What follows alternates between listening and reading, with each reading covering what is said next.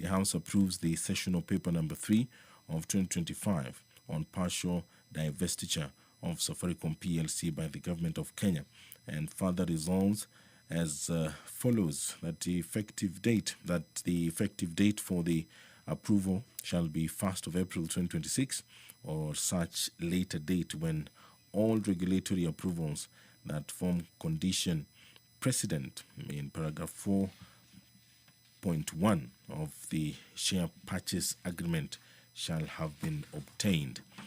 And on the completion, upon obtaining all regulatory approvals, that the Cabinet Secretary for the National Treasury shall, upon obtaining all regulatory approvals in line with the condition precedent in paragraph 4.1 of the share purchase agreement, undertake and complete the transaction through the block trade platform of the Nairobi Securities Exchange. That the government of Kenya shall receive Kenya shillings 40 billion and 200 million as upfront payment in lieu of future dividends on the residual 20% shareholding as per the dividend purchase agreement. That notwithstanding anything contained in the share purchase agreement and the dividend purchase agreement, the proceeds of the divestiture shall be paid into the National Infrastructure Fund.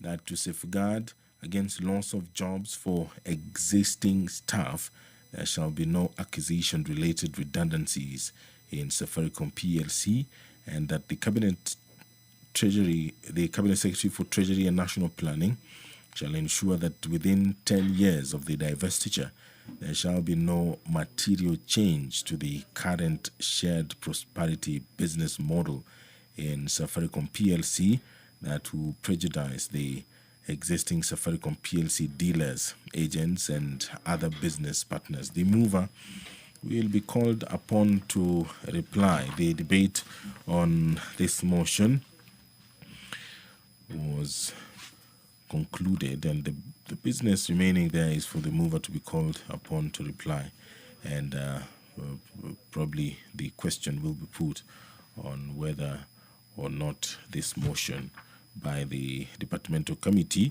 on Finance and National Planning on the partial divestiture in Safaricom PLC by the government of Kenya should be approved by the National Assembly.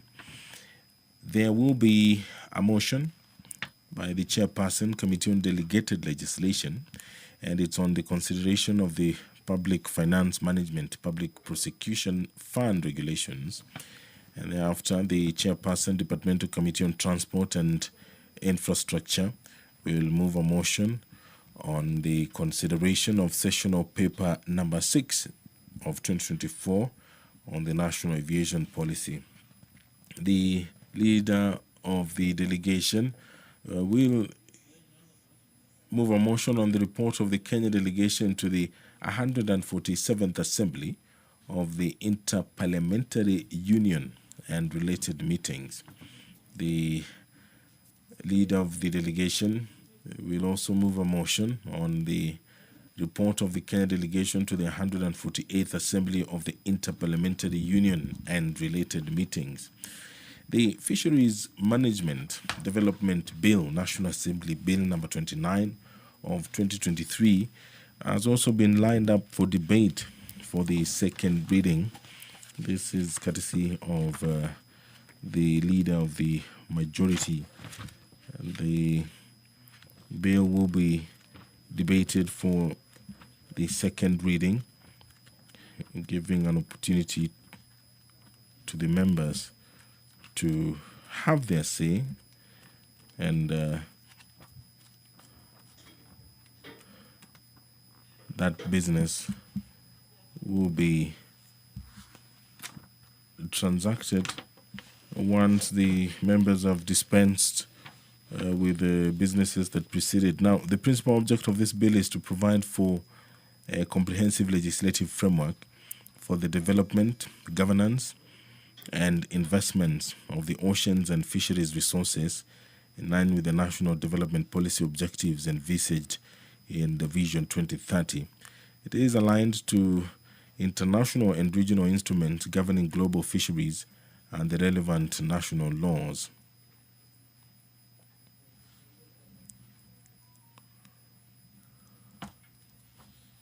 If you're just joining us, these are live pictures from the National Assembly chambers.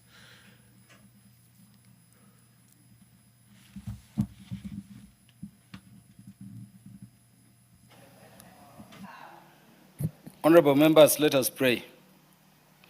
Almighty God, who in your wisdom and goodness have appointed the offices of leaders and parliaments for the welfare of society and the just government of the people, we beseech you to behold with your abundant favor us, your servants, who you've been pleased to call to the performance of important trust in this republic. Let your blessings descend upon us here assembled, and grant that we treat and consider all matters that shall come under our deliberation in so just and faithful a manner as to promote your honor and glory, and to advance the peace, prosperity, and welfare of our country and of those whose interests you have committed to our charge. Amen.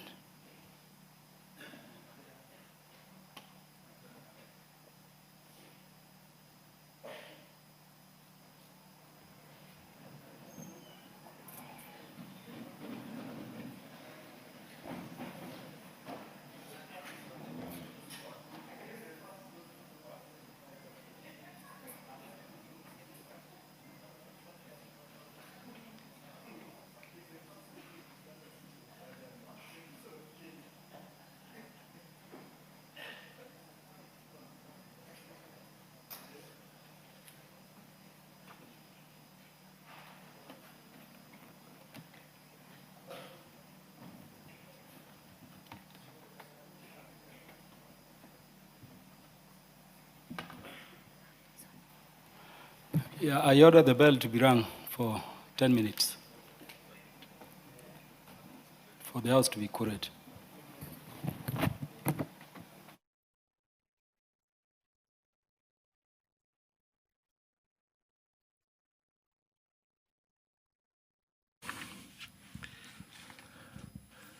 Good afternoon. If you're just joining us, these are live pictures from the National Assembly chambers. The House lacks requisite quorum to proceed or begin business, so the quorum bell is currently ringing, and as we wait for the House to achieve quorum, we'll continue to take a look at the order of business this afternoon. The Chairperson, Public Petitions Committee, will move a motion on the consideration of a petition regarding delay in resettlement of squatters under the Chepkumia Land Exchange.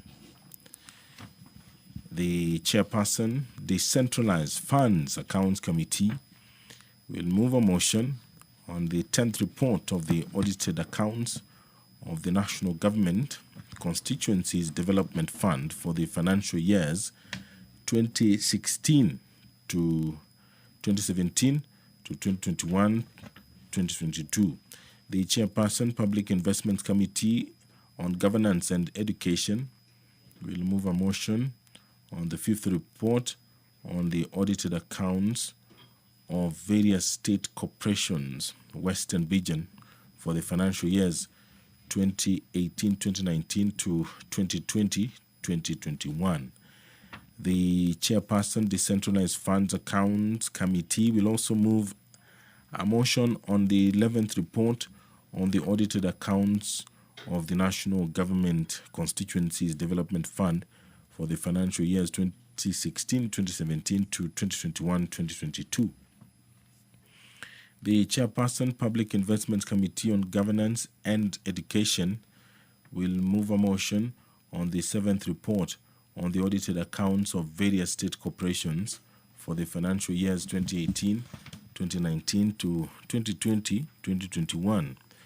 And thereafter, the Chairperson, Departmental Committee on Agriculture and Livestock, will move a motion on inquiry into the pricing of tea in Kenya.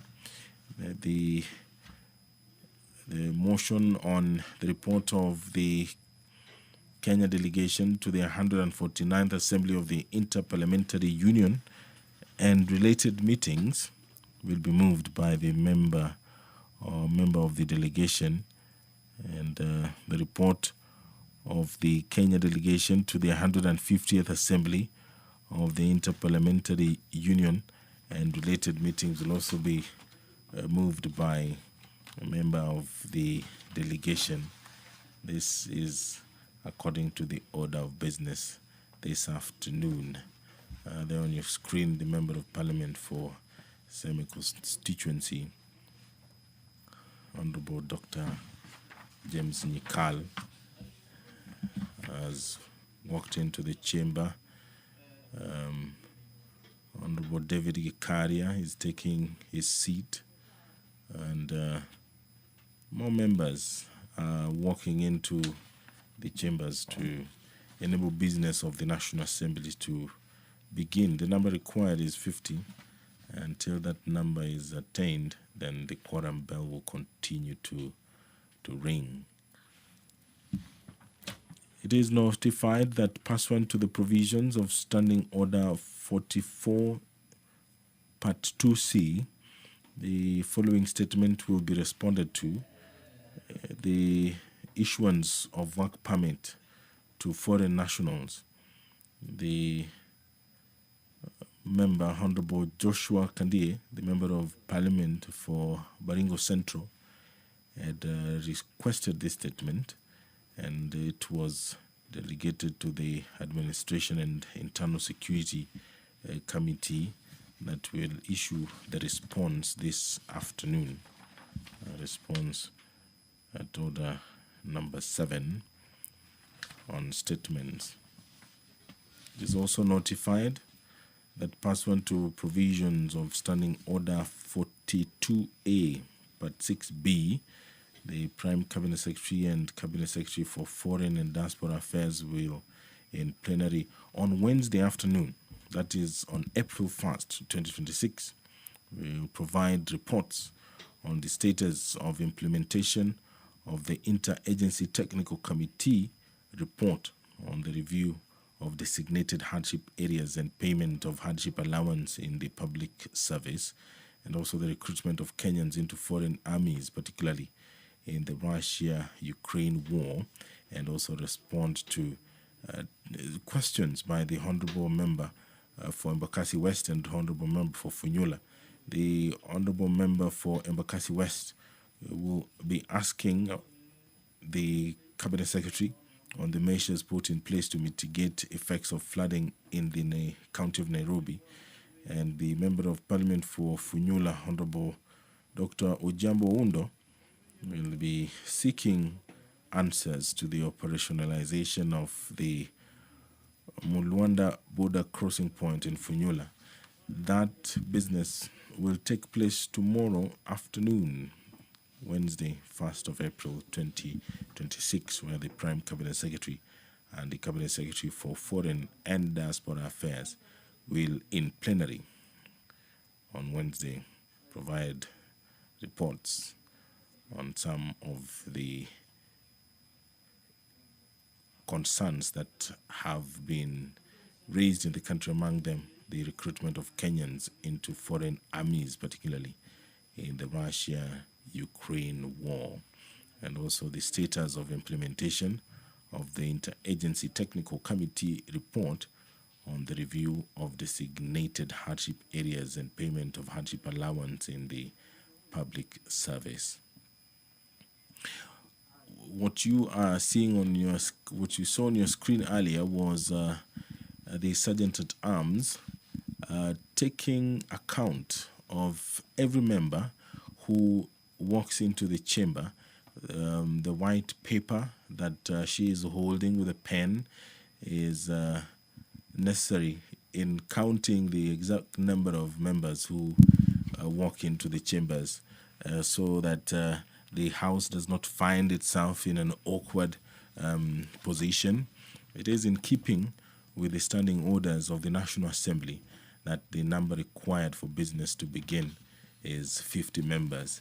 And what you cannot see on the screen is the mobilization, or in parliamentary terms, the whipping of members, at least not quite literally, the whipping of the members, or the mobilization of members who are within the precincts of Parliament to come and take their seats and allow the business of the National Assembly to commence this afternoon quite a number of businesses to be transacted by the members of Parliament, and for that, So members, the bell will be rung for another 10 minutes to allow all the members to come in. It means that the quorum wasn't achieved during the first period of 10 minutes. So the bell will continue ringing to allow members who are within the precincts of Parliament to take their rightful seats.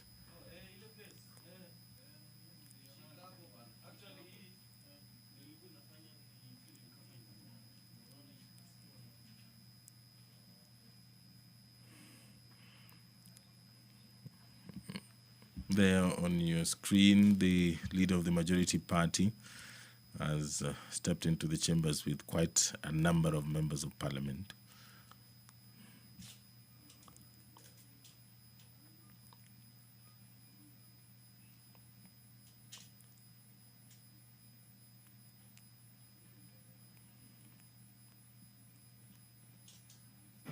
Order, honorable members, take your seats. Take your seats. It is confirmed we now have quorum and can start House business.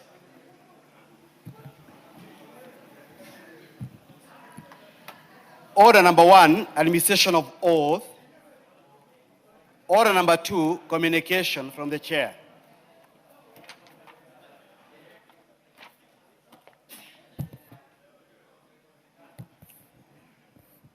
Honorable Paul Biego, take your seat. Order, honorable members.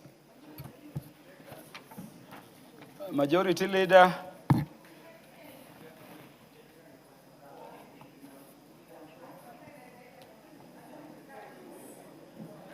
Let the honorable members standing there take their seats.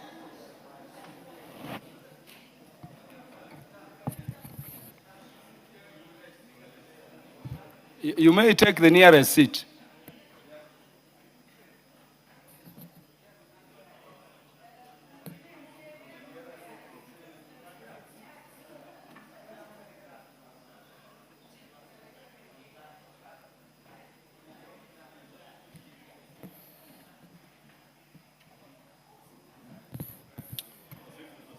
Your honorable members, I wish to introduce to you a delegation from the House of Commons, Parliament of the United Kingdom. The delegation comprises of the following 2 members who serve in the United Kingdom All-Party Parliamentary Group, APPG, on disability, who are seated in the Speaker's row. Number 1, the Honorable Masha D. Cordova, MP, chairperson and leader of the delegation. And number 2, the Honorable Shokat Adam, MP. Thank you. Honorable members, the delegation, which is accompanied by 1 member of staff, is in the country to exchange best practices and share experiences with the Departmental Committee on Social Protection on the development of inclusive policies across all areas of life. Honorable members, on my own behalf and on that of the National Assembly, I welcome them to Parliament and wish them fruitful engagements during their stay in the country. I thank you.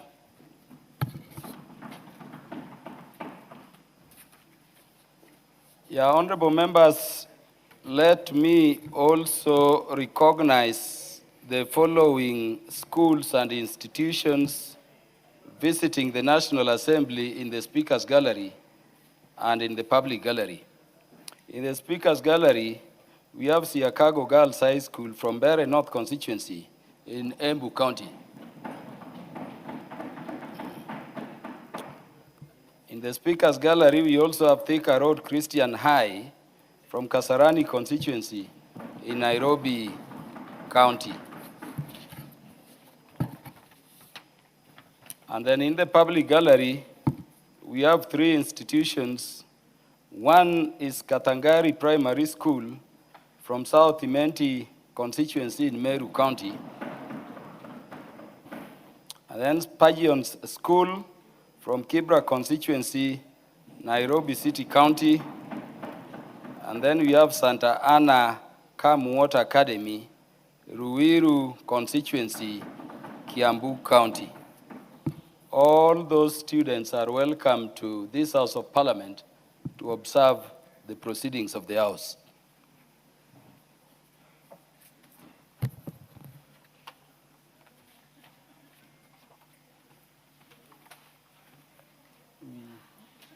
We call the next order, really.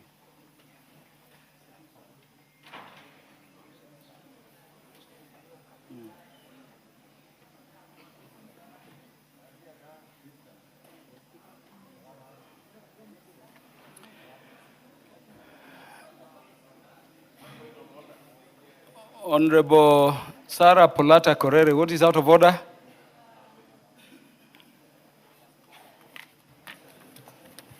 Thank you, Speaker. What is out of order? Speaker, I raise on a point of order in regards to a matter that came up to this House sometimes back regarding the conduct of the Honorable Member for Kitutu Chache constituency. And Mr. Speaker, I raise on a point of order pursuant to the provision of Standing Orders 1081 of the National Assembly Standing Orders. I raise to invite the House to name Honorable Member for Kitutu Chache constituency for grossly disorderly conduct. Honorable Speaker, as I recall, after being moved by this House, the Honorable Speaker directed that the member be excluded from the precincts of Parliament until he submits an appropriately worded apology to the House. Speaker, I have seen the Honorable Member within the precincts of Parliament, yet I have not seen, heard, or read any of such apology being given. Speaker, understanding Order 107A1A of the National Assembly Standing Orders, defying the ruling or direction of the Speaker and the House constitutes gross disorderly conduct.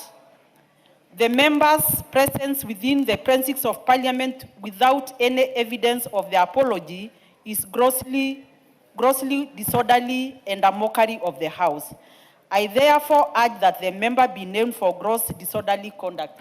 And Mr. Speaker, to protect this House, the sanctity and the integrity of this House, Speaker, this House, every member has got an opportunity to raise whatever, including a vote of no confidence to the Speaker himself here. And Mr. Speaker, when we make it our habit to go to the funerals, to malign our own selves, to malign this House, to malign the Speaker, Mr. Speaker, sir, it becomes a gross misconduct on the members who do that.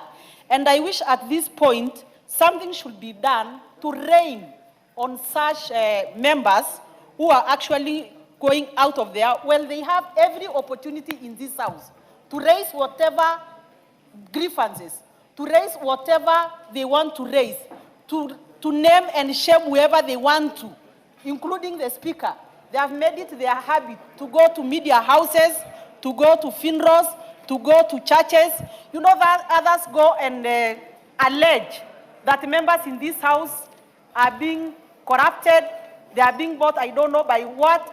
And Mr. Speaker, when they do that, they don't just malign certain people, but they align the integrity of this House. So, Mr. Speaker, upon this, I call the House to name the member for gross misconduct.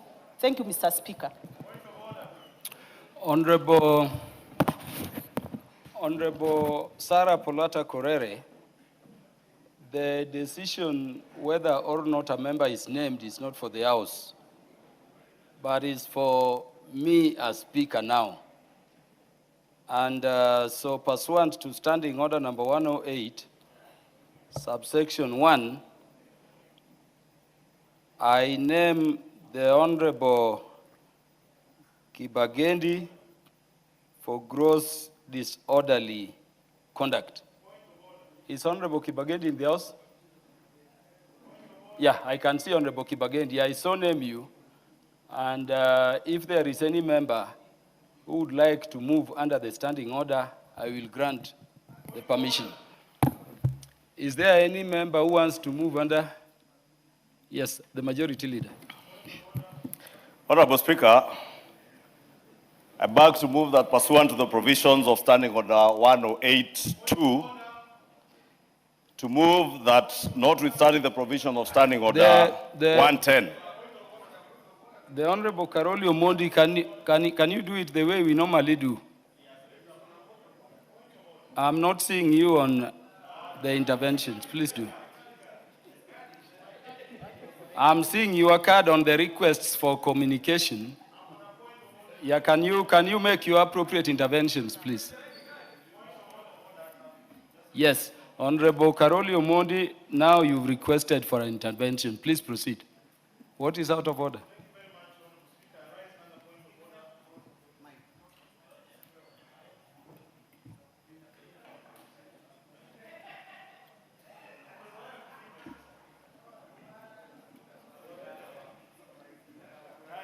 Would you give Honorable Karoli Omondi the microphone?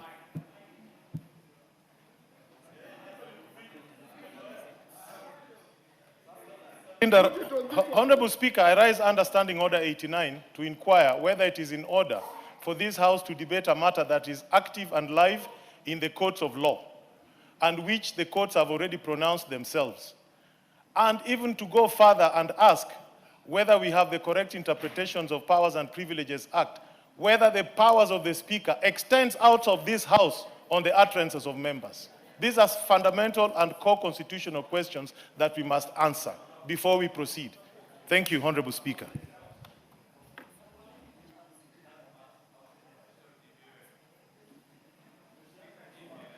Yeah, the Speaker is not aware of that court matter you are speaking about.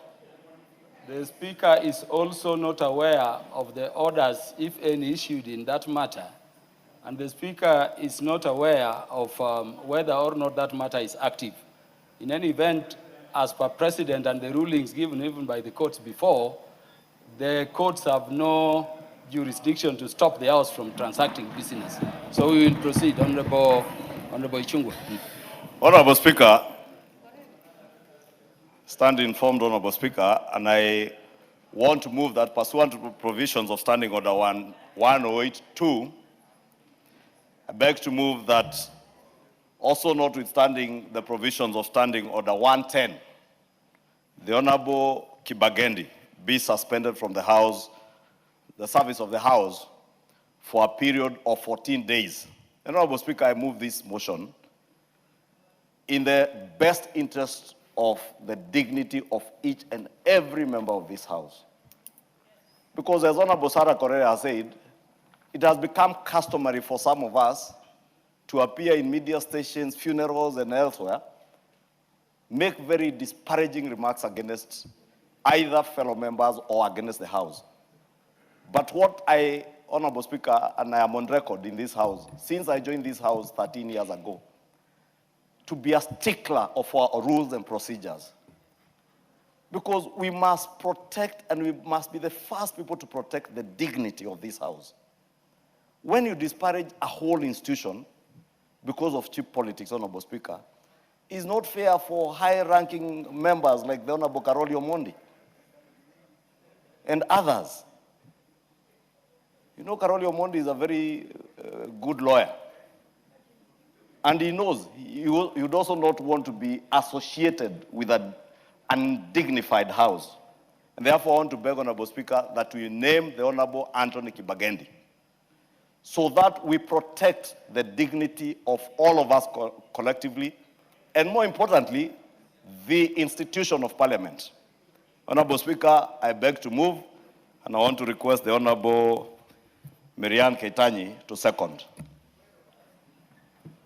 Honorable Speaker, as I stand to second, I think it is important that we all agree that the dignity of this House is far more important, and it is for all of us.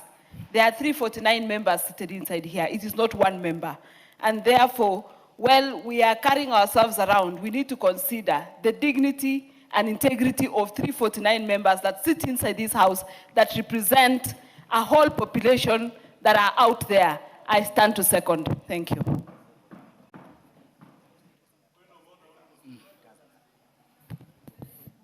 Yeah, honorable members, I beg you look at the provisions of Standing Order number 108. No debate is allowed on such a motion. It cannot be, adjourned. In fact, let me read it to you for those who have not looked at it. That if the breach has been committed by such a member in the House, a motion shall be made by any other member present, that such member whose name shall be provided be suspended from the service of the House. And the Speaker shall forthwith put the question thereon, no amendment, no adjournment, no debate being allowed. That is the provision of your standing orders. And so let me put the question. Honorable Cliff Gisario, it is also disorderly conduct to raise unnecessary points of order, and more so when the Speaker is on his feet. Yes. So, honorable members, it is for you to decide. And this has nothing to remove, or with the removal of Honorable Anthony Kibagendi from his seat as MP for the good people of Kenya he represents. It is strictly a matter of, privilege, and a matter falling under the provisions of Standing Order number 108. Now, honorable members, I put the question that the Honorable Anthony Kibagendi be suspended from the service of the House for a period of 14 days from today. Will as many as are of that opinion say aye? Aye. Will as many as are of the contrary opinion say nay? Nay. The ayes have it. Yes, sir. Honorable Kibagendi? You have been suspended from the service of the House for 14 days, beginning the time the House made the decision. I know you will obey the order.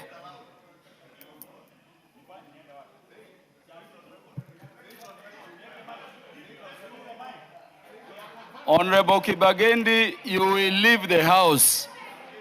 You are for now a stranger in the House. Please leave. Take leave.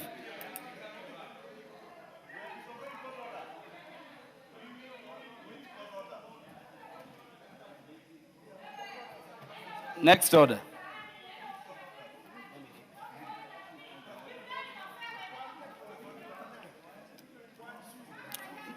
Next order. Order number 3, messages. Yeah, let the members who are standing take their seats. Honorable Catherine Omanyo, the Secretary General of the ODM Party. Honorable members, pursuant to the provisions of Standing Order 41, subsection 4, I wish to report to the House that I have received 4 messages from the Senate regarding its consideration of 3 Senate bills and 1 National Assembly bill. Honorable members, the messages convey that on 3rd March 2026, the Senate considered and passed 3 Senate bills with amendments. The first message is on the County Government's Election Laws Amendment Bill, Senate Bill number 2 of 2024, which seeks to amend the Elections Act, Chapter 7, and the County Governments Act, Chapter 265, to provide for nomination of members of a county assembly to represent marginalized groups. The second message is on the Tobacco Control Amendment Bill, Senate Bill number 35 of 2024, which seeks to amend the Tobacco Control Act, Chapter 245A, to regulate electronic nicotine delivery systems, including electronic cigarettes and related products. The third message is on the Labor, Migration and Management number 2 bill, Senate Bill number 42 of 2024, which seeks to provide for the regulation of private. Honorable Carolium.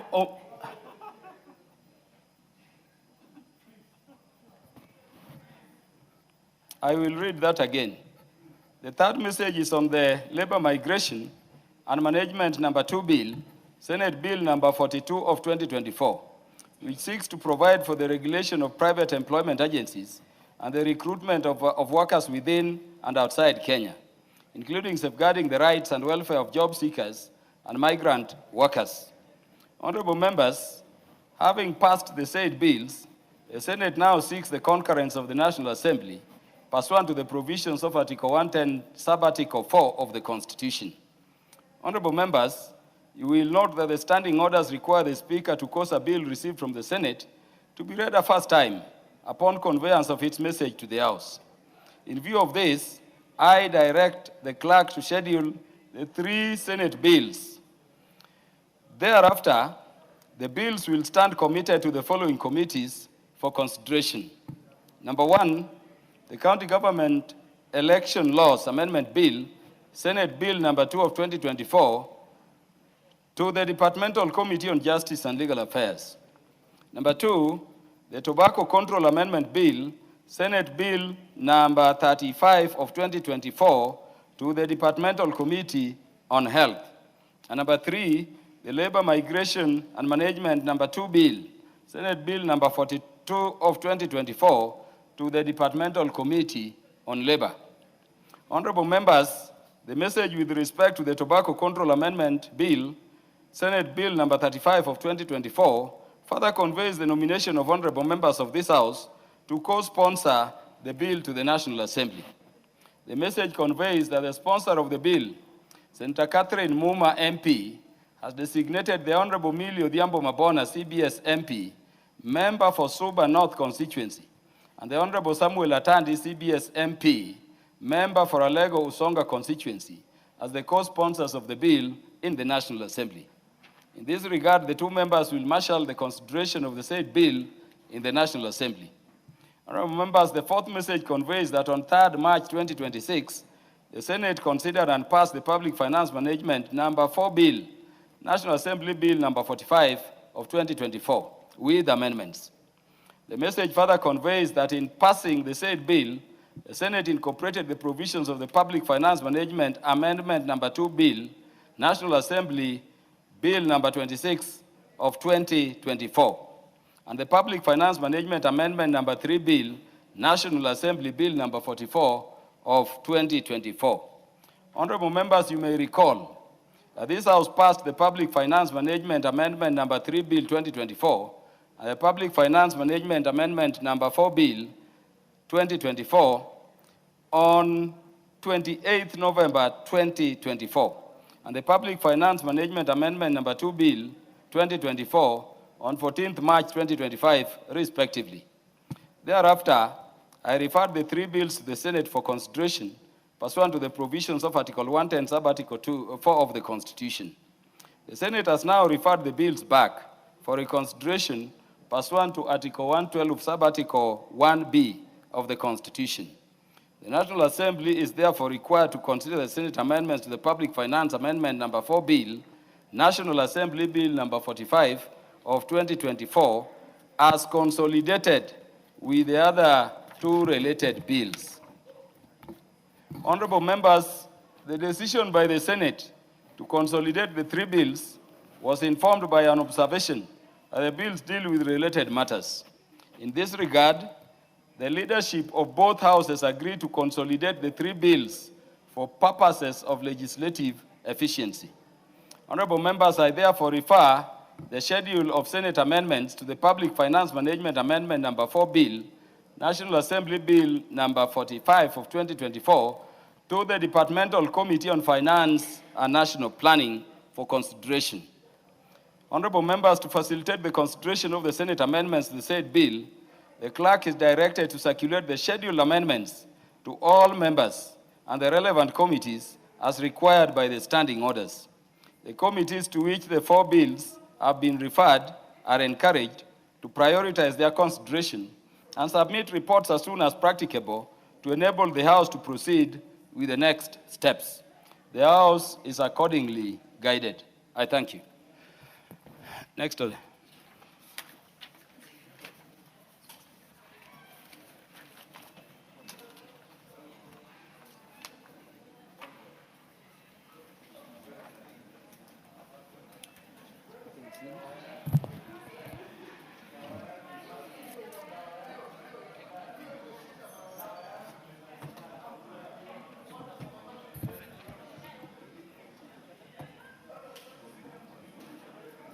Next order.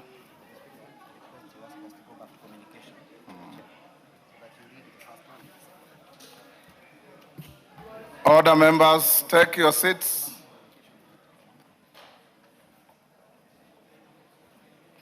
Members on their feet, take your seats.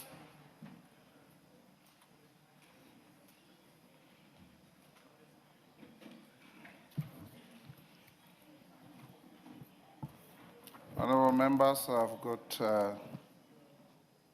two further communications to make. The first one is on the demise of the member for Olkalau constituency, the late Honorable David Njuguna Kiarao, and former Senator for Kirinyaga, the late Honorable Daniel Karaba.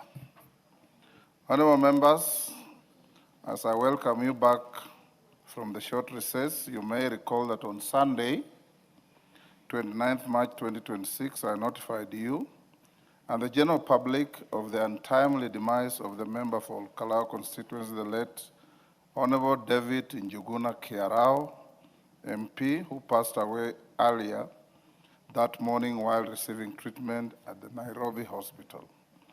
The demise of the Honorable Kiarao brought loss of a dedicated legislator, a distinguished professional, and a committed servant of the people of Nyandarua County and the nation at large. The late Honorable Kiarao was born on 2nd October 1963 in Olkalau, Nyandarua County.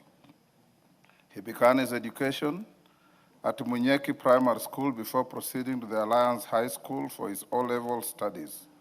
In 1982, he joined the Nairobi School for his A-levels, where he continued to excel academically. In 1985, he was admitted to the University of Nairobi for a bachelor's degree in architecture, after which he established a distinguished career in the field. The late member served as principal architect at Archgrid Systems, in which role he built a strong professional foundation in infrastructure development and the built environment, contributing to numerous projects that shaped both public and private spaces. Honorable members, the late Honorable David Kiarao joined elective politics in 2013 when he was elected as the member for Olkalau constituency. He was subsequently re-elected during the 2017 and 2022 general elections. Throughout his three-term tenure, he served with dedication as a member of the Departmental Committee on Transport and Infrastructure and the Procedure and House Rules Committee. As a member of the Departmental Committee on Transport and Infrastructure, he played a pivotal role in the processing of legislation aimed at safeguarding road reserves, as well as in the development of frameworks to facilitate the establishment of pedestrian walkways and infrastructure for non-motorized transport. Honorable members, over his years of service in Parliament, the late Honorable Kiarao has maintained a close connection with the people of Olkalau, serving them with dedication and passion. He was a steadfast advocate for the advancement of education, demonstrated by, among other things, the provision of school buses to various institutions and ensuring proper oversight, timely disbursement of bursaries to deserving students in Olkalau constituency. The late Honorable Kiarao demonstrated a strong commitment to community welfare through active engagement in key development initiatives, including the promotion of universal health care, enhancement of agricultural productivity, support for affordable housing, upgrading of roads, expansion of electricity and water connectivity, and spearheading infrastructure developments at the JM Kariuki Referral Hospital and Nyandarua University College. In his demise, the institution of parliament, the people of Olkalau, and indeed the whole nation has lost a devoted legislator, a servant of the people, and a committed advocate of justice. Honorable members, in order to accord a befitting send-off to our departed colleague, and in line with the PSC bereavement policy, I have appointed an ad hoc committee of the Parliamentary Funeral Planning Committee to coordinate the funeral arrangements. The committee will comprise the following members of Parliament: Honorable Kwenya Thuku MP, Chairperson and Team Leader; Honorable Faith Gitau, CBS MP, Vice Chairperson; the Honorable Musa Sirma, AGH MP; the Honorable Gabriel Tongoyo, CBS MP; the Honorable Hai Kamiziki, CBS MP; the Honorable John Kiraku, CBS MP; the Honorable Eve Obara, CBS MP; the Honorable Marian Kitanyi, MP; Senator Tabitha Karanja Keroche, MP; Senator Wahome Wamatinga, MP; and Senator Betty Montet, MP. In addition, a family representative will be opted onto the committee. Honorable members, to celebrate the life and legacy of the late Kiarao, a requiem service will be held on Tuesday, 7th April 2026 at Olkalau Stadium, Nyandarua County. The funeral service will thereafter take place at PCEA St. Andrew's Church, Nairobi, followed by interment at his family farm in Tigoni, Kiambu County on Friday, 10th April 2026. Honorable members, I also wish to report to the House the demise of the late former Senator for Kirinyaga County, Senator Daniel Karaba, who passed away on 23rd March 2026. The Honorable Karaba was born on 22nd June 1948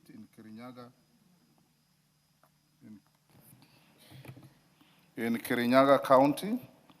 He had a distinguished career in the teaching profession, serving as a principal in several institutions and as the chairperson of the Kenya Secondary Schools Heads Association from 1984 to 1998.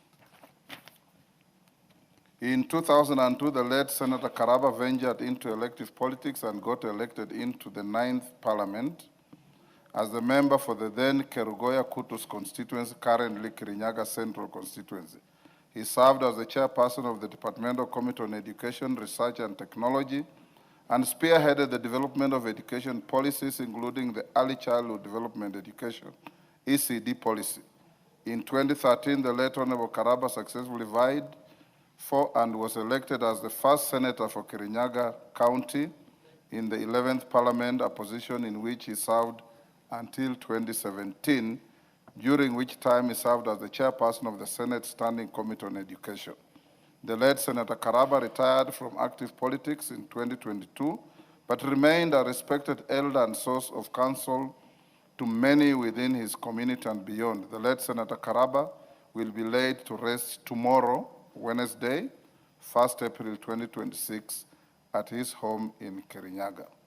Honorable members, on another sad note, I wish to inform the House that I've received news on the passing on of Mama Dorothy Baya Mweri. Order. Order. Mama Dorothy Baya Mweri, the beloved mother of the deputy leader of the majority party and member for Kilifi North, the Honorable Owen Baya, CBS MP, on the evening of 30th March 2026. Her departure is a profound loss not only to her family, but also to all who are touched by her grace, wisdom, and unwavering commitment to community. In this moment of sorrow, we stand in solidarity with the deputy leader and the family, offering our support and prayers as they navigate this difficult time. May her memory be a lasting blessing, and may the family find strength, comfort, and peace in the legacy of love and dignity she leaves behind. Honorable members, on behalf of the House, the Parliamentary Service Commission, and indeed on my own behalf, I convey our heartfelt condolences to the families, relatives, and friends of our colleagues and Mama Dorothy Bayer. In honor of the departed colleagues, the Honorable Njuguna Kiarao, MP, and Daniel Karaba, and Mama Dorothy Bayer, I request that we be upstanding and observe a moment of silence.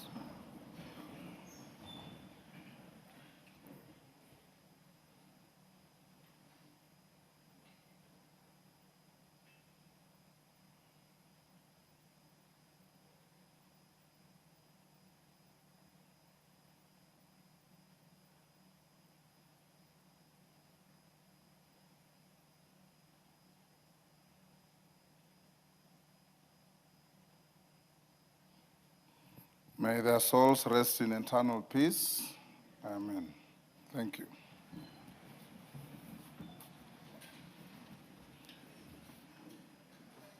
Honorable members, on the departure of Honorable Kiarao and Karaba and Mama Bayer, after we dispose of the business at order number 8, I'll give members about 30 to 40 minutes to record your condolences and eulogize the departed colleagues.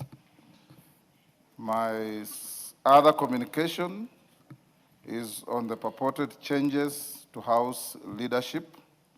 Honorable members, I would ordinarily not have made this short communication, save that it has attracted a lot of media publicity and debate, and it's good that the House is notified accordingly. I wish to convey to the House that my office received a letter dated 9th March 2026, purportedly from the Azimio la Umoja One Kenya Coalition Party. On the face of it, the letter is purportedly signed by my good friend, the Honorable Kalonzo Musyoka, Senior Counsel, EGH, as the leader of the party, and seeks to appoint the member for Suba South, the Honorable Karole Omondi, to the position of leader of Coalition Party Parliamentary Group. A cursory review of the document casts serious doubt as to its authenticity. First, it does not bear the original signature of its purported author and is littered with several grammatical and topographical errors, including the duplication of one of the names of its purported author. Specifically, the document is signed by His Excellency Kalonzo Musyoka. We don't know of anybody called Kalonzo Musyoka in this country. We know Stephen Kalonzo Musyoka. Secondly, and most importantly, the letter lacks any forwarding address to which any exchange of correspondence, including seeking of clarification or making a response, may be directed. In this regard, as your speaker, I highly doubt that the letter originated from an office of the stature of our retired Vice President, which is an office established in law and fully funded and capacitated under the auspices of the Retirement Benefits Deputy President and Designated State Officers Act, Cap 197B. There being no address to which a clarification may be sought or a reply directed, and noting that information of purported changes to the leadership of the minority has been circulated in the public domain, I wish to clarify, for the benefit of the House and the public record, that 1, the position of leader of Coalition Party Parliamentary Group does not exist in the Constitution, statute law, or our standing orders. This therefore means that the letter has purportedly appointed the member for Suba South, a respected lawyer to a position which is not recognizable in law. The Speaker and the House are unable to process any claim or request contained in the letter, as the same is made outside the provisions of the Constitution and the standing orders. The House is accordingly guided. Yes. Honorable Speaker, I raise on a point of order, Honorable Speaker. I know this matter is not is a communication not for debate, but maybe just because you have alluded to the fact that that letter purported to come from a Mr. Kalonzo does not have an addressee to return a reply to, but probably now that you have raised it, Honorable Speaker, may I also take this opportunity to advise the Wiper leader, the Honorable Kalonzo Musyoka, Stephen Kalonzo Musyoka, not this Kalonzo who has written this letter, but the Honorable Kalonzo Musyoka, our former Vice President, that it is in the best interest of the Wiper Democratic Movement Party that the leadership of the Azimio coalition remains as it is today. For reasons, Honorable Speaker, that when we finished our elections in 2022, the numbers in this House were not as they are today. UDA has just acquired an additional seats that we never held. The seat in Bere North, the seat in Honorable Turbi's seat in Isiolo. ODM has maintained their numbers, Honorable Speaker. As chair of the selections committee, Honorable Speaker, I would beg to advise the Honorable Kalonzo Musyoka that it would not be in the best interest of his political party, the Wiper Democratic Movement, in terms of how members of Wiper sit in committees. And more importantly, Honorable Speaker, it will not be in the interest of the deputy leader of the minority, the Honorable Robert Mbui,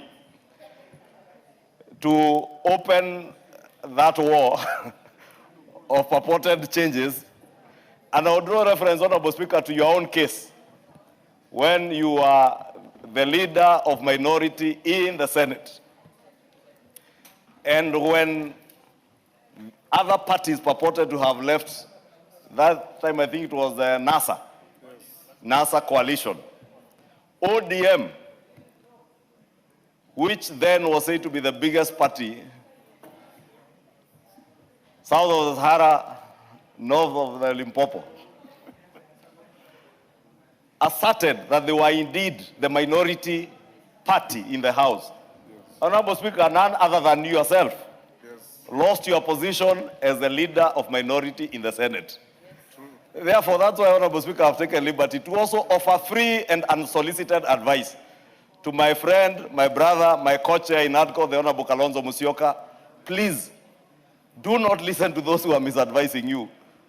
Because I also saw him say something on Citizen TV the other day, and I said, oh, my brother Kalonzo, how I wish you knew the truth, that you will get very lost if you listen to those others who are advising you, and especially the hate mongers that are purport to be misadvising Kalonzo in the disunited opposition, Honorable Speaker.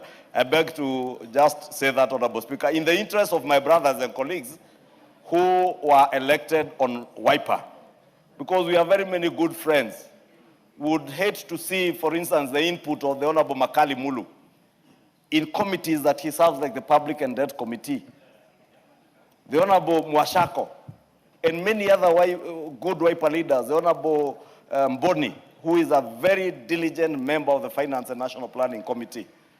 But they are bound to lose many of these slots. And I say that, Honorable Speaker, emphatically as the chair of the Selections Committee. It is not in the best interest of Wiper to even imagine that they can advance a war that they can never win, just like I can never win any election, Honorable Speaker. Thank you. Yes, Kainan. Thank you, Mr. Speaker. Mr. Speaker, I know my good friend, the Honorable Kimani Ichung'wah, has offered an unsolicited advice to the leadership and the membership of Wiper. But Mr. Speaker, politics is so dynamic. I am a member of Jubilee. You know the membership of this House. We must face the realities. And I don't know whether Honorable Kimani Ichung'wah, I want him just to listen to this as the chair of Kimani Ichung'wah, I want you to listen to this. begging that you listen to him. I do agree with you. Since 2022, so many things have changed. All of us here are practicing politicians. The leadership, we have offered unsolicited advice to the leadership of WIBA in general and the members of WIBA in this House. I have been elected on Jubilee. Mr. Speaker, you know, taking into account the numbers, if you calculate UDA is number 1, followed by ODM. The third party is Jubilee. We were shortchanged, and Mr. Speaker, I'm on record to have complained to you. We wrote to you. We were shortchanged. All our slots, courtesy of the political gerrymandering that took place immediately after the election, we lost, or our members lost, some of the key slots that they ought to have occupied. So I will disagree with the Honorable Kimani. That unsolicited advice is not granted. The truth of the matter is, I was the National Deputy Chairman of Azimio. Azimio is Yes, dead. Wanjala, what is the point of order? Thank you, Honorable Speaker.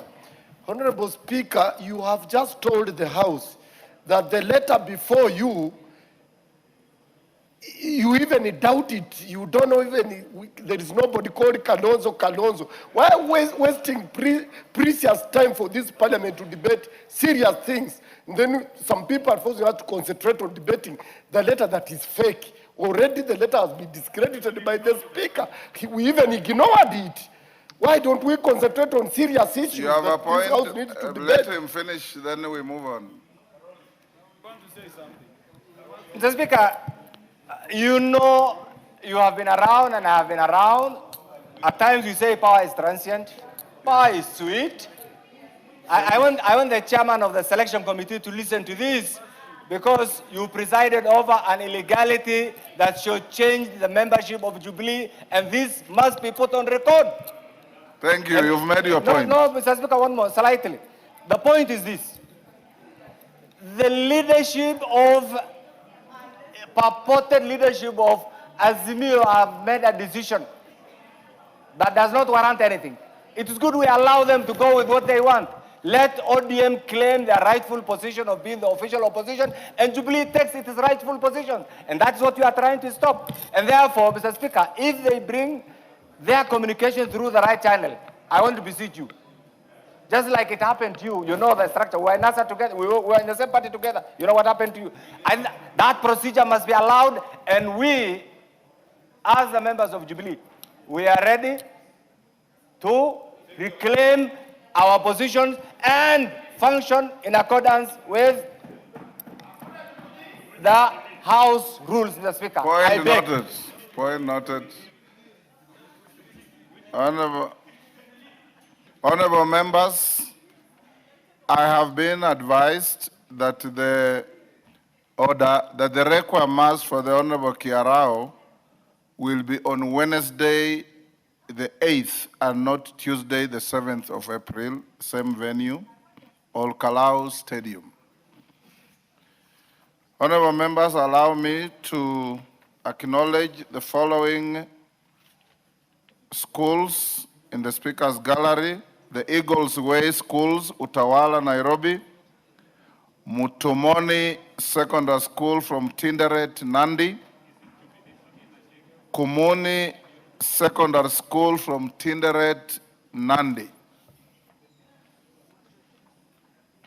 In the public gallery, we have Dawamo Leadership Academy from Kajiado West, Kajiado. And also in the Speaker's Gallery, I wish to acknowledge and welcome 65 students from the Little Mr. and Miss Africa Fraternity, the International School of Modeling, who are seated in the Speaker's Gallery. The students, drawn from 15 African countries, are on a visit to the National Assembly to learn more about leadership, democracy, and civic responsibility.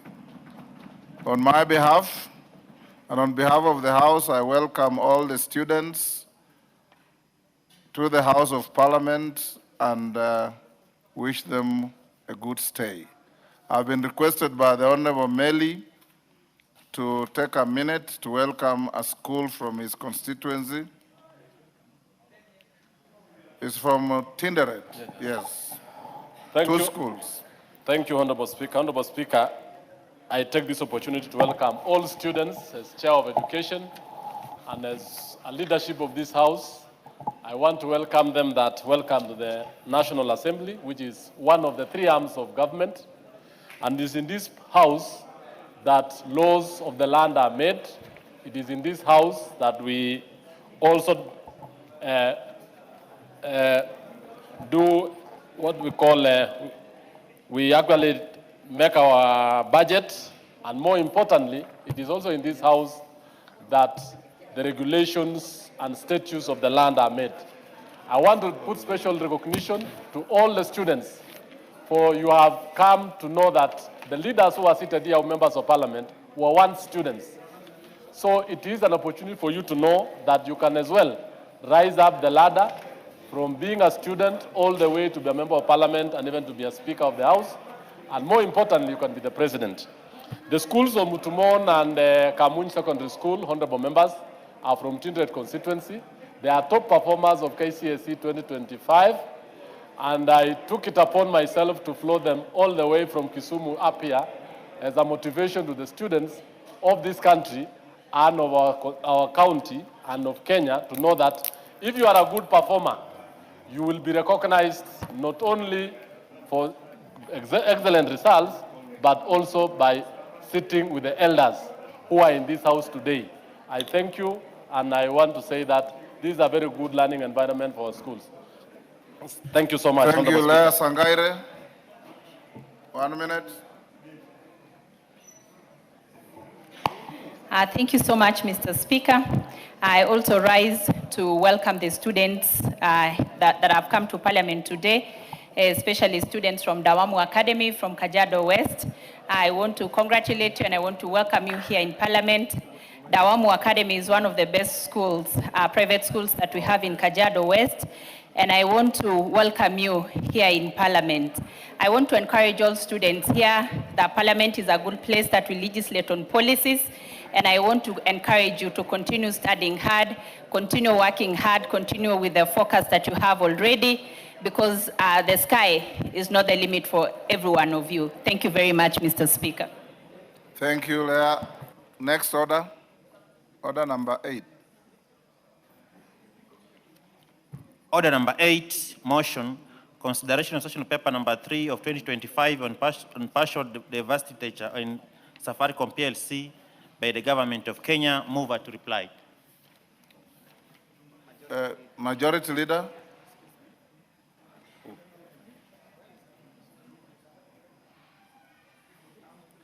Where is... Honorable Speaker, the Honorable Kaluma has been designated by the Chair to reply on this. Kaluma. He's a member of the Finance and National Planning Committee. Peter Kaluma. Yeah, I thank you, Honorable Speaker. Honorable Speaker, let me start by thanking your office and the office of the clerk for the support the committee was accorded when it was undertaking public participation in this matter. Honorable Speaker, this is one matter which has gone through very detailed public participation for a whole 2 weeks, Honorable Speaker. Yes, Carolo Mondi.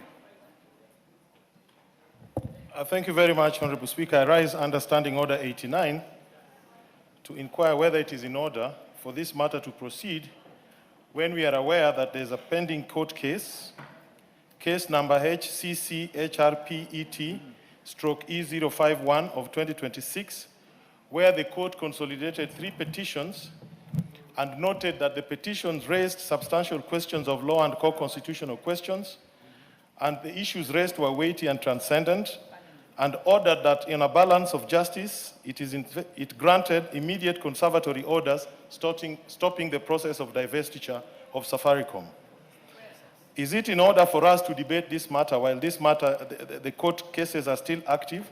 And if we do, could we get an undertaking from the government that it will not proceed with the divestiture process until the cases are heard and determined so as to save the substratum of the petition? Honorable Carole Omondi, you know, if you looked at those papers properly, Parliament is not a party to those proceedings. That's number one. Number two, the orders given, if they are authentic, are not directed at Parliament, neither do they affect Parliament. Number 3, this House has constitutional responsibility to transact all business before it. Whoever wants to challenge can wait for the outcome and go to court. That is the Constitution and that is the law. Nobody can injunct Parliament from its discharging its legislative mandate.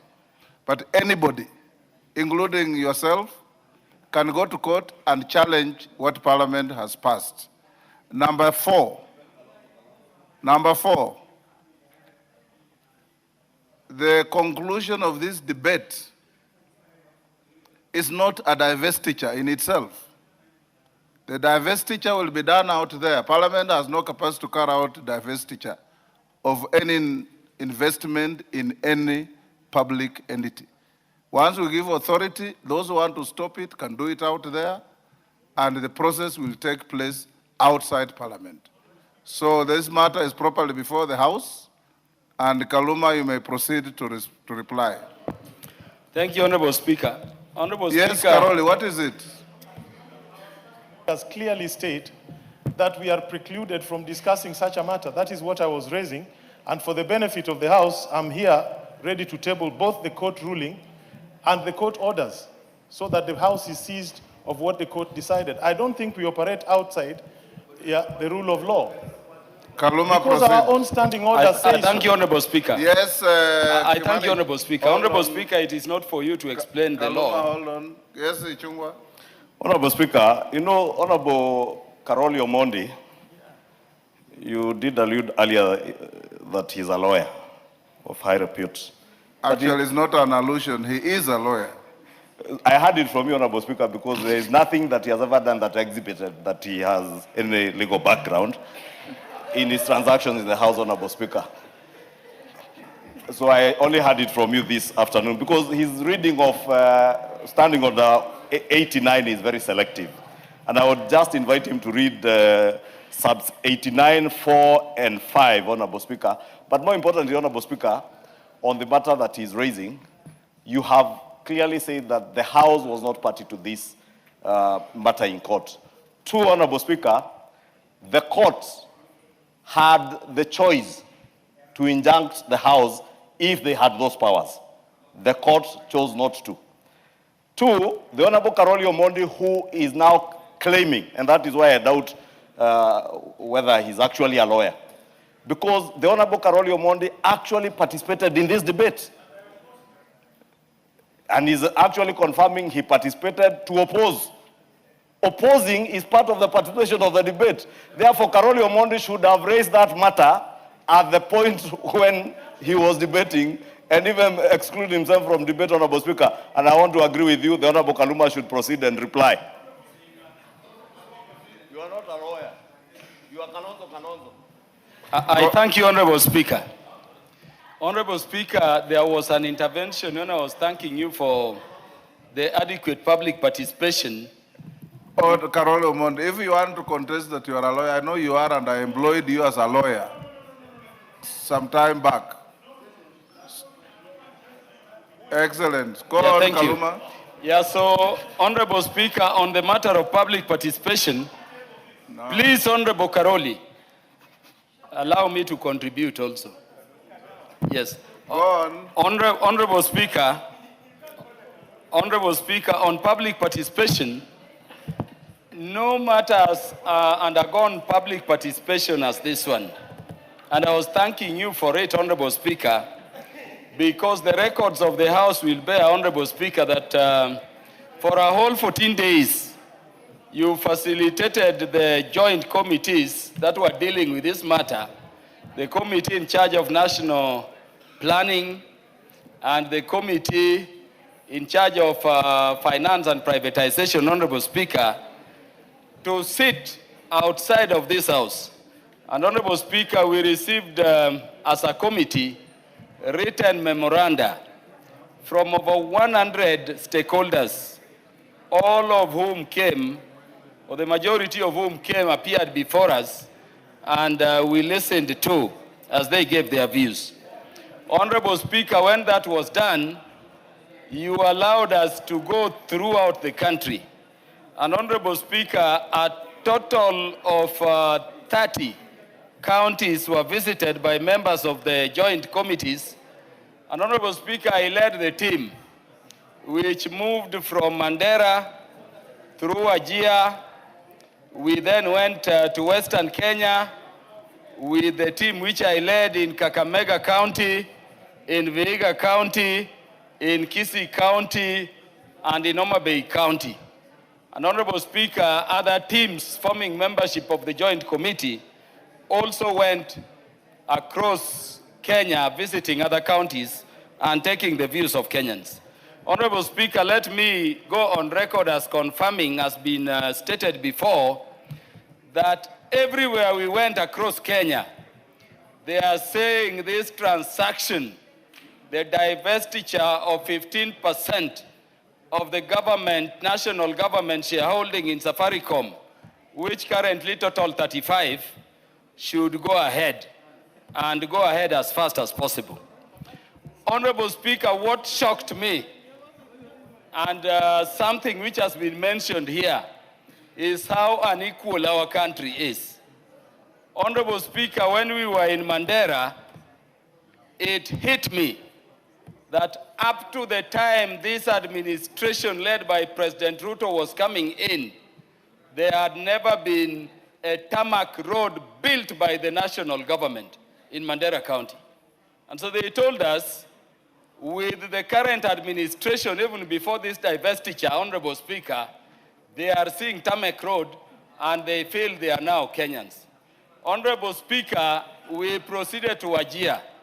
And in Wajir County, Honorable Speaker, for the first time, a stadium that is as good as the one in Kitui is being built.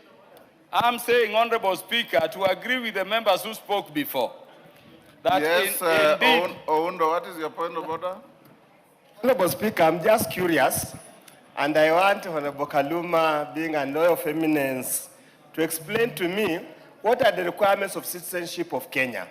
Is it being built a road, the only requirement for citizenship of Kenya, or the other parameters? Probably to help us so that we know those of us who don't have tarmac roads, then are not Kenyans. It could help us to understand. Thank you, Honorable Speaker. This is not question time. Just Honorable continue. Speaker, I don't know what has become of Dr. Oundo. Just go on. Yes. Yes. Honorable Speaker, I'm speaking to the matter of inequality and the unequal manner in which infrastructure in particular has been developed by the previous government administrations across the country. And I was confirming that it was said here before, and I agree. When we went to Wajir, for the first time, Honorable Speaker, people have been thinking about affordable housing. Do you know the tallest buildings in Wajir are of affordable housing? And I was confirming, pleasantly surprised, Honorable Speaker, that the Madaraka Day for this day will be held in Wajir, and the stadium is better than the one in Homa Bay, better than the one in Kitui, better than the several ones we've seen around, and there are over 25 today, Honorable Speaker. Honorable Speaker, I therefore say that the people of Kenya are saying we proceed, and Parliament should approve this sessional paper so that, Honorable Speaker, these funds can go to the National Infrastructure Fund, which by law we have established and the President has assented into, so that we can target those very big projects. The Jomo Kenyatta International Airport across here, we can target how we can create dams in areas which have been marginalized. We can target these highly viable projects like the dualling of Rironi Road up to Western Kenya, Malaba border, as we also have expressway on Thika Road, and of course we develop further our infrastructure.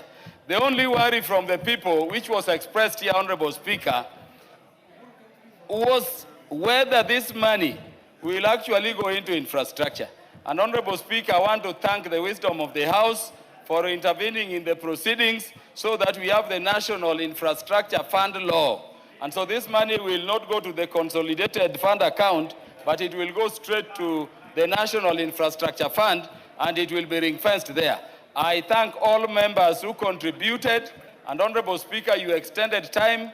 I thank all Kenyans who gave their views, and I thank the House and the facilitation to date. Honorable Speaker, with those very many words, I beg to reply. I thank you. Members on their feet, take your seats. Order. Take your seat, Dick Maungu. Honorable members, I'll now put the question at order number 8, which is that this House adopts the joint report of the Departmental Committee on Finance and National Planning and the Public Debt and Privatization Committee. Order. On the consideration of sessional paper number 3 of 2025 on partial divestiture in Safaricom PLC by the Government of Kenya laid on the table of the House on Tuesday, 10th March 2026, and A, resolves that pursuant to the provisions of Section 87A of the Public Finance Management Act, Cap 412A, the House approves the sessional paper number 3 of 2025 on partial divestiture of Safaricom PLC by the Government of Kenya, and B, further resolves as follows. Effective date, that the effective date for the approval shall be 1st April 2026, or such later date when all regulatory approvals that form condition precedent in paragraph 4.1 of the share purchase agreement shall be obtained.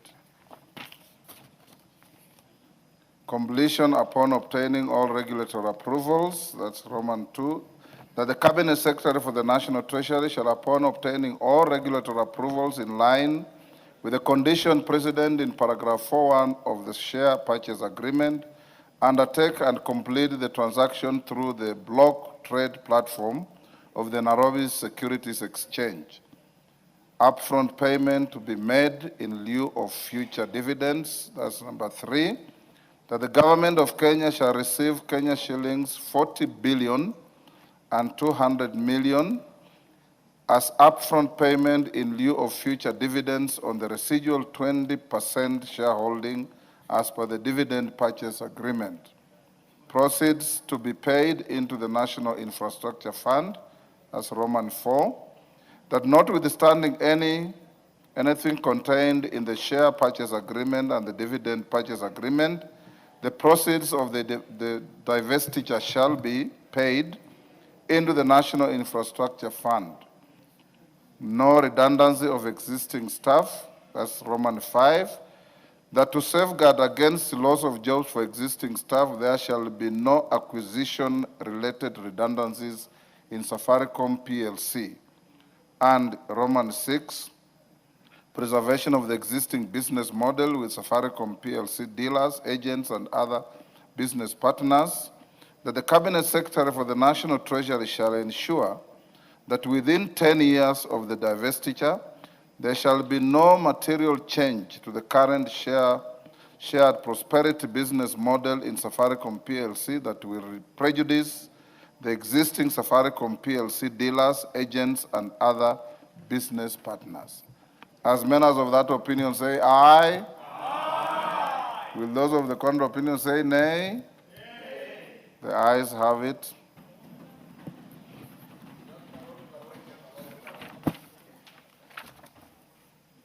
We go back to statements.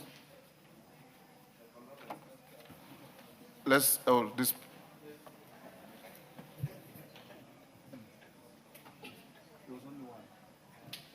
was only one statement. Just call it out and we dispose it off because Honorable Kandie has requested that he will request for it tomorrow. Order number 7, questions and statements. Go on to, now we go back, honorable members, to order number 2, and I now allow you to eulogize your departed colleague, the Honorable Kiarao. Yes, Mark Mwenje. Thank you, Honorable Speaker. Honorable Speaker, on behalf of the people of Embakasi West, I wish to convey my condolences. hold on, Mwenje. Members, can we do it for 2 minutes each? 2 minutes? Okay, Mwenje, 2 minutes. Thank you, Honorable Speaker.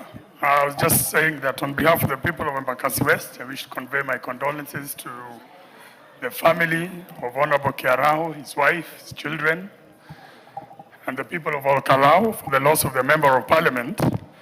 Honorable Speaker, I met Honorable Kiarao way before I was elected. We campaigned together. I got to know him even during the BBI process. And for those who knew, Honorable Kiarao was an outgoing person who genuinely intermingled with everyone. While we were campaigning in Jubilee, Honorable Speaker, under the Azimio coalition, it wasn't easy for some of the members, especially who came from that region in central Kenya. But then Honorable Kiarao was bold when we went out campaigning for Raila, the late Raila, who was our presidential candidate. And I remember going to his constituency severally during those campaigns, Honorable Speaker. Once elected Honorable Speaker, he was one of those people who I believe in this House, we formed a close bond together with Honorable Mwago and Honorable Kwenya. And we were able to interact severally. Honorable Speaker, for those who knew Honorable Kiarao, when it came to matters, roads and infrastructure, he was an expert on those matters. I consulted him severally on matters to do with his committee, the Transport Committee. And during all those interactions, Honorable Speaker, Honorable Kiarao was one of those people who was willing, even as a third-termer, he never saw those of us who are serving our first term as so junior. He would take his time, sit with us, and engage with us. So this loss, Honorable Speaker, we saw him, we thought he was getting better, Honorable Speaker, and even when he was dealing with his illness, Honorable Speaker, Honorable Kiarao would still come, smile, and interact with members. So for me, I feel we've lost a very good member of this House, and as a party, Jubilee, we've also lost a good member. And with that, Honorable Speaker, once again, I pass my condolences. Thank you. Member for Kikuyu, Majority Leader. Honorable Speaker, allow me also to join the House in condoling with the family of our brother, the Honorable Kiarao, and also to condole with his wife, Jackie, his children, and the greater people family, the Kiarao family, including his brother Mwaneki, who is a neighbor. Honorable Speaker, also convey my condolences, mine, my families, and on behalf of the people of Kikuyu constituency, to all the people of all Kalau constituency, for this rather great loss. As Honorable Kiarao has been described by many people as a great pillar in his family, and by his family I mean not just his immediate family, but the larger Kiarao or his extended family, because he's a family I've known for many years. He's also an astute businessman, Honorable Speaker, and a very accomplished architect in this country. Honorable Kiarao leaves behind a retinue of magnificent buildings designed by his firm, architecture firm, and he leaves a very rich legacy, not just to his family, but also to the people of Olkalau. Honorable Speaker, also allow me to condole with my brother and my deputy, the Honorable Owen Bayer, following the loss of his mom. And I know, Honorable Speaker, there is nothing as devastating as losing a parent. And we stand with Honorable Owen Bayer at a time of loss, and pray for him and the family of Honorable Kiarao and that of the former Senator for Kirinyaga, the Honorable Karaba. Pray that God will give them the fortitude to be able to move on with life, even with the loss of this great gentleman and the lady. Honorable Speaker, to pray that may the Almighty God comfort these three families. Give him. You're done? Yes, Kipipiri, member. Thank you, Honorable Speaker. On my own behalf and on behalf of the people of Kipipiri, I send a message of condolence to the family of Honorable Njuguna Kiarao, the great people of Olkalau. Olkalau is neighboring Kipipiri constituency. In fact, we share one ward, with the same people in Kaibaga ward, and it is sad and a sad moment for the people of Olkalau. Honorable Speaker, I joined this house with Honorable Kiaraho back in 2013, and as a caucus of Nyandarua, where I served as the whip, we always met every month at Jacaranda Hotel for a cup of tea as we speak matters that concern Nyandarua.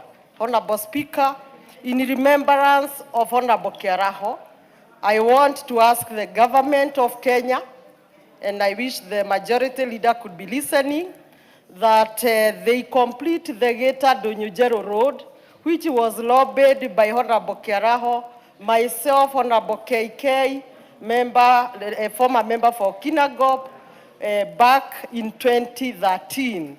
May the government review its wish to complete this road in 2028 and complete it this year in remembrance of Honorable Kiaraho. May his soul rest in peace.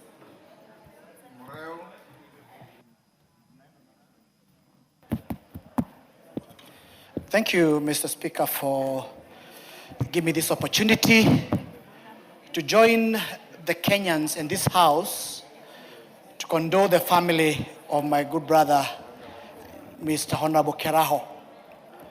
Mr. Speaker, I also wish to pass my condolences to the great people of Corral, the great people of Nyandarua County, and more so, the beautiful family of my brother Kiaraho. Mr. Speaker, we received this news that out of sadness because, again, Mr. Kiaraho has not been feeling very well, but we thought he would come through. And I would like to thank my good brother, Mr. Minor, James Minor, who is a very, very close friend of Mr. Kiaraho, for conveying this message very early to all of us. Mr. Speaker, I would say that we have lost a great man. This man was able to balance between politics, family, and business.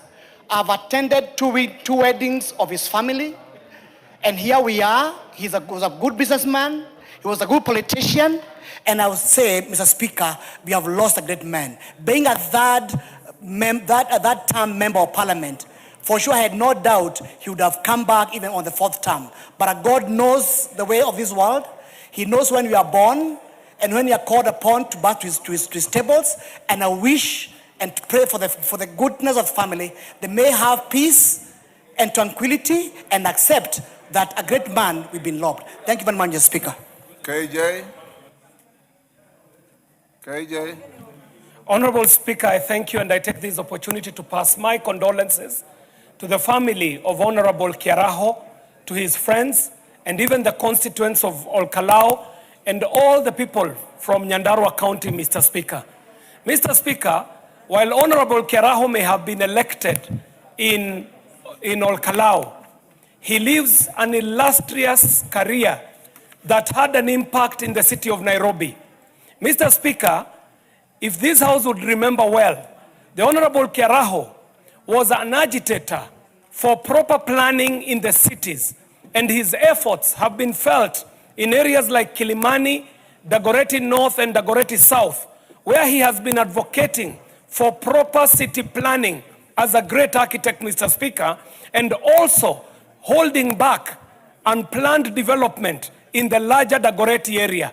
And so, Honorable Speaker, even as we mourn with the people of Olkalau, we want to let them know that their member of parliament had a footprint that was larger than their constituency, larger than their county. And so, Honorable Speaker, to the family, we say a big pole, and we pray that that peace that can only be given by God shall be accorded to this family, friends, and all the constituents of Olkalau constituency. Mr. Speaker, I also quickly want to say a big pole to the family of our sergeant, and also say a big pole to the people of Kirinyaga for the loss of Honorable Karava. Mr. Speaker, I thank you for this opportunity. Oundo.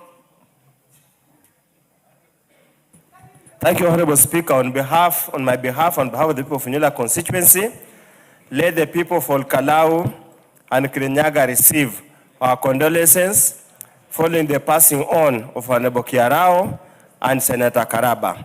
Honorable Speaker, it has been a very frightening 13th Parliament, and we do hope and pray. We do just hope and pray the bad hand does not again extend its hand to the remaining members of Parliament. I want to ask the people of Old Kalau that your MP has served you well, and let God rest his peace in eternal peace. That's the way to go. Honorable Kiarao, having been a member alumni of ADD at the University of Nairobi, as members of the built environment, join all our colleagues in saying pole to the family and to say goodbye. May we meet again. Thank you, Honorable Speaker. Junet.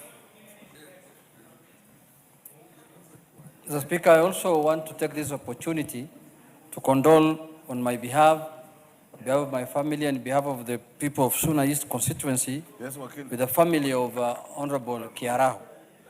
Mr. Speaker, we joined with the Honorable Kiaraho this house in the year 2013. And Mr. Speaker, all said and done, Honorable Kiaraho was a good man, Mr. Speaker. I've worked with him. I know him very well, Mr. Speaker, and leadership was in his family. Mr. Speaker, he led his constituency very well to the extent where in the last election, when there was the big wave of the UDA party in that part of the country, he managed to secure his seat under a different party, the Jubilee Party, by then, Mr. Speaker. Mr. Speaker, also his wife is a leader and the chair of our spouses association, Mr. Speaker. I have been told yesterday that. And that tells you that this is a family that, Mr. Speaker, was willing to serve the country. And as you know, nobody knows the time of his death, so his time has arrived. So, Mr. Speaker, I want to take this opportunity to say big pole to the people of Kalau constituency and to his family, Mr. Speaker. And I wish them well. I pray that God stands with them at this difficult moment, Mr. Speaker. But I can confirm on the floor of this House that, Mr. Speaker, we lost a great leader, a leader who was soft-spoken, a leader who was dedicated to his work, and a leader who always thought of his constituents, Mr. Speaker. And as an architect, his contribution cannot be understated. In this city, Mr. Speaker, he has done a lot for this country, but may God rest his soul in eternal peace. Thank you, Mr. Speaker.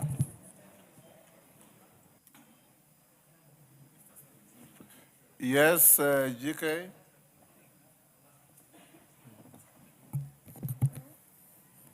Thank you, Honorable Speaker. I rise, Honorable Speaker, with a heavy heart to mourn a colleague and a member of the Transport and Infrastructure Committee, Honorable David Njuguna Kiaraho. Honorable Kiaraho, Honorable Speaker, was not just a lawmaker here, but he was a very committed member of Parliament, a very committed member, a very committed leader in our Kalau constituency, and a man who was very respectful of his colleagues. Honorable Speaker, had an opportunity to work with the Honorable Kiaraho for the last 3 years, and as his chair, Honorable Kiaraho was always a good member of our committee. He attended all committee meetings faithfully, and anytime he would have an issue, a reason to not show up, Honorable Kiaraho would mention to the chair that he had a reason to not show up. Honorable Speaker, I do remember Honorable Kiaraho as a man whose pet topic was the preservation of road reserves in our city estates. It's a topic he used to prosecute with a lot of eloquence and passion.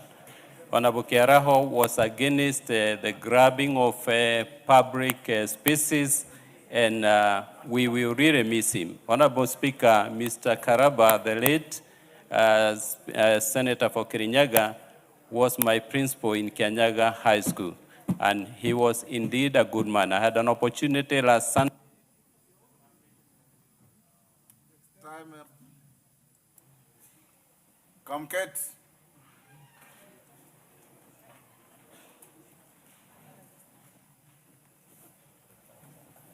Thank you, Mr. Speaker, for the opportunity. Mr. Speaker, may I request, Mr. Speaker, that I use this opportunity also to eulogize my son. Go ahead. So that with the 2 minutes may not be now. I just have a small I'll give statement. you 3. Thank you, sir.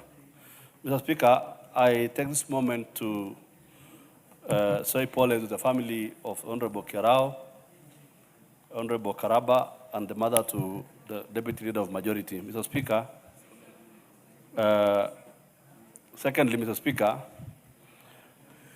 allow me, Mr. Speaker, to take this opportunity to mourn my son, Bill Ballot Kasai Jr., on the floor of this August House. The past few days have been difficult for me and my family. Mr. Speaker, sir, Tuesday, 17th of March 2026, will remain permanently etched in my mind, as it's a day that I will never forget. I lost my son, Bill Ballot, on this date. Prior to this, Bill had been taken to Gertrude's Hospital located at Timol on Langata Road on Friday, 13th March 2026 for a checkup after complaining he was unwell, and the hospital put him on antibiotics without conducting comprehensive tests to determine the cause of illness. He returned home on 16th of March, and he was returned to the same hospital following further complaints of a congested chest and high fever. Upon examination, the doctors directed that he be transferred to their main hospital for immediate admission. He was transferred using the hospital's ambulance. Gertrude Mudaiga took in the young man. He was supposed to be admitted to high dependency unit immediately, but he was not. He was subjected to a lengthy and utterly useless processes whose only impact was to subject the patient to intense and unnecessary pain as though he had not arrived in a top-rated hospital. He suffered excruciating pain in the process and at some point remarked, "Will I make it, Dad?" Well, Mr. Speaker, he did not make it. He left us at around 9 after suffering an agonizing 14-hour period while the hospital doctors and their nurses abandoned any pretense at caring for him. He was administered some antibiotics and painkillers in the process, yet it was clear that he ought to have been tested and admitted to high dependency unit. His situation deteriorated every single minute, and it was apparent to all of us except the Gertrude's Hospital. Our requests for intervention from the hospital were met with either silence or half-hearted promises that the doctor will soon check on him. In the meantime, Mr. Speaker, the patient was stuck there, nothing much happening to him in the form of treatment. He was slipping away. Gertrude denied my son the dignity he deserved.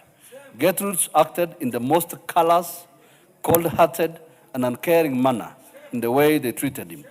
Gertrude's Hospital deprived Bill, my son, the courtesy of professional service. He died, Mr. Speaker, in their hands. We buried him on the 23rd of March at our home in Kositei, Tiati Constituency, Baringo County. Mr. Speaker, I have contemplated taking legal action against this hospital in court and before the regulator, the Kenya Medical Practitioners and Dentists Council. I have reflected and organized over this cause, and we have taken the decision not to do so. We prefer to remain with the fond memories we have of Bill than have it placed with a series of court summons, statements, plaints, and all. Mr. Speaker,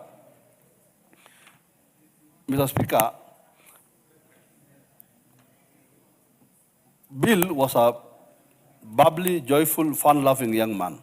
He brought joy and warmth to those who interacted with, at school, at home, in church. He rarely ever missed church, and he was an active member of this Jumuiya. He was once asked by his sister Mercy to go for confession. His response was rather curt, that I don't sin. He carried with him a legacy of kindness, curiosity, and strength. He was named Ballot because he was born at a point when the Commission, IEBC, was at the height of planning and conducting countrywide by-elections in 2011. My wife was then a director at the IEBC. His name reminded us of our representative democracy, which all of us in this House seek to fulfill. He was also named Bill Kasait after myself. I have effectively lost a part of me, Mr. Speaker. Mr. Speaker, allow me to extend my sincere gratitude to you and your office for standing with us and for joining us at our village home to escort my son to his final resting place. My gratitude also goes to all members of Parliament of this House and the Senate for joining us at this moment of grief. I extend my appreciation, Mr. Speaker, to His Excellency the President, the Deputy President, and all friends who came to eulogize with us. Mr. Speaker, as I conclude, Mr. Speaker, allow me to borrow the words of an anonymous poet who wrote a poem titled, "I Am There Inside Your Heart." The poem reads, Mr. Speaker, right now, I am in a different place, and though we seem, I am closer than I ever was. I'm there inside your heart. I am with you when you greet each day, and while the sun shines bright, I am there to share the sunset too. I am with you every night. I am with you when the times are good, to share a laugh or two, and if a tear should start to fall, I'll still be there for you. And when that day arrives, that we no longer are apart, I'll smile and hold you close to me, forever in my heart. Thank you very much, Mr. Speaker, for this opportunity. Thank you. Yes, Majority Leader.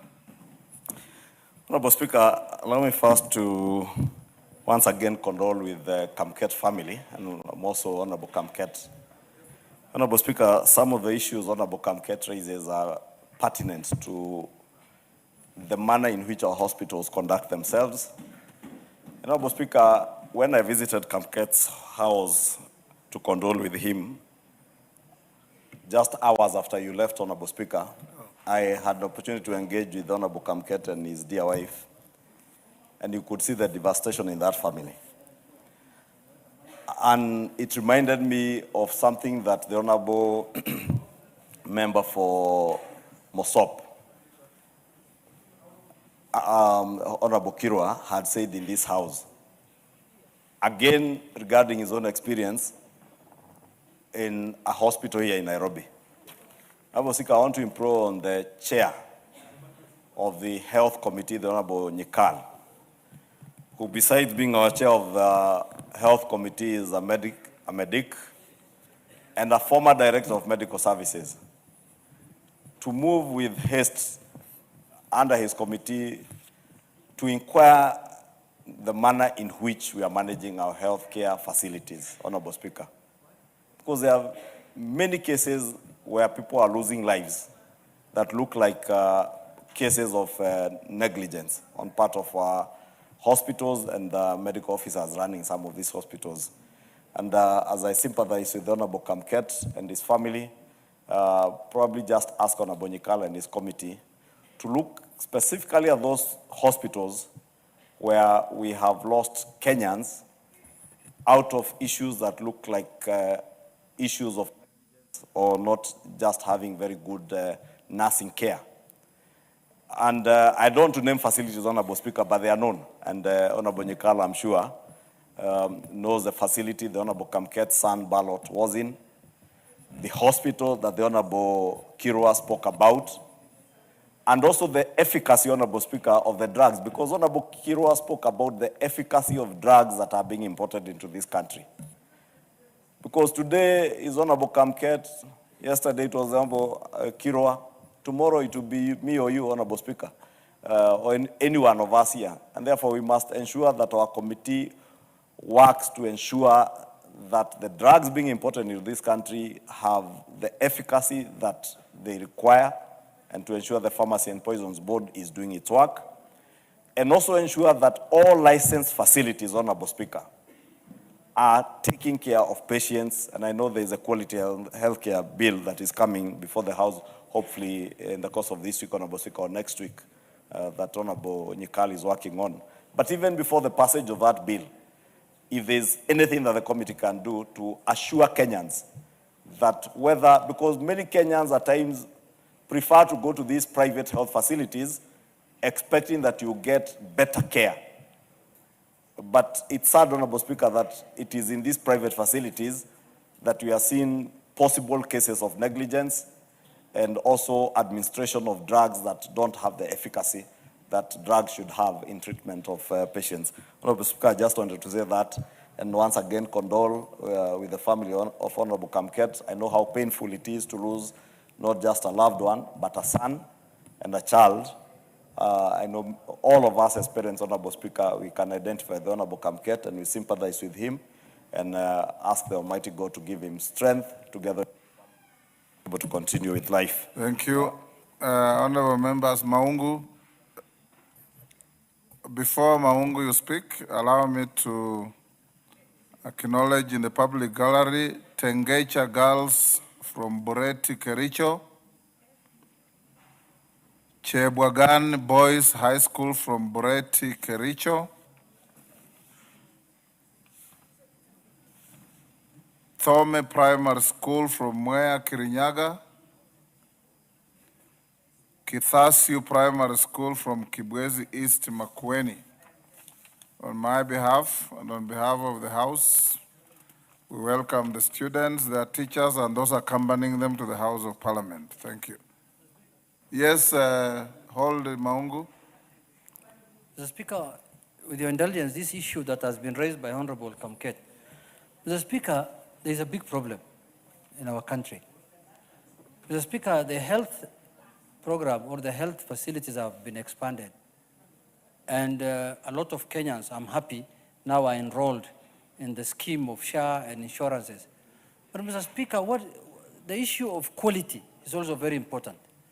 Mr. Speaker, there are many, many Kenyans who have been diagnosed with a disease here and who have been given, treatment has been started on them, who have traveled out of the country to seek for alternative views or to seek for further treatment, Mr. Speaker, who have been told that you have been misdiagnosed, Mr. Speaker. I have 2 cases myself, Mr. Speaker, of people who have gone to India, and when they did a further checkup and a further treatment plan, they were told you have been misdiagnosed. You are being treated for the wrong disease. You don't have this disease. Mr. Speaker, unless we deal with this issue of quality, Mr. Speaker, you know, sometimes these hospitals and the medical fraternity, sometimes they behave like they're not dealing with human beings. It's like they're dealing with maybe with a tractor or a vehicle or something, or a wheelbarrow, Mr. Speaker. This is a human being, Mr. Speaker. And you know how precious a soul is. Once you lose it, you can never get another one. There is no spare for it. So, Mr. Speaker, this issue that has been raised by Honorable Kamket on the quality of medical services that this country is getting, Mr. Speaker, must be relooked into. In other countries, Mr. Speaker, for example, medical professionals are subjected to medical tests after every 3 years. In this country, you could have graduated in 1945 as a medical officer, and that license is good enough until 2027. 65 years, you don't do anything. And then, Mr. Speaker, and then medicine evolves. There are new medications, there are new procedures, there are new machines, there are new equipment that are brought up every day. You are still keeping the certificate of 1945, Mr. Speaker. Mr. Speaker, the quality bill, health quality bill is coming up in this House. Mr. Speaker, that is one bill as a House, we must take it very, very serious. And we must recommend that the lives of Kenyans must be taken very serious. Quacks are all over, Mr. Speaker. Quacks who are treating Kenyans and who are, killing Kenyans in small places. So, Mr. Speaker, with those few remarks, I want to say that please, let us take the lives. You remember the guy whose car was opened in Kenyatta Hospital because he was the wrong person? You remember that case? Thank you, Mr. Speaker.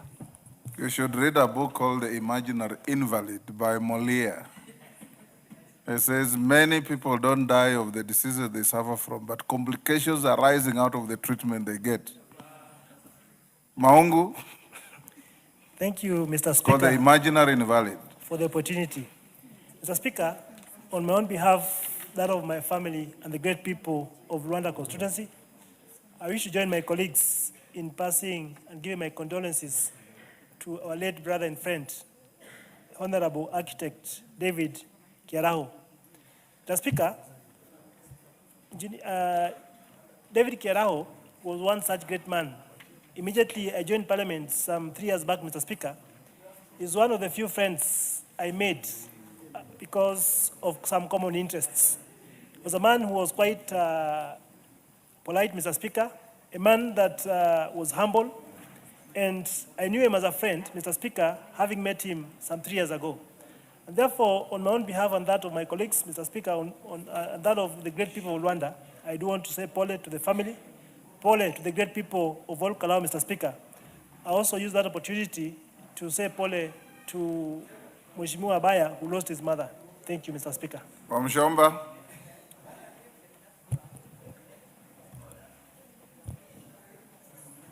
Thank you, Mr. Speaker. Allow me to join my colleagues in sending my sincere condolences on behalf of the people of Githunguri, on behalf of my family and myself, for the great loss of the great Member of Parliament for all Kalau. Mr. Speaker, last Parliament we had a fellowship that was happening in the House, around the House, of spouses of Members of Parliament.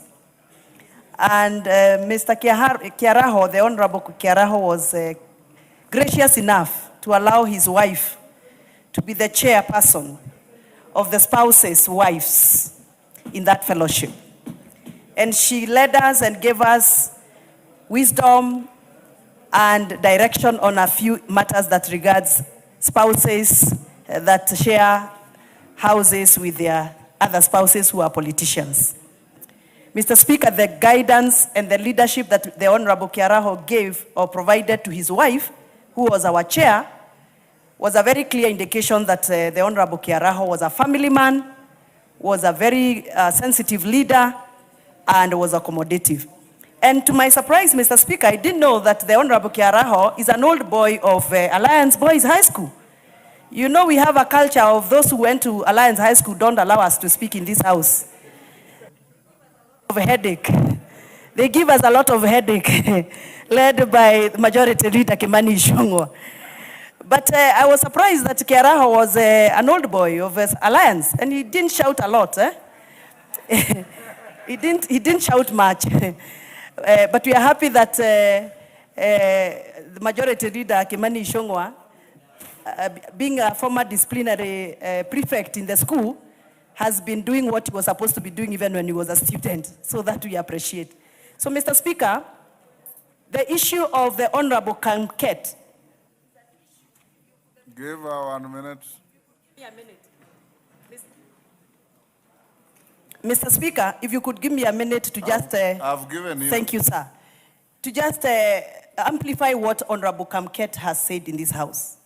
There are so many mothers like myself who have found themselves in a situation where Mrs. Kamket was, where you walk in with a baby in a hospital, you are given the wrong diagnosis, you are taken from one room to the other without any solution, and finally we experience what Honorable Kamket and family have gone through. Mr. Speaker, I can't wait for the day the bill on quality health care will land in this house. And we can assure you, Mr. Speaker, this thing must come to an end. We must make sure that we ascertain the quality of care that we are providing to our patients under the hands of healthcare providers. I don't know where that bill is, at what stage, but I can't wait to see it here. I will make sure that I air my views and condemn the irregularities and procedural procedures that have been going through in the corridors of our hospital at the expense of money making and commercialization of healthcare. Mr. Speaker, allow me to send my sincere condolences to all affected this afternoon. Thank you. Thank you. Farah Malim. We are Mr. almost Speaker, coming to an yeah, end. I also want to join, I wish to join my colleagues in also condoling with the nation on the untimely death of our brother, David Kiaraho. Mr. Speaker, there is a serious problem in this country. And I can tell you we have a serious problem because since the devolution, Mr. Speaker, you go to a county which has got a level 4, level 5 hospital. and there's a health sector. And the CEO, the chief officer in the health sector in those places is a nurse. The nurse is supposed to supervise and administer professionals, doctors who are consultants like Professor Nyikal, pediatricians, oncologists, endocrinologists. They are supposed to, there's a problem. There's a serious problem. They feel intimidated, and those nurses have an opportunity now to show their raw power to people who are geniuses in their field. So doctors are not motivated. Skills is not motivated. Education, knowledge is not appreciated. And unless we're able to do something about that, Mr. Speaker, I have a case in my own county in which a brilliant doctor who qualified at the top of his class as a pediatrician was supposed to go back for fellowship. But because he has to apply to a nurse who is his chief officer, or apply to a CEC who has knowledge of what do you call medicine itself, what do they do? They frustrate that doctor. Mr. Speaker, the doctor is called Dr. Abdihakim Rono. Mr. Speaker, protect me from... Can I have 2 more minutes? No, you can't have to. Give him 1 minute. Oh, yeah. The doctor is... Can I have the last? Mr. Speaker, they've already taken my 1 minute gone, so give me another minute here. You see, the doctor now was supposed to come back to Kenyatta for a fellowship. A fellowship is literally the pinnacle of his field. But because he did not talk very well to the chief officer, who is a nurse, did not talk very well to the CEC, who is not a medical person, they say they are going to discipline him, and we're losing that opportunity right now. 47 endocrinologists were supposed to be trained as fellows here in Kenyatta by the professors. And I have a letter here which was sent by one of the top lecturers in the country here in medicine, Dr. Lucy Mungai, calling for the county to say, please release him to us. Classes have already started. And if you don't release him by the end of February, then the chance is lost. And they have refused. They said he has to go through a disciplinary medical process that will take months. Mr. Speaker, we need to have a commission. We need to have a team. We need to have an inquiry that essentially looks into the entire medical field in this country. The devolution has destroyed that sector, completely destroyed that sector. And doctors have problems. So you will find a governor will appoint his relative, and make that relative a CEO, a CEC, who is probably a diploma holder in nursing, and she's supposed to supervise PhD holders in that field. Supposed to supervise people like Dr. Nyikal. I come from a medical family myself, Mr. Speaker. My son is an ENT surgeon. My daughter is specializing in pediatrics. My wife is a doctor, PhD. Pediatrics. There is a problem. There is a lot of frustration on the parts of those enlightened the medical, stuff that we have in this country here. Because it is bad the way things are being run now. And unless it's going to be run very well, we will always have medical mismanagement all over. You actually look at medical mismanagement in Nairobi. Imagine what are the medical mismanagement in Garissa. Your time is up. Komingoi. We need you to take this on and try and save this country. Thank you. And I want you to take this responsibility now and tell us you will save the medical sector of this country, Mr. Speaker. We have a problem. We have a serious problem. Point made, will take it up. Dr. Nyikal is hearing us. Thank you. I think, Honorable Speaker, you will give the chair. Honorable members, since I see a few other interests, I'll give you a minute each so that we move to other business. Thank you, Honorable. Take 1 minute. Yeah, thank you, Honorable Speaker, for the opportunity to eulogize David Kiarao, an architect and a very dedicated member of the Transport Committee whom we served together in this House. I want to say, Honorable Speaker, that Kiarao was a beautiful soul, an intellectual in his work, and a man who committed himself to so many things, especially the built environment in this country and Nairobi. As Honorable Wamushomba may have stated that Honorable Kiarao went to Alliance and he never shouted about it, it's probably, Honorable Speaker, he finished his A-levels in the Nairobi school, which may have served to tamper his ego among the Busharians, as we call them, and understood the nature and the demeanor of the great Nairobi School students and the great Nairobi School that we all served in. And number two, Honorable Speaker, is that in all this, I think one thing that remains is the legacy to be provided for, and we in the Committee of Roads and Transport, we will be able to further the discussion of pedestrian walks, the exercise that has been started around the redesign of Nairobi to be able to provide commuting easy for all road users in the country. We want to say pole to the family, pole to the people of Olkalau, and to the community of Parliament, and say may the good Lord rest. Member for Mumias West. Mumias West, yes. Thank you, Mr. Speaker. Mr. Speaker, I also want to join my colleagues in sending my condolences to the family of my friend, Honorable Kairao. Honorable Speaker, just November last year, we traveled with Honorable Kairao to London, and he did not even show any signs of illness. And from there, I have not seen him much, but we have been meeting in the committee. I didn't know that he was sick. But as fate takes it, it was God's fate, and may his soul rest in eternal peace. Dr. Nyikal, give Nyikal 2 minutes. Thank you, Mr. Speaker. And Kwenya, you'll Let me conclude. also take this opportunity to pass my condolences of those of my constituents to the people of Kalau for the loss of Honorable Kerao, the people of Kirinyaga for the loss of their former senator, and also to our colleague, Honorable Kamket. Mr. Speaker, the basic and Owen Bayer for the Honorable Owen Bayer for the loss of his mother. Mr. Speaker, the basic issue that coming here is how, as a country, we actually listen to professionals. And I'll take from Honorable Kerao.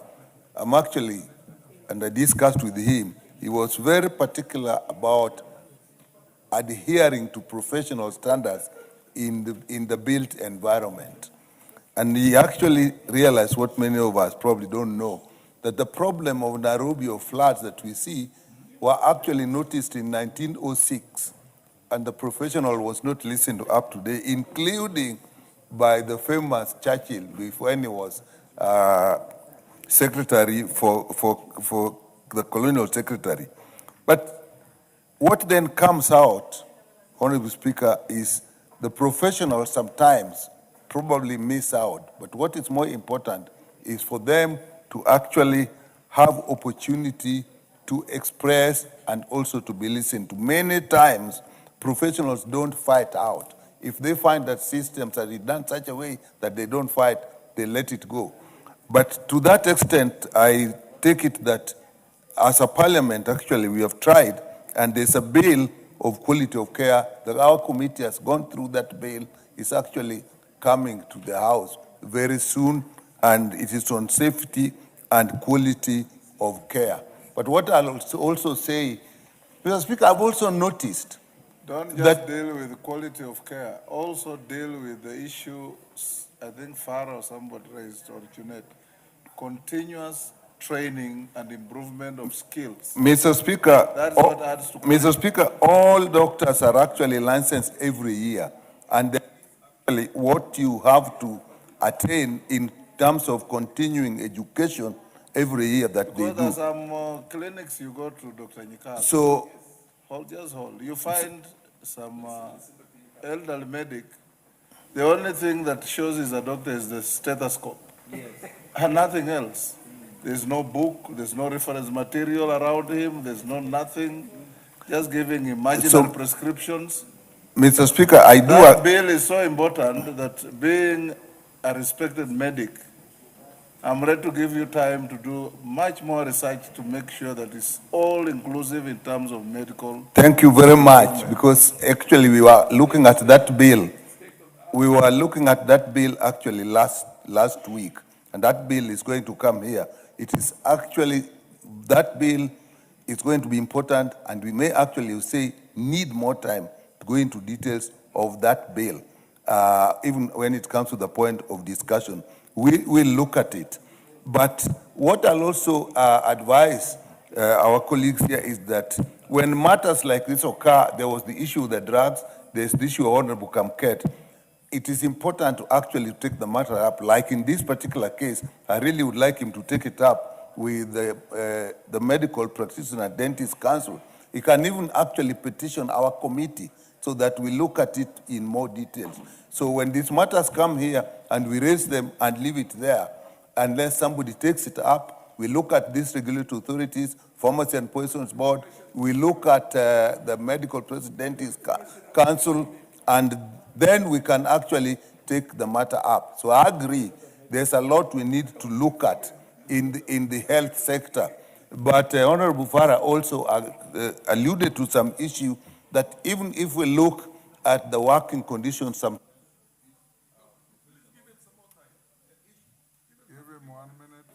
even if you look at the working conditions, Mr. Speaker, you realize that until recently, every time we were passing, there were people demonstrating at the gates. We have actually managed as a committee to actually put some money to actually look at their working conditions, their training and so on, and you don't see them anymore. We still have a bit, but we are working on it. There are many structural issues in the health sector. Looking at the issue of the Health Services Commission, the provision in the Health Act 2017, the relationship with the Council of Governors that I agree we need to look at. But our colleagues who have had issues like this, please do not leave it, let it pass. Let us look at the appropriate regulatory authorities and take them to task on what they should do. So definitely there are structural issues and the committee is looking at it, and let us all, but I'll just say one last thing. As members of this House, I've also noticed that there seems to be a higher death rate than we have seen before, but I know a lot of it come from cancers. I think we have the best scheme of service, and I think we should actually take time, virtually every year, to get ourselves screened. Screening is the best, early detection is the best, and those of us who have the opportunity, like members, should take advantage of that. Mr. Speaker, we as a committee will do our best to make sure that in whatever way we can, we improve the services for our people. Thank you. Kwenya. Thank you, Honorable Speaker, for this opportunity to eulogize my friend, the Honorable David Kiaraho. Mr. Speaker, from the onset, I want to send my message of condolences to the family and the people of Kalau constituency in Nyandarua County at large following the demise of our beloved David. Mr. Speaker, it is painful to even imagine that this amiable person, a lovely soul, a very humble person who God has blessed in many ways, a wealthy person, in many aspects, both academically and whichever wise, but unfortunately, his time has come to rest. I want to, in brief, just to give the people of Kalau an assurance that nothing will be lost. Whatsoever thing that the Member of Parliament stood for, we are going to make sure that nothing is lost. Mr. Speaker, I do not want to say much, but the family appreciates the kind of support that they're getting from the National Assembly and from the membership of this House, and I urge members to continue paying visits to the late Honorable Member's house just to comfort the family. And when the day comes for us to go and rest him, I beseech members that we join in numbers so that then we go down there and give him befitting send-off. Thank you, Mr. Speaker, for all the support that you've given us. Thank you, members. We'll 1 minute. I want to close this here. Thank you, Mr. Speaker. I also rise to send my condolences to the people of Kalau and more importantly to the family of Kiaraho. Can you take 1 minute? Aman, I went. 1 minute. Rindikiri, you close with 1 minute. Aman, I went to his constituency for many, many projects, programs, and even campaigned with.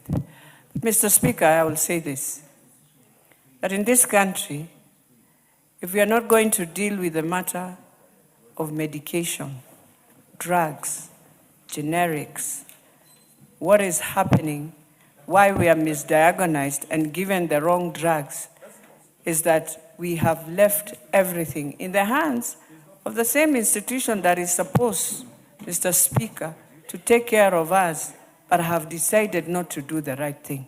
And Mr. Speaker, as I finalize, and I just ask for 1 minute, is that in this country right now, Kenyans who have suffered in the hands of being misdiagnosed by the best hospitals, not just one, all the hospitals that you see, Mr. Speaker, it is very sad.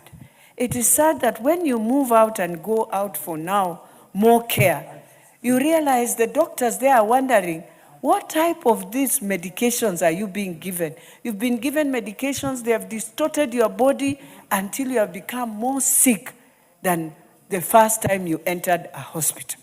And this is something, this house is not about even a cover.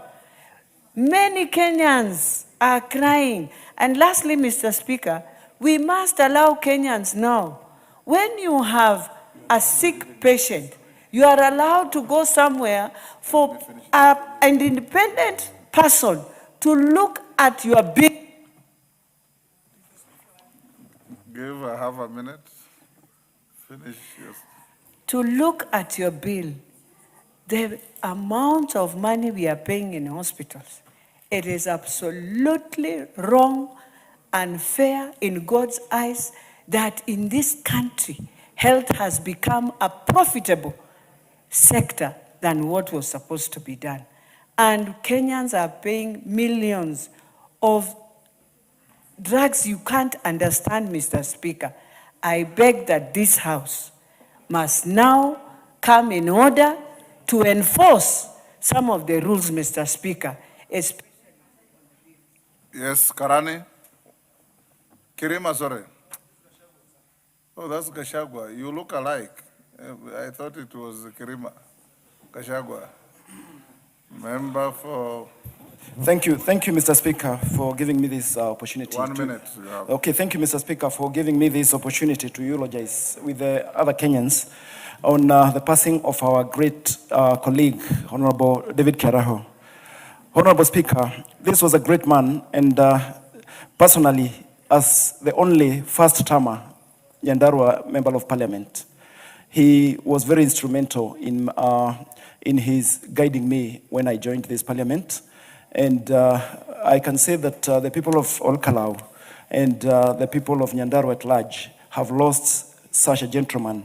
And in a way, Mr. Speaker, let me just say that as he was mainly referred to, that your power rest in peace. Thank you. Rindegere. Mugambi. Thank you, Mr. Speaker. I want to eulogize all the families of those people who have passed on, but specifically my very good friend, Actor Kialau. I met Kialau in the last parliament. We are both in the Transport Committee. I remember, Mr. Speaker, when the concept of housing was being born, Kialau played a great part in developing that concept. And we grew up with him in the committee. I remember I was fired from the committee, and it's only Kialau who went to petition the speaker to reinstate me in the committee. That shows how he was a kind man. Mr. Speaker, this issue of the hospitals. My nephew came to my house yesterday, and they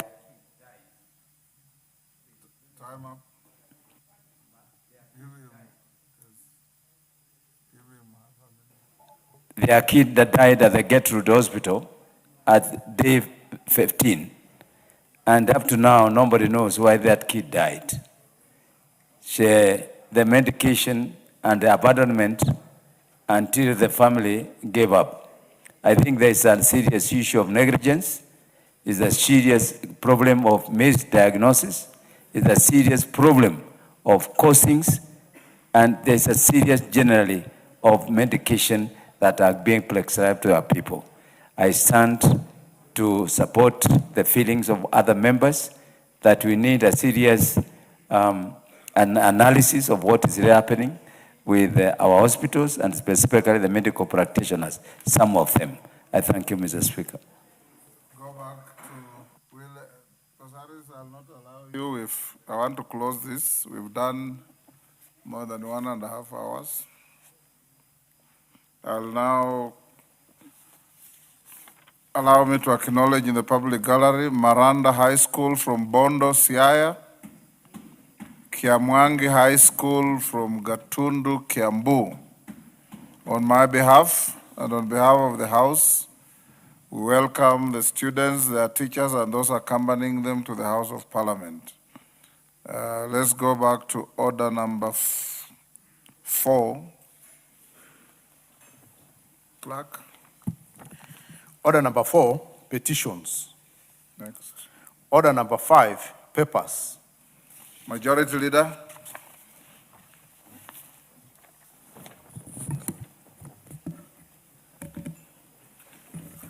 Honorable Speaker, I beg to lay the following papers on the table of the House today, Tuesday, 31st March 2026.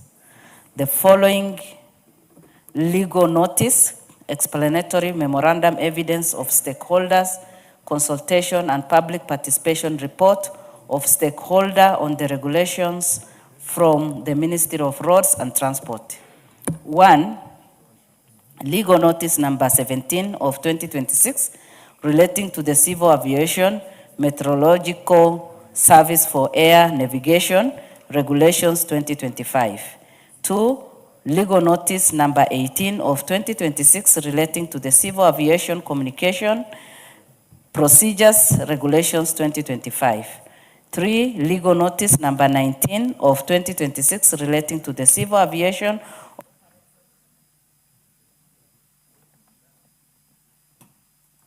Give me the mic, please. Go on. Number 3, legal notice number 19 of 2026 relating to the civil aviation operations of aircraft helicopter regulations 2025. Number 4, legal notice number 20 of 2026 relating to the civil aviation approved maintenance organization regulations 2025. Number 5, legal notice number 21 of 2026 relating to the civil aviation environment protection aircraft noise regulations 2025. Number 6, legal notice number 22 of 2026 relating to the civil aviation licensing of air service regulations 2025. Number 7, legal notice number 23 of 2026 relating to the civil aviation aircraft nationality and registration marks regulations 2025. Number 8, legal notice number 24 of 2026 relating to the civil aviation carbon offsetting and reduction scheme for international aviation regulations 2025. Number 9, legal notice of 2025 of 2026 relating to the civil aviation radio navigation and aids regulations 2025. Number 10, legal notice number 26 of relating to civil aviation construction of visual and instrumental flight procedures regulations 2025.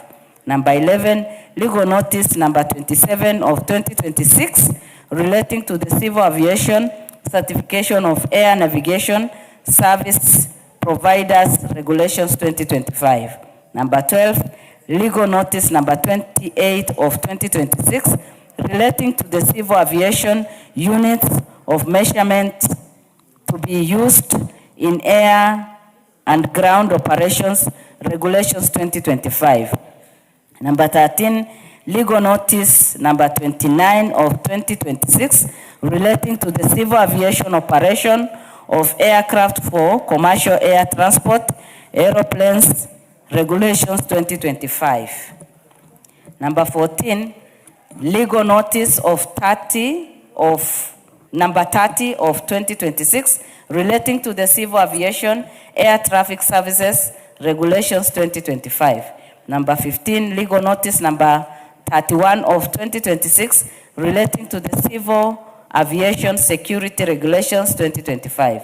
Number 16, legal notice number 32 of 2026 relating to the Civil Aviation Safe Management Regulations 2025. Number 17, legal notice number 33 of 2026 relating to the Civil Aviation Aeronautical Search and Rescue Regulations 2025.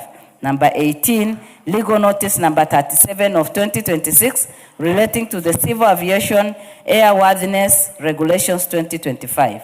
Number 19, 2026, legal notice number 38 of 2026 relating to the Civil Aviation Communication System Regulations 2025. Number 20, legal notice number 40 of 2026 relating to the Civil Aviation Unnamed Aircraft System Regulations 2025. And 21, legal notice number 42 of 2026 relating to the Civil Aviation Air Operation Certification and Administration Regulations 2025. B, legal notice number 43 of 2026 relating to the Public Benefits Organization Regulations 2026, explanatory memorandum, validation report regulations, impact statement and public participation report from the Ministry of Interior and National Administration. C, the agreement establishing the African Legal Support Facility from the Ministry of Foreign and Diaspora Affairs. D, 57th monetary statement from the National Treasury. E, intergovernmental partnership agreement between national government through the Ministry of Education and the county government of Kakamega. F, Auditor General's summary report on national government for the financial year 2024-2026. And G, report to Parliament on all new loans contracted by government from 1st September 2025 to 31st December 2025 from the National Treasury. Thank you, Honorable Speaker, and I beg to lay.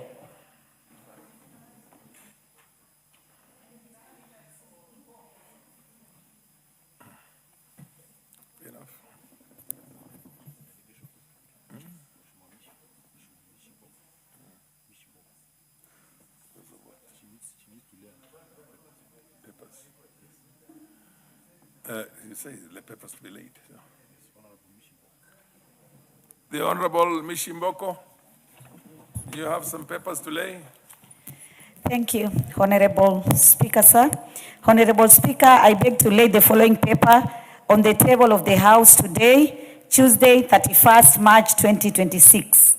Report of the Parliament of Kenya delegation to the 68th session of the Commission on the Status of Women held in New York, USA from 11th to 22nd March 2024. I thank you, Honorable Speaker. The next one. Do we have the chairperson for the Departmental Committee on Trade, Industry and Cooperatives? Please, you have papers to lay also.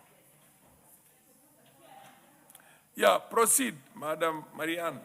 Honorable Speaker, I beg to lay the following papers on the table of the House today, Tuesday, 31st March 2026. Reports of the Departmental Committee on Trade, Industry and Cooperatives on its consideration of 1, the Local Content Bill, National Assembly Bill number 45 of 2025, and 2, the Micro and Small Enterprises Amendment Bill, National Assembly Bill number 25 of 2025. Thank you, Honorable Speaker.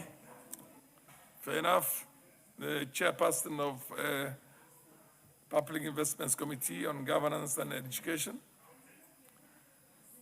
Yes, Honorable Menje, proceed. You have some papers to lay. Thank you, Honorable Speaker. Honorable Speaker, I beg to lay the following paper on the table of the House today, Tuesday, 31st March 2026. There is report of the Public Investments Committee on Governance and Education on its examination of the audited financial statements of institutions of higher learning, Eastern Region, for the financial years 2018 to 2019, 2019 to 2020, 2020 to 2021, 2021 to 2022, 2022, 2023, and finally 2023, 2024. Thank you, Honorable Speaker.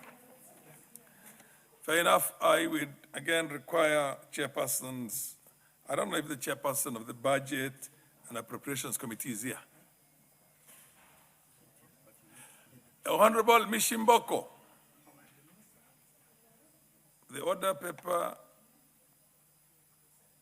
has a matter in which you have to lay some papers. She has done it. She was the leader of the delegation, but this is a different thing. The delegation to the UK, okay, US, the same too. Okay, fair enough. This was maybe put in twice. You're excused. The chairperson, public investments, that one has also been done. Committee on delegated, fair enough. Next. The committee on delegated legislation. Who is there? Who is here? Proceed, the honorable. I thank you, Honorable Speaker. Honorable Speaker, I beg to lay the following papers on the table of the House today, Tuesday, 31st March 2026. Reports of the Committee on Delegated Legislation on its consideration of 1, the Public Finance Management, State Officers and Public Officers Motor Car Loan Scheme Fund Amendment Regulations published as legal notice number 7 of 2026, and 2, the Public Finance Management Wildlife Conservation Trust Fund regulations published as legal notice number 190 of 2025. Fair enough. I think we have only one question, and the member who had filed the question has requested for it to be deferred to another date. So next order. Order number 6, notices of motion.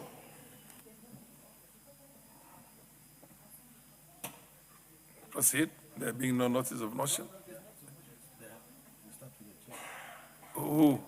Yeah. Honorable Chair of the Public Investments Committee, can you proceed and give a notice of motion? Thank you, Honorable Speaker. I beg to give, Honorable Speaker, I beg to give notice of the following motion, that this House adopts the report of the Public Investments Committee on Governance and Education on its examination of audited financial statements of institutions of higher learning, Eastern Region, for the financial years 2018-2019, 2019-2020, 2020-2021, 2021-2022, 2022-2023, and 2023-2024, laid on the table of the House on Tuesday, 31st March 2026. Thank you, Honorable Speaker. Yeah, I can see in the order paper, the Chairperson of Budget and Appropriations Committee, he has not given a notice of motion. He has not laid the papers on the table, and under the circumstances, he cannot give a notice of a motion. And that same also goes to Madame Mboko. She's supposed to give a notice of motion. She has left. I think I was right when I drew her attention not to leave. Yes.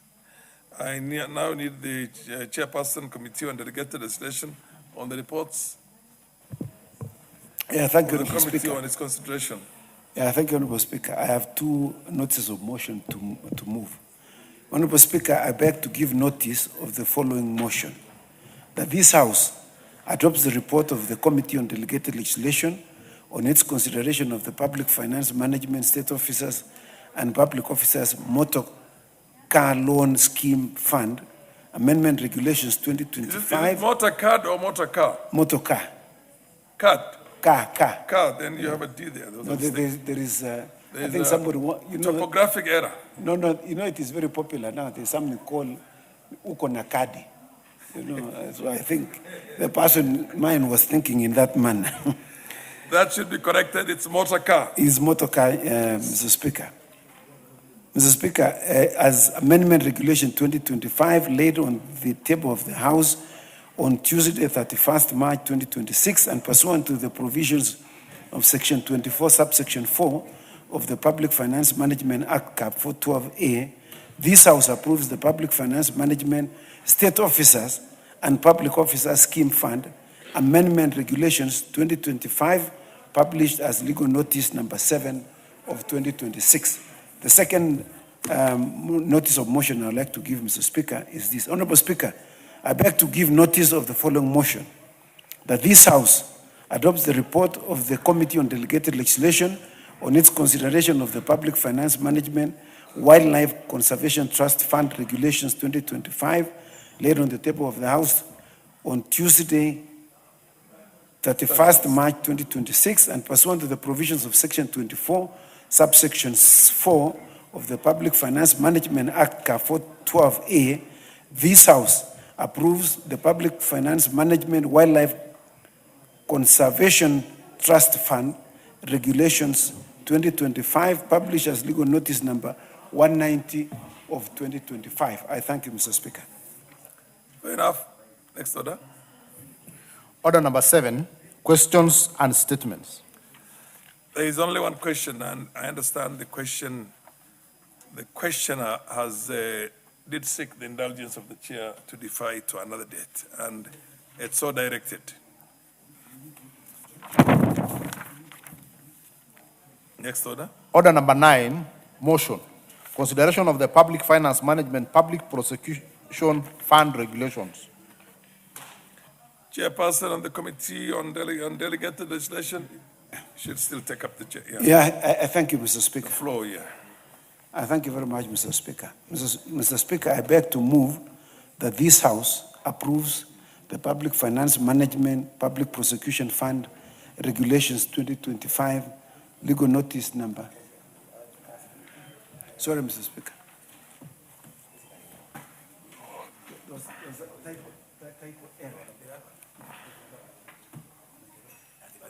Mr. Speaker, I apologize. I think somebody mistyped the moving notes. Should have typed correctly. I wish to. Fair enough. You have the right papers now. Proceed. I apologize. Mr. Speaker, I move that this House adopts the report of the Committee on Delegated Legislation on its consideration of the Public Finance Management Public Prosecution Fund Regulations 2025, laid on the table of the House on Wednesday, 11th March 2026, and pursuant to the provisions of Section 24(2), subsection 2 of the Public Finance Management Act, CAP 412A, this House approves the Public Finance Management Public Prosecution Fund Regulations published as legal notice number 169 of 2025.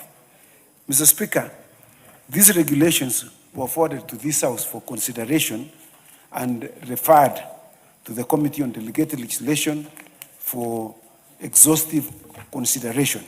Mr. Speaker, we invited the Minister for Finance, the Honorable John Mbadi, who was our former member here, who was accompanied by the Director of Public Prosecution to present the regulations.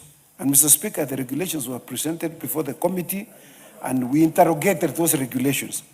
And Mr. Speaker, after considering those regulations, we then brought the report of the committee to this House. Mr. Speaker, the regulations were created pursuant to Section 24(4) of the Public Finance Management Act of 2012, which empowers the Cabinet Secretary responsible for finance to establish national public finance funds with the approval of the National Assembly. Mr. Speaker, this is one of the funds that has been established by the Cabinet Secretary, and it requires, therefore, the approval of this House before it is operationalized. Mr. Speaker, the committee has scrutinized these regulations against the Constitution, the Public Finance Management Act, the Interpretation and General Provisions Act, and the Statutory Instruments Act. And pursuant to Section 16 of the Statutory Instruments Act, the committee held consultative meetings with various stakeholders, Mr. Speaker, to clarify the policy intent, particularly from the Ministry of Finance, the structure of accountability, the anticipated impact before making its final recommendation. We also examined, Mr. Speaker, the question of public participation consultation. That is a requirement under Article 10 and Article 118 of the Constitution, which is a mandatory requirement before regulations are considered for approval. The regulatory making authority must demonstrate sufficient and adequate public participation that they must have undertaken with regard to any regulations that they are made. For in this case, Mr. Speaker, the Minister of Finance did undertake public participation. They established a multi-agency task force comprising the National Treasury and the Office of the Public Prosecution, which undertook stakeholder consultation. Public participation was conducted through notices published in the National Treasury website and in the MyGov newspaper of 8th October 2024, in line with the Constitution and the Statutory Instruments Act, Mr. Speaker. Further, the National Treasury prepared a regulatory impact statement in compliance with Part 2 of the Statutory Instruments Act, providing an evidence-based analysis of the costs and benefits of the fund, Mr. Speaker. In practical terms, Mr. Speaker, the ODPP is the custodian of the public interest in criminal justice system that ensures that offenders are brought to court and that they prosecute these offenders fairly and that the rights of victims and accused persons are upheld. Article 157 of the Constitution, Mr. Speaker, establishes this office and gives it this central mandate. Mr. Speaker, the nature of crimes in our country and generally globally has changed dramatically that the ODPP now confronts. As you know, Mr. Speaker, crime has become viral. Become viral in the sense that it is now been operationalized through IT systems. Mr. Speaker, the members of this House have suffered the consequences of these IT crimes, Mr. Speaker. I remember there was a member of parliament, Mr. Speaker. He traveled out of this country, and since he had an eSIM in their mobile, the criminals in this country, Mr. Speaker, what they have done is when they know that you have traveled out of this country, they go and apply for a physical SIM, when they know that you have a mobile which has an eSIM. And when they apply, they purport to have your ID in collusion with members of the mobile companies, Mr. Speaker. And they would use your SIM, now the physical SIM,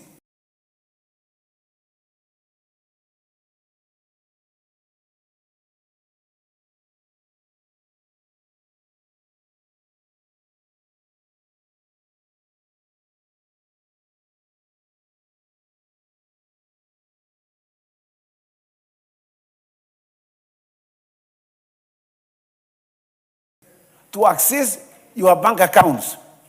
The circles, in 1 minute, it is dispersed to you.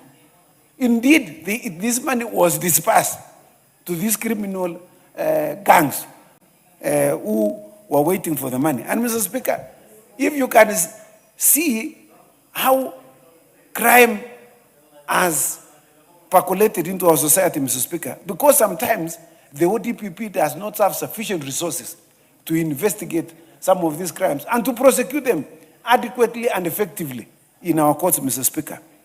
So, Mr. Speaker, the complex nature of the economic crimes that are being committed now in our country and globally, and particularly financial crimes, which include money laundering, illicit financial flows, cyber crimes and offenses committed using using ICT, transnational organized crimes, Mr. Speaker, involving multi-jurisdictions and the need for international cooperation. Mr. Speaker, I was in court recently, and while I was there were 3 gentlemen that were being charged for a crime they committed in Kenya.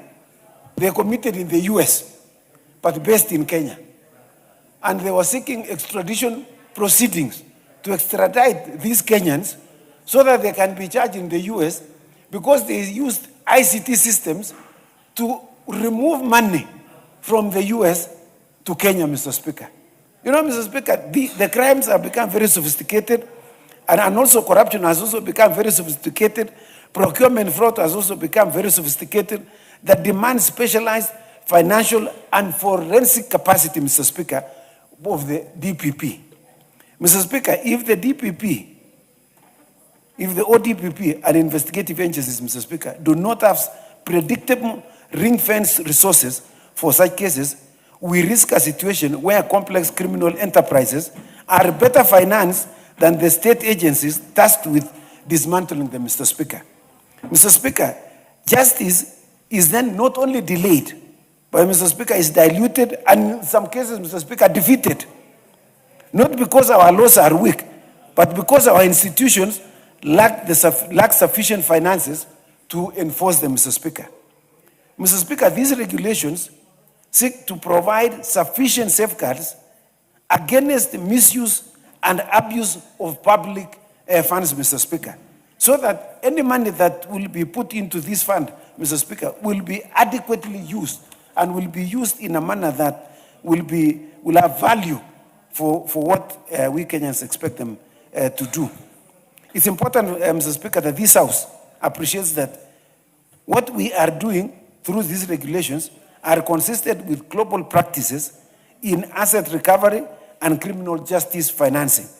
In the United States, in the United Kingdom, Mr. Speaker, the Crown Prosecution Services, that's popularly called CPS, and other agencies participate in the Asset Recovery Incentivization Scheme, what is popularly known as ARIs. ARIs, Mr. Speaker, share the assets confiscated under the Proceeds of Crime Act, Mr. Speaker, and is returned to the police forces, prosecutors, and courts to support further crime-fighting activities. CPS in the UK, Mr. Speaker, provides guidance on proceeds of crime and emphasizes the confiscation is not just punitive. It deters crime and deprives offenders of their gains and reduces the funds availability that is available for further crime enterprises, Mr. Speaker. In South Africa has the Criminal Assets Recovery Account, what is popularly known as CARA, not our CARA, the one for the County Allocation of Revenue Act, Mr. Speaker.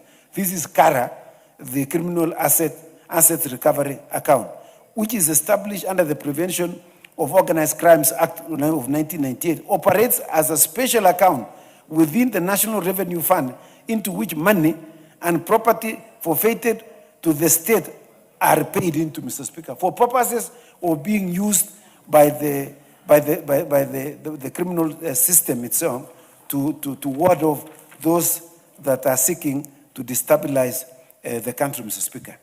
These regulations, Mr. Speaker, ensures that crime will not pay, that our prosecutors will be properly equipped to match the sophistication of modern criminal enterprises. And finally, Mr. Speaker, the asset recovery is not a mere statistics. It is a tangible investment in the justice system. Mr. Speaker, the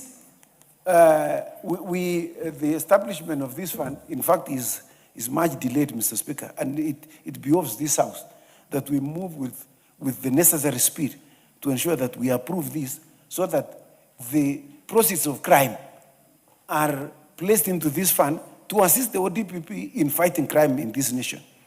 Mr. Speaker, I'd like to thank the members of the Committee on Delegated Legislation who participated very effectively in considering these regulations. And that, Mr. Speaker, these regulations are therefore constitutional in its drafting and statutory, and also meets all the necessary tenets of the regulation of the Statutory Instruments Act. And so, Mr. Speaker, I beg to move and request the Honorable Sunguli to second. Honorable Sunguli, proceed. Mr. Speaker, the Committee of Delegated Legislation, of which I'm a member, has looked into these regulations with a tooth comb. under our able chairman, Honorable Jepkonga, and a very, very vibrant team, we looked at these regulations. And indeed, we were able to say that these regulations are in compliance with the Constitution, they are in compliance with the Statutory Instruments Act, and they are in compliance with our general policy as a country. Mr. Speaker, in seconding this motion, I want to put it succinctly that this is a development of the way in which we deal with our economic crimes. In the days past, you could steal a lot of money, millions of shillings, hide it somewhere and go to jail and come back and enjoy that money. But the law has since changed, that actually, if you steal money and you are caught with it, apart from serving your term in jail, you also return them, you must also bring back the money. It is recovered from you. Now, these regulations, Mr. Speaker, tells you now that the money which is recovered from the proceeds of crime will go to a special fund. And we are now creating this fund so that, first, we emphasize that crime does not pay. Secondly, that the money that you took will now be used to develop the same criminal system, the same criminal anti-criminal system that caught you. So the funds that we are depositing in this fund will be used to train people in the ODPP, will be used to train the police, will be used to benefit society in other ways. So this is a very essential development in how we deal with our economic crimes. So these are regulations which have been waited for a long time. As a delegated legislation committee, we have, on behalf of Parliament, looked at them and can say that they are good for this House to pass. Mr. Speaker, I beg to second.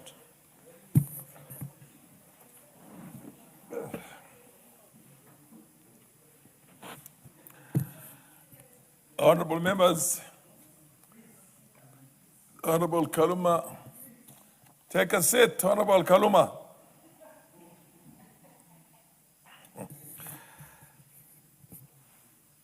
Mr. Speaker, I propose a question that this House adopts the report of the Committee on Delegated Legislation on its consideration of the Public Finance Management, Public Prosecution Fund Regulations 2025, laid on the table of the House on Wednesday, the 11th of March, the year 2026, and pursuant to the provisions of Section 24, subsection 2 of the Public Finance Management Act, CAP 412A. This House approves the Public Finance Management Public Prosecution Fund regulations published as legal notice number 169 of 2025.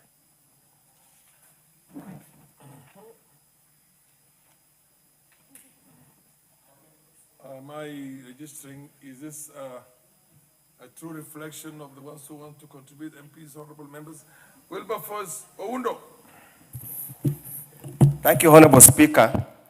Let me also take this opportunity to sincerely thank the Committee of Delegated Legislation for reviewing and approving the regulations on Public Finance Management Public Prosecution Fund, regulations published as Legal Notice 169 of 2025. Honorable Speaker, when we were in school, we used to have the adage that justice delayed is justice denied. Many times, Honorable Speaker, the wheels of justice move too slowly.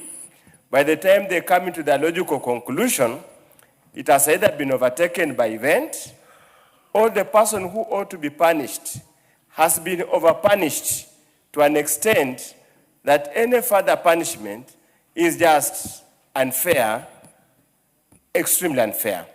And many, Honorable Speaker, many times, the wheels of justice move slowly because the prosecution does not put its case together, does not move with speed to prosecute. We must admit, Honorable Speaker, that over time, a lot has changed. Many years back, it's the ordinary policeman who would go to court to prosecute a matter. Because of limited exposure, limited training, and limited education, it obviously hindered the progress of criminal justice. Over the years, with the new constitution and changes all over, we established an independent office of Director of Public Prosecution, Office of Public Prosecution, which has infused some element of professionalism. But Honorable Speaker, we are still lagging behind. Why do we lag behind? Because the disconnect between the Office of Public Prosecution and those charged with investigating cases. Honorable Speaker, there has been very many instances where files have been submitted to Office of Public Prosecution, but they cannot proceed because of those gaps. So we just hope one of the things that this fund will achieve is to set the checklist of what needs to be covered before a file is forwarded to the Office of Public Prosecution for purposes of prosecuting the case in court. A case can never be properly prosecuted if it fails to achieve a conviction, because then it means there has been a problem. Honorable Speaker, many times the prosecutors will tell you we are overburdened. We are overburdened, we are understaffed, we can't move. We also hope, Honorable Speaker, that this fund will ensure there's adequate capacity built over time, there is adequate training, intergenerational team, that there's sufficient succession planning so that at any given time, if any person leaves, there should be no gap at all. Honorable Speaker, sometimes very interesting. A whole county could only be having one senior prosecutor. And you can see the myriad of cases that come every day. So it means cases slow down, they cannot move with the time. I have liked the presentation on the mention that there is a chance that any forfeited process of crime, all recovered process of crime will be forfeited to this fund for purpose of building capacity. But Honorable Speaker, remember, the funds that have been stolen are public funds that cannot only be ring-fenced to one particular department. I would probably over time, if procedures allow, we must amend so there's a share on the percent that can be retained and percent that goes back to the consolidated fund or the National Treasury for purposes of continuing to undertake all the issues at hand. We just hope, Honorable Speaker, again for many years, there has always been this joke that why bother with the prosecutor if you can buy a judge? Why bother with the prosecutor if you can buy a magistrate? I just hope with this fund, we are going to solve that issue so that we build confidence in the judiciary, because this is a whole ecosystem of judicial system that we need to work on. Honorable Speaker, allied to this, Honorable Speaker, this fund will not achieve the intended purpose if we do not deal with the Witness Protection Unit. Because without the witnesses being protected elsewhere, Honorable Speaker, again, the work of a prosecutor comes to naught. There has been so many cases, Honorable Speaker. A person has committed a crime, he has been arraigned in court, with a new constitution has been given, has been granted bail, he goes and interferes with the witnesses, actually goes to the extent of eliminating witnesses that are supposed to testify against that particular person. We do hope there will be a collaboration between this office and that one of witness protection, so that the witnesses are protected adequately. We make sure we proceed. Honorable Speaker, as I conclude in support, I just want to wish and ask the Office of Public Prosecutor should not be. Fair enough. The Honorable Komingoi is Komingoi in here. The MP for Bureti. What about the Honorable KJ, John Waweru? KJ, did you forget your full names? I thought, sorry. Mr. Speaker, I thank you. And Mr. Speaker, I stand in support of this motion on the consideration of the public finance management and specifically public prosecution fund regulations, Mr. Speaker. And Mr. Speaker, we in this House do fully understand the hierarchy of our laws. That right at the top there, we've got our Constitution, Mr. Speaker. Then we've got the laws that we make in this House. And then we've got the subsidiary regulations, Mr. Speaker. And these specific regulations, Mr. Speaker, are speaking to matters that are in this new world that is driven by technology, that is driven by connectivity, the internet, and even devices, Mr. Speaker. And so, Mr. Speaker, without putting or belaboring the point, I want to say that the work that has been done by this committee is great work that we are all in support of. And Mr. Speaker, I do stand to support. I thank you. The Honorable Mias Yamina, MP for Malindi. She actually is in the House, but she probably does not want to contribute. Do you want to contribute on No, this? thank you so much, Mr. Speaker. I have nothing to contribute for now. The Honorable MP for Nyando. We have some unfinished business, me and you. Yes, Proceed. and it will be a month before the D-Day. Honorable Speaker, I rise to support the public finance management, the public prosecutions fund regulations, Honorable Speaker. Honorable Speaker, firstly, the committee has done a splendid job on this. There is an urgent need to empower the Office of Public Prosecutions, Honorable Speaker. Honorable Speaker, when the public prosecutions was a department within the Attorney General's office, in the State Law Office, Honorable Speaker, they did not have the machinery, the wherewithal, the power, which Dr. Buru is looking for, together with us, to do public prosecutions, Honorable Speaker. When the new constitution delineated the Office of the Public Prosecutions as a standalone department, Honorable Speaker, we have seen a lot of movements, a lot of good work being done by the public prosecutions. What they now lack is the adequate funding to capacity build so that they can quicken the pace of delivering justice to Kenyans, Honorable Speaker. Honorable Speaker, it has always been said that justice delayed is justice denied. That is a common phrase, Honorable Speaker, which therefore needs to be backed up by capacitating that office so that Kenyans can achieve justice, Honorable Speaker. You look, for example, cases touching on corruption, Honorable Speaker, they take forever to be prosecuted. They take forever in the courts of law, Honorable Speaker.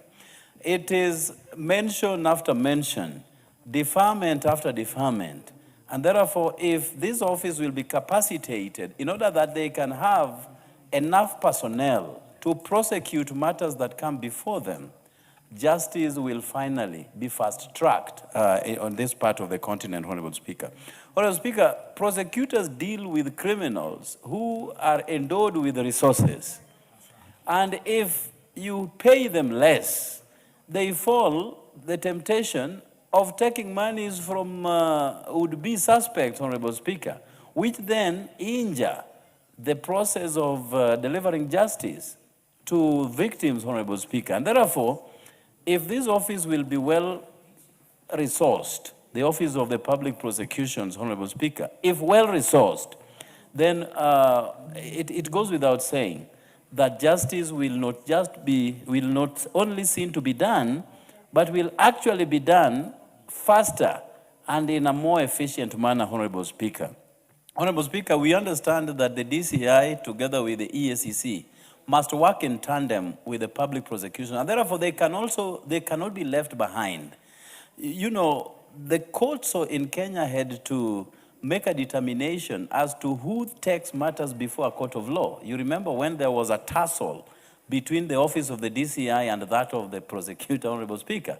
And courts had to make a determination that it is the work of the prosecutors to take matters before court and to prosecute, and not the work of DCI, Honorable Speaker.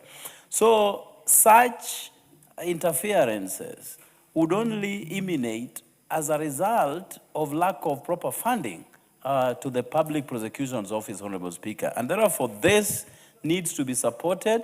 We need to raise capacity to the Office of the Public Prosecution's, Honorable Speaker, so that they can do what they need to within the shortest possible space of time. Otherwise, Kenyans will still be reeling under the heavy yoke of injustice, which only brings more problems, more poverty, more anxiety to the Kenyan population, Honorable Speaker. And therefore, I thank you for the opportunity, and I stand to support. The Honorable Dr. Gideon Ochanda.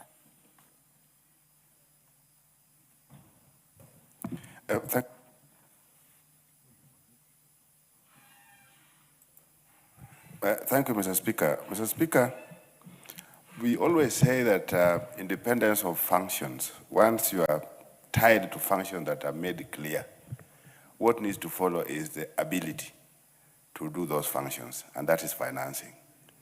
There's no need of a clear office, public office that is given some good latitude in terms of independence of its functions, not to be with funds. So I really come up to support this, Mr. Speaker, and it's one thing that may help us in terms of the prosecution process that we're having in this country. There's generally a big problem. If you look at the line of prosecution, all the way from the smallest courts to the highest court, public prosecution is something that really has to be looked at. And there's a general problem as at now, Mr. Speaker, particularly in the criminal justice system. We don't look at it adequately. And one of the ways of trying to look at it adequately is financing the prosecution office is critical. Because at the moment, there are many things that are happening at the local levels, particularly in the lower courts. Legal counsels, for example, in the name of the prosecution, are trying to exhaust cases as though they are the magistrates or the judges, because there's a firm instruction that they must only take cases that they are able to win or they have to win in court. So there's a general problem that if we don't look at the criminal justice system as it is at the moment, definitely there are big challenges. So you get our counsels or our prosecutors at the local level dealing with, they have to appear like they are magistrates first. They must make sure that they look at those who are brought in as suspects. They must see due diligence in terms of this. So what's happening in the process, Mr. Speaker, is that the suspects are, in the end, working with the police and with the prosecutors, so that their cases are sorted out before they get to court. And the best way to handle this is that if the public prosecution office has funds, has money, that they are able to run their systems independent of the police and independent of the judiciary. I think this is where things may be working right for this country. So I stand to support, Mr. Speaker.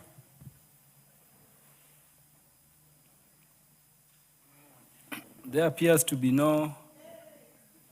Yes, the Honorable Irene Mayaka, you are recognized to make your contributions. Do you have any member interested in the motion after Honorable Irene Mayaka? Is the Honorable Kibet Komingo in the house? The Honorable John Kiragu, you want to contribute to this? Yeah, he's certainly not interested. So after Honorable Irene Mayaka, the mover will reply. Honorable Irene Mayaka, proceed. Thank you, Honorable Speaker. Honorable Speaker, I want to thank the Chair of the Committee on Delegation for bringing this particular report. And Honorable Speaker, just as it has been said by other members, we all usually say that justice delayed is justice denied.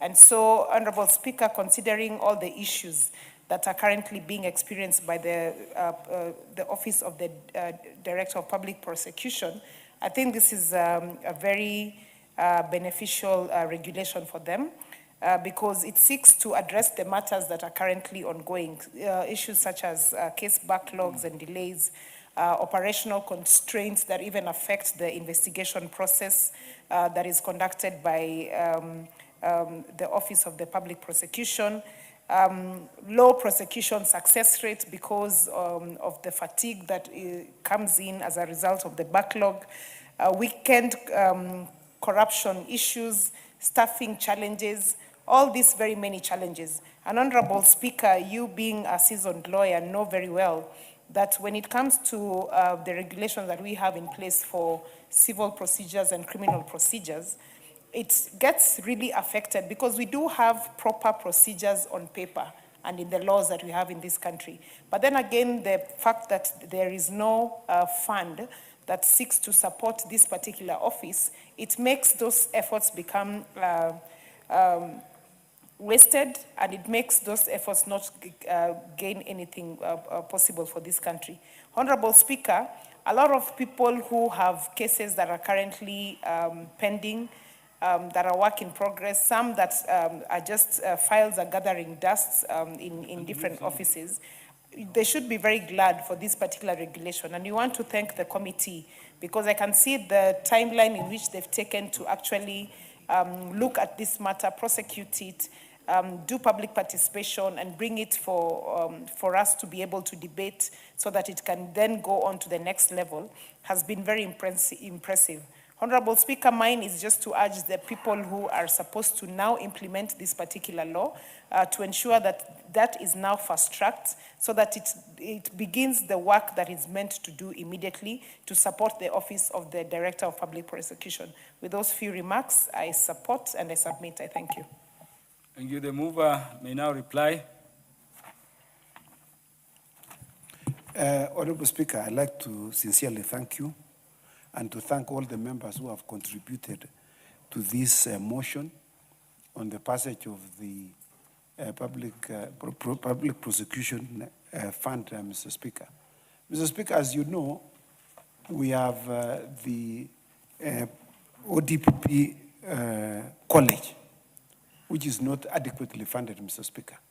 With these funds, with the approval of this fund, Mr. Speaker, and the payment that will be made, the payments that will come out of the proceeds of crime that will go into this fund, will assist in equipping and training prosecutors in very modern and sophisticated methods of investigation and prosecution to ensure that cases that are taken to court are not lost because there was shoddy investigation. So I want to thank all the members who have contributed and supported this motion, and we are truly grateful as a committee, and I beg, therefore, to reply. Thank you. Thank you. Other honorable members. Honorable members, I put the question that this House adopts the report of the Committee on Delegated Legislation on its consideration of the Public Finance Management, Public Prosecution Fund Regulations 2025, laid on the table of the House on Wednesday, 11th March 2026, and pursuant to the provisions of Section 24, subsection 2 of the Public Finance Management Act, Chapter 412A, this House approves the Public Finance Management Public Prosecution Fund Regulations, published as Legal Notice Number 169 of 2025. Will as many as are of that opinion say aye? Aye. Will as many as are of the contrary opinion say nay? The ayes have it. Next order. Order number 10, motion, consideration of sessional paper number 6 of 2024 on the national aviation policy. Mover.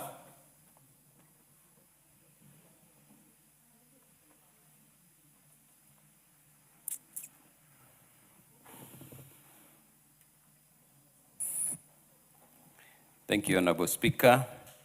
Honorable Speaker, I beg to move that this House adopts the report of the Departmental Committee on Transport and Infrastructure on its consideration of sessional paper number 6 of 2024 on the national aviation policy laid on the table of the House on Thursday, 19th February 2026, which approves sessional paper number 6 of 20 and approves sessional paper number 6 of 2024 on the national aviation policy.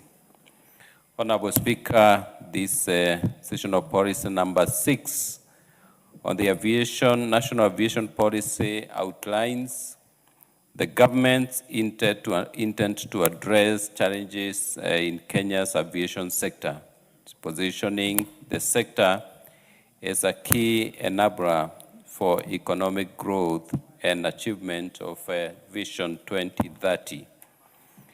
Honorable Speaker, the policy is intended to provide a primary framework for the future actions of the government in the aviation industry of the country, involving the formulation of the national strategy as a guideline to the entire sector development. And Honorable Speaker, the main objectives of this aviation are, number one, to foster growth of the aviation business in Kenya and to support job creation by positioning Kenya as a recognized regional leader in the aviation. Because, Honorable Speaker, this is a sector that has a great potential to provide job opportunities for our young people in countries that are a little more developed than Kenya.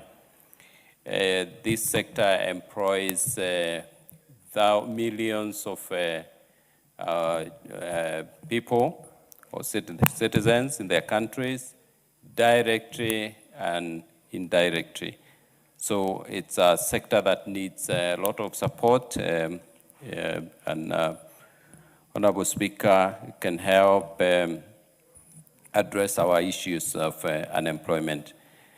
And number two, to minimize the contribution of the aviation sector to Kenya's economic growth and maximize, economic growth and development. And number three, Honorable Speaker, to enhance Kenya's connectivity at a national and international level by ensuring safe, secure, competitive access, which is responsive to the needs of business, tourism, and the population.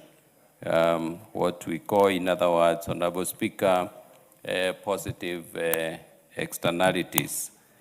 And number five, Honorable Speaker, the aviation industry is critical to the socio-economic development of the country, contributing $3.3 billion to our GDP and generates 21,000 jobs, as I said earlier, directly, and further 500,000 jobs indirectly, which of course can be enhanced to give us more opportunities. Honorable Speaker, in the year 2023, air traffic passengers in Kenya were 12.2 million, of which 6.6 million were international passengers. The volume of commercial cargo handled was 372.2 thousand tons, and total aircraft movement was 357,093 thousand, which signals the great potential that this sector has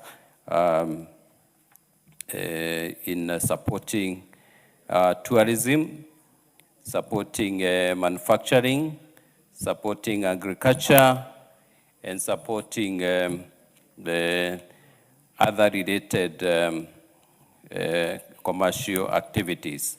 Honorable Speaker, Kenya aspires to be one of the leading aviation economies, which will only be achieved if the policy environment achieves its goals and the right incentives are given to attract the necessary investments.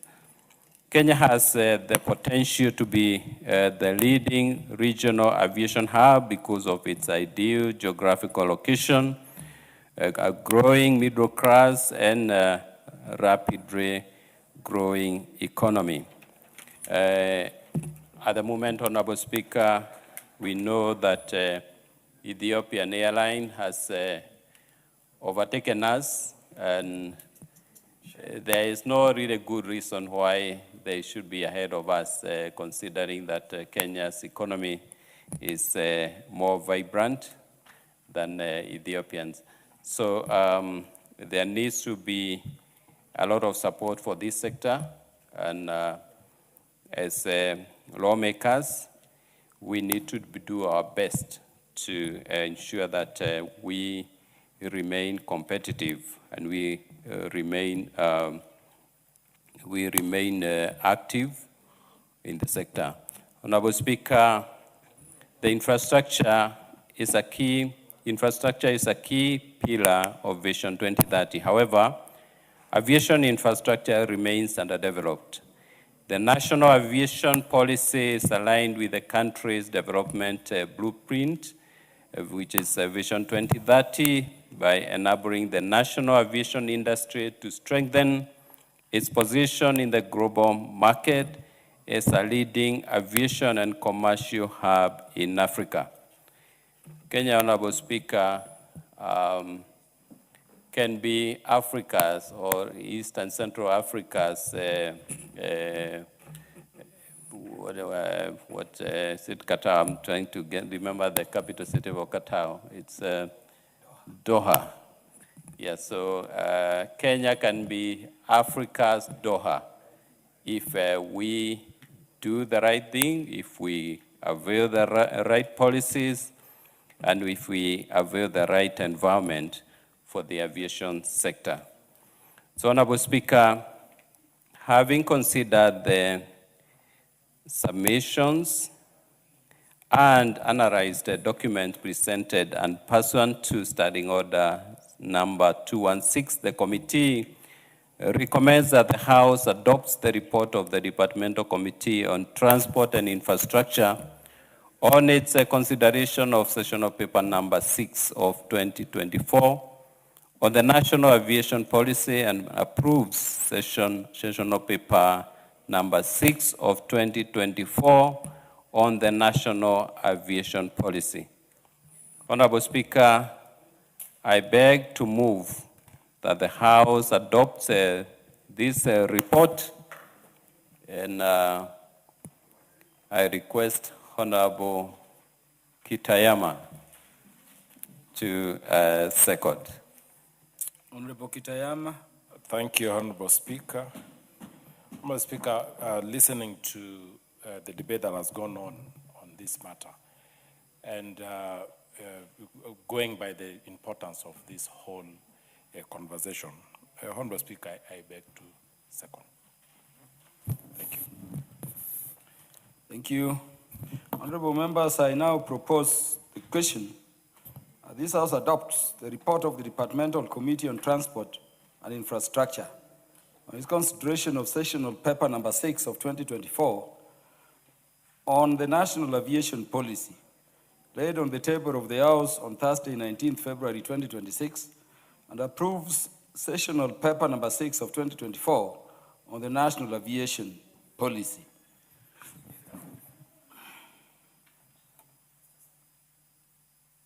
Yes, Honorable Jared Okello.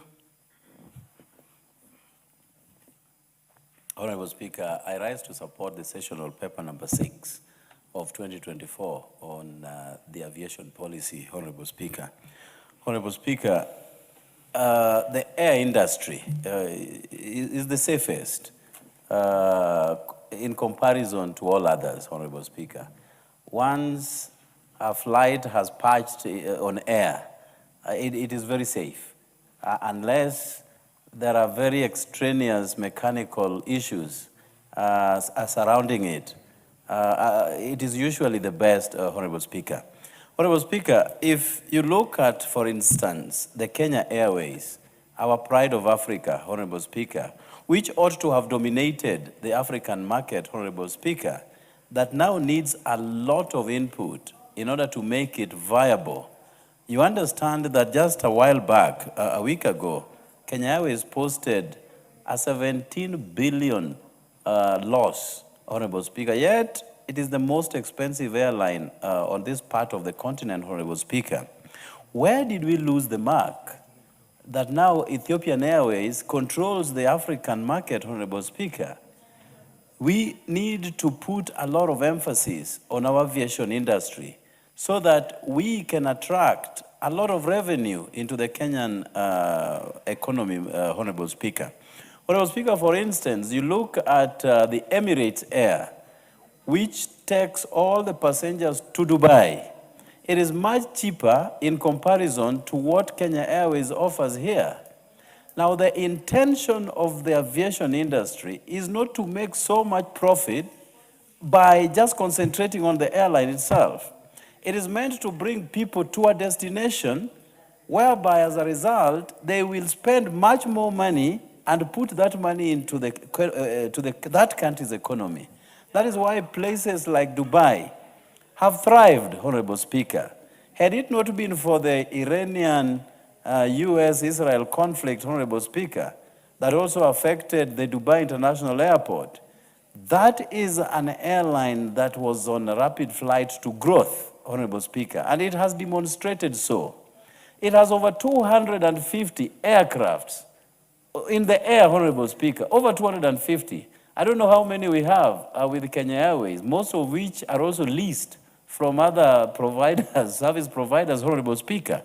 So and I'm happy that the government of Kenya is now going to expand the Jomo Kenyatta International Airport so that it can cope up with the many passengers that will be coming in. But we cannot put a lot of emphasis on the airports to the detriment of the airlines, Honorable Speaker. We ought to put a lot of managerial expertise into Kenya Airways, make it so professional that people will now come, land in Kenya, even if they have to connect to other countries. Let us have them come into Kenya first. Just the same way Ethiopian Airline puts people into Ethiopia before they connect to other destinations. Just like you have Etihad, or you have Lufthansa that takes people to Germany before they make their trips to other destinations, Honorable Speaker. So Kenya needs to focus more on this industry because it is the best revenue earner for any other country. Honorable Speaker, time is long gone when agriculture was our #1 earner. Agriculture is so labor intensive, so capital intensive, that many people are running away from it. And therefore, we have to be innovative enough, concentrate on our aviation industry so that we can patch up the gap that now exists from the adversity that come with our agricultural input, Honorable Speaker. So we need to also put a lot of emphasis on servicing these aircrafts, Honorable Speaker. Just under 2 weeks ago, we lost our colleague here in an aircraft accident, Honorable Speaker. So these are things that can affect an entire industry. Therefore, servicing of those aircraft, whether they go international or they are local, must be at the core of an integral part of an aviation industry, Honorable Speaker. And in cases where accidents have occurred, we need to get deep into investigations, have that report come out so that the airline industry in general can use.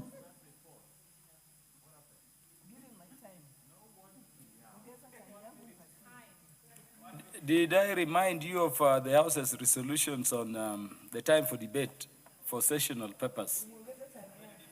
It's usually 5 minutes. Yes, so because you've not made any request, let the Honorable John Kiragu make his contribution. Thank you, Honorable Speaker, for giving me a chance to support this report, sessional paper 6 on aviation policy. Mr. Speaker, Kenya is in a very strategic position in Africa, but we have never exploited our position as a hub, particularly in the aviation industry. What this policy is seeking is to make sure that we develop an industry around the aviation. We can do it by having our own good airports. We can have our airlines, but also we can also create a facility or facilities within this country that will support aviation industry for the rest of Africa and the world. Mr. Speaker, one of the key things is to maintain our aircraft and make sure that they are safe and secure. And to repair these aeroplanes, it is a very expensive affair. And if we can create facility in this country to support the aviation industry, we will not only develop skilled manpower and people who can actually give this country an opportunity to be a center of aviation in Africa. There is a lot discussed about us and Ethiopia, but we can be 10 times better than Ethiopia. Kenyans are all over the world providing aviation industry with either piloting or maintenance or even design of aircraft.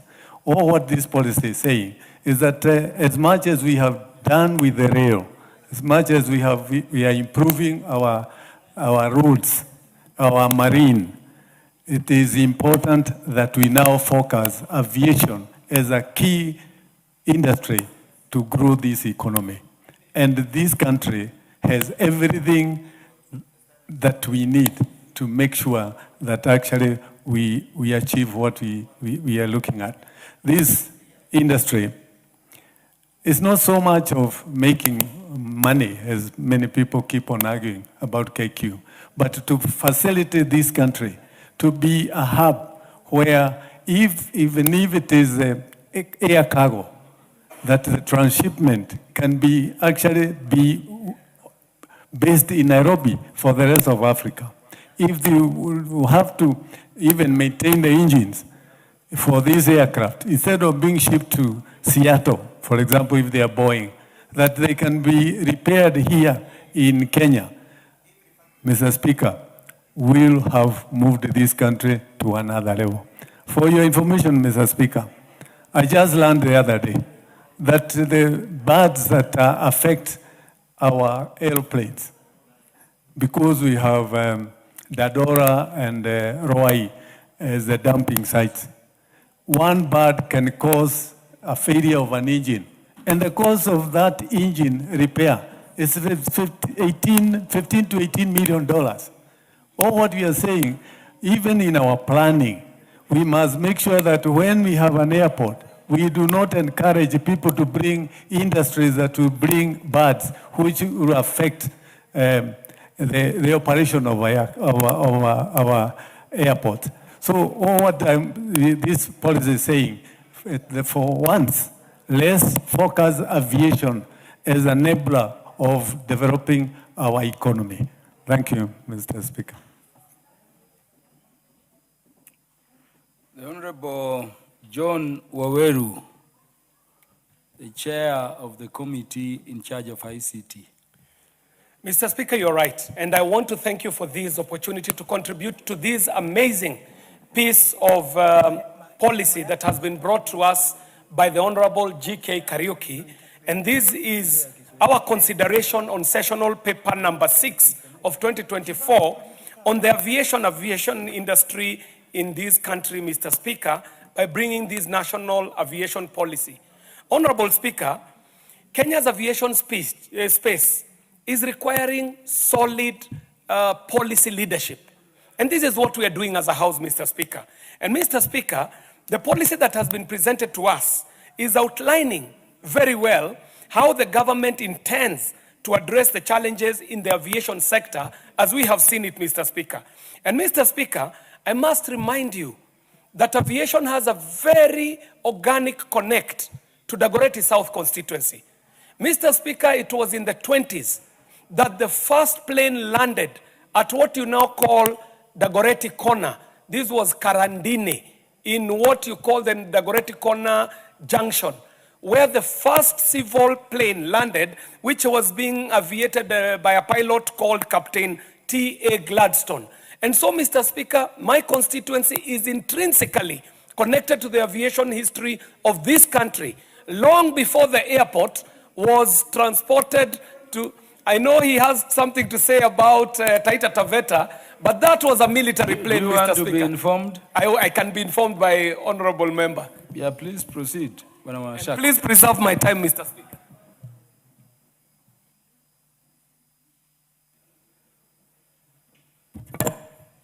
Thank you, Honorable Speaker. My good friend who were with him in the university, KJ, I wanted to inform him that the first plane to land in East Africa landed in a place called Makitau in Mwatate constituency, Taita Taveta County. That first plane, whether it was military or otherwise, it was the first plane to land in Kenya and in East Africa. So I want to request him to just guide the House that the second one to land then maybe landed in Dagoretti. But the first one landed in Taita Taveta. And the Honorable Speaker, before I finish giving you information, Honorable Speaker, the place where the first plane landed today is recognized by the Commonwealth Commission of London. And the Commonwealth Commission has been visiting that place because adjacent to that place, Honorable Speaker, we have a cemetery that those people who died then during the First World War and before are buried. So that is a place where, as the next incoming governor of Taita Taveta, inshallah, I will make sure that it becomes a tourist attraction for not only Taita Taveta, but this country, Honorable Speaker. And Honorable Speaker, the Commonwealth Commission is ready to partner with this country and make that place known in the entire world. So I want to invite the chair of ICT to visit Makitau so that then we can make it a place that it can add value to this country. Thank you, Chair. Yeah, so the Great Corner, or isn't that what they call Dagoretti? Mr. Speaker, there is a great history to be told about the Great Corner. The Great Corner is where the first plane to land in Nairobi landed. Did I hear him to say that? Mr. Speaker, he is very well in his place to say what he has said as a point of information, and that does not negate the fact that the first commercial plane to land in East Africa landed at the Great Corner in what is called the Karandini landing space. But he is very well placed to mention that because what was happening in the coast then was for the war effort. And what he's talking about is actually a military plane, the first military plane. But for commercial aviation, Mr. Speaker, Dagoretti South still retains its pole position as the place where the first commercial plane in East Africa landed at a place we now call Karadine, where the first plane landed. This is at Dagoretti Corner. Dagoretti Corner itself has a great history. It is not the Great Corner. It is actually Dagoretti. Dagoretti, as we were burning the farms when we were chasing out the colonizer who had taken our farms without buying. And we were saying, Dagoretti, Dagoretti, meaning that he has not purchased. But Mr. Speaker, I want to take this opportunity to congratulate the Honorable GK and his committee for bringing this sessional paper, Mr. Speaker, sessional paper number 6 of 2024, because it gets us thinking, Mr. Speaker. It gets us thinking about a very serious industry for Africa, Mr. Speaker. That when we sort out the issues in aviation, we have spoken to the issue of technical development, we have spoken to enterprise, we have spoken to international business. And so, Mr. Speaker, I want to associate myself with this sessional paper to be one of those people who stand on this floor and support the effort by the Transport Committee, saying that, Mr. Speaker, what we are doing this afternoon means a lot for this country as this country gears towards taking stock of our achievements on Vision 2030, Mr. Speaker.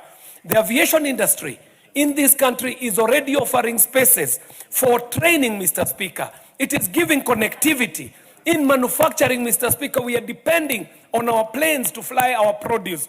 This is where jobs are to be gotten. And even I, as the chairperson of the Communication, Information and Innovation Committee, would like to say that there is a great place for aviation in innovation, Mr. Speaker. And in the interest of time, Mr. Speaker, I'll end it by saying that the Honorable Chair for Transport Committee ought to seek out the noises that we are hearing from Kenya Airways. Find out what people like Captain Mwenda, he himself, a captain of the airplane, he has to say about the industry of aviation, Mr. Speaker, so that this House can get to the bottom of the issues, so that Kenya rises up to be a leader in aviation, not only in the region, not only in the continent, but actually in the world, and we have the potential to do that. Mr. Speaker, in the interest of time, I do thank you, and I support the Honorable GK and his committee for this amazing sessional paper, whose results we shall be seeing decades from today. I congratulate you, Honorable GK, and the people of Kirinyaga should see that they elected a person who came to do work for this country in this House. I thank you, Mr. Speaker. The Honorable Amina Mnyazi, I thought it is only Honorable Rueda who is a pilot from the coast. You want to contribute to this? Yes, Speaker. Proceed. Asante sana Mheshimiwa Speaker, na kwa dua zako Mheshimiwa Speaker, maybe huko mbeleni katika maisha yangu nitakwenda kujifundisha jinsi ya kuweza kupeleka ndege. Nianze kuanza kwa kusema Mheshimiwa Speaker ya kwamba naunga mkono huu mswada wenye ambao umeweza kuletwa hapa leo hii. Na naunga mkono huu mswada Mheshimiwa Speaker kwa sababu mimi kama Amina Laura Mnyazi, mbunge wa Malindi, nimeathirika pakubwa sana Mheshimiwa Speaker kwa masuala ya airport. Na watu wangu wa Malindi Mheshimiwa Speaker ni zaidi ya miaka 20 saizi wamekuwa wakipatiwa ahadi na serikali kuhusu masuala ya airport, upanuzi wa airport ya Malindi, na bado haijaweza kufanyika mpaka sasa. Mheshimiwa Speaker, hiyo inanisikitisha sana kwa sababu kama sisi tumetegemea masuala ya utalii ndani ya Malindi, ndani ya pwani, na kama airport zetu sisi haziwezi kuwa sawasawa, hiyo ni shimo moja lenye ambalo nchi yetu ama taifa yetu ya Kenya inapoteza zile pesa Mheshimiwa Speaker. Na ndio maana leo hii nimesimama na kusema naunga mkono huu mswada. Jambo la kwanza ni kuhusu masuala ya kudumisha usalama na kuhakikisha kanuni zake zote ziko bora. Mheshimiwa Speaker, tukiweza kuzungumza kuhusu huu mswada, tunataka tuweze kuangazia masuala mengi Mheshimiwa Speaker. Mbali na ile ndege peke yake, lazima tuangalie pia masuala ya wafanyikazi wanaofanya kazi katika zile airport Mheshimiwa Speaker. Lazima tuangalie masuala ya usalama yenye ambayo iko pale katika uwanja wa ndege Mheshimiwa Speaker. Na kama tunazungumza kuhusu masuala ya uwanja wa ndege Mheshimiwa Speaker, ni vizuri iweze kueleweka ya kwamba uwanja wa ndege Kenya nzima si Jomo Kenyatta peke yake Mheshimiwa Speaker. Kama ni masuala ya uwanja wa ndege iweze kuboreshwa Mheshimiwa Speaker, wacha tuangalie uwanja wa ndege wote nchi nzima ya Kenya. Nikianza na yale matatizo ya kwangu Mheshimiwa Speaker ya masuala ya usalama ndani ya Malindi. Mheshimiwa Speaker, mswada huu lazima tugongelee msumari kwa sababu kuna airport ama uwanja wa ndege mwingine Mheshimiwa Speaker ambayo kuna police station na hakuna magari ya polisi pale ndani Mheshimiwa Speaker. So hiyo ni swala moja hususan kwa upande wa usalama. Kukitokezea jambo lolote la usalama Mheshimiwa Speaker, na kama hakuna magari ya usalama ndani ya airport, hiyo inakuwa ni matatizo makubwa. Mheshimiwa Speaker, jambo lingine ambalo tunafaa tuliangazie ni wale wafanyikazi ambao wanafanya kazi pale ndani ya airport. Na Mheshimiwa Speaker, hawa wana include hata pia wale marubani wenye ambao wanapeleka hizi ndege. Na tumeona katika miaka iliyopita Mheshimiwa Speaker, kuna marubani kadhaa na kumekuwa na accidents za hapa na pale Mheshimiwa Speaker. Tumeweza kupoteza watu muhimu na watu wenye vyeo vikubwa Mheshimiwa Speaker. Tukianza na ndugu yetu Ogola aliyetuacha, tukienda kwa Mheshimiwa Saitoti, tukienda kwa Mheshimiwa hivi wajuzi Mheshimiwa Ngeno, wote hawa ni watu wenye ambao wamepoteza maisha yao kwa sababu ya ajali za ndege Mheshimiwa Speaker. Na mbali na hawa watu kuna wengi ambao si watu ambao wako na vyeo vya kisiasa Mheshimiwa Speaker. Kama tarehe 10 mwaka jana, mwaka 2025 Mheshimiwa Speaker, kuna ndege ya Skyhawk iliyosajiliwa nambari 5Y CDC inayoendeshwa na shirika la ndege la KSC ilihusika na ajali. Na mpaka leo hii Mheshimiwa Speaker, nimeweza kuulizia kuhusu statement tuweze kuelezewa wale watu waliweza kupata ile ajali, wale watu waliweza kufariki. Hakuna jambo lolote na hakuna majibu yote ambayo yameweza kutoka Mheshimiwa Speaker. Sasa masuala kama haya Mheshimiwa Speaker lazima tuweze kuyapigia msasa na tuweze kuweka sawasawa ili Wakenya waweze kuelewa pale ambapo wako. Kama kuna ajali zenye ambazo zinatendeka, lazima familia iweze kupatiwa pole, lazima familia iweze kusaidiwa katika mazishi, na lazima fidia tuweze kuipata pia vile Mheshimiwa Speaker. Mheshimiwa Speaker, ni maajabu kwa sababu ukitoka nje ya nchi ukirudi Huwa niko na raha ya kuona familia, lakini ukifika pale airport, roho yangu huwa inatoka kwa roho inafika kwa magoti.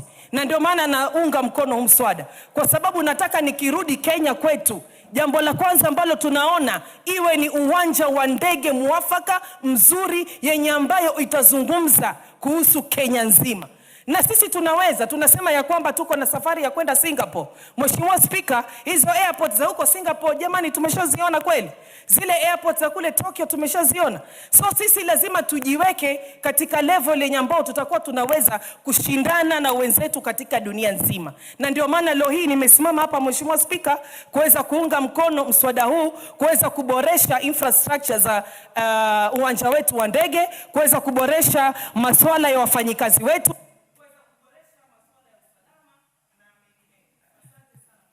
The Honorable Beatrice Kemei, the Member of Parliament for Kericho County. Thank you, Honorable Speaker, for giving me this opportunity. And I want to start to support this very important motion by GK, Chairman, Departmental Committee on Transport and Infrastructure. Honorable Speaker, this is a very, very important motion on consideration of sessional paper number 6 of 2024, that is on the National Aviation Policy. Honorable Speaker, and when JK and our brother from Taita were talking about the first plane landing where, Dakoreti, and wherever, I felt good. But at the same time, I'm like, the only planes that we can see in Kericho County is just what you've been coming with. We have never seen, but we have this airport that is coming up, Kerenga Airstrip, but I believe it will be an airport. But so Kericho is so close to Kisumu.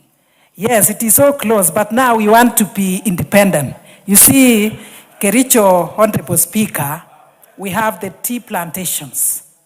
So we really want to have this airport. And we also do a lot of horticulture. We also have the flowers. We have the beautiful women who want to travel across the board. We have business people around. So this sessional paper has come at a time when we are looking forward to having an airport in Kericho. So GK, thank you for bringing this one on board. And I know when we have this sessional paper, it is very important that many of our youth, and not only youth, even people of my age can be employed in the airport. So airport as aviation industry has created a lot of employment opportunities, skilled, semi-skilled, and unskilled labor. And Honorable Speaker, you can know the strength of a country. You can know the economic development of a country. You can also know the beauty of a country looking at the airports or the aviation industry that it has. So here in Kenya, JKIA is actually doing well. And I am happy, Honorable Speaker, that this National Infrastructure Fund that we passed the other day is going to improve our aviation, our airports being the main one, JKIA among others, so that even Kisumu Airport makes my life very easy. In 30 minutes from Kisumu to Nairobi. So before you even say hello, you are in Nairobi from Kisumu. So if we can expand our airports and the airstrips, Honorable Speaker, life will be very easy. And I realize, Honorable Speaker, and it is not for those who have money at the moment. It is fair at the moment, at least with maybe 10,000 people can travel, can fly from one point to another. And Honorable Speaker, I want to encourage all of us in one way or another to let even our constituents go by air, and they will have a story to tell. Like even our parents, the day my mother came to Nairobi through Kisumu by air, that was the day even our pressure became stable. So it is very, very important. And we made sure that there is that picture. And she's telling everybody, I have reached Nairobi in 30 minutes. So, Honorable Speaker, we need to encourage our people to travel by air. We have so many tourists across the country, and domestic tourists are also encouraged to travel. However, Honorable Speaker, security is key, and how can we also minimize the accidents in our aviation industry? Because that one is what many people fear. So working around that point to make sure that we have the skilled and people, we have the skilled personnel for the industry is very, very important. And as I conclude, Honorable Speaker, we need to improve this aviation industry. It will also save lives. You will realize that people are airlifted from one point to another, maybe to get medical attention as fast as possible. So for GK and your team, I say thank you very much, and I am in support of this. And the Honorable Dorothy Ikiara.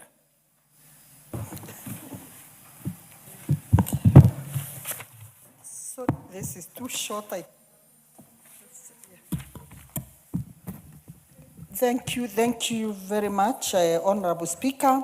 Honorable Speaker, I want to proudly laud this committee of the chairman, GK Karaoke, and his team for bringing in this particular session paper for consideration. Honorable Speaker, while seated here, I was feeling saddened.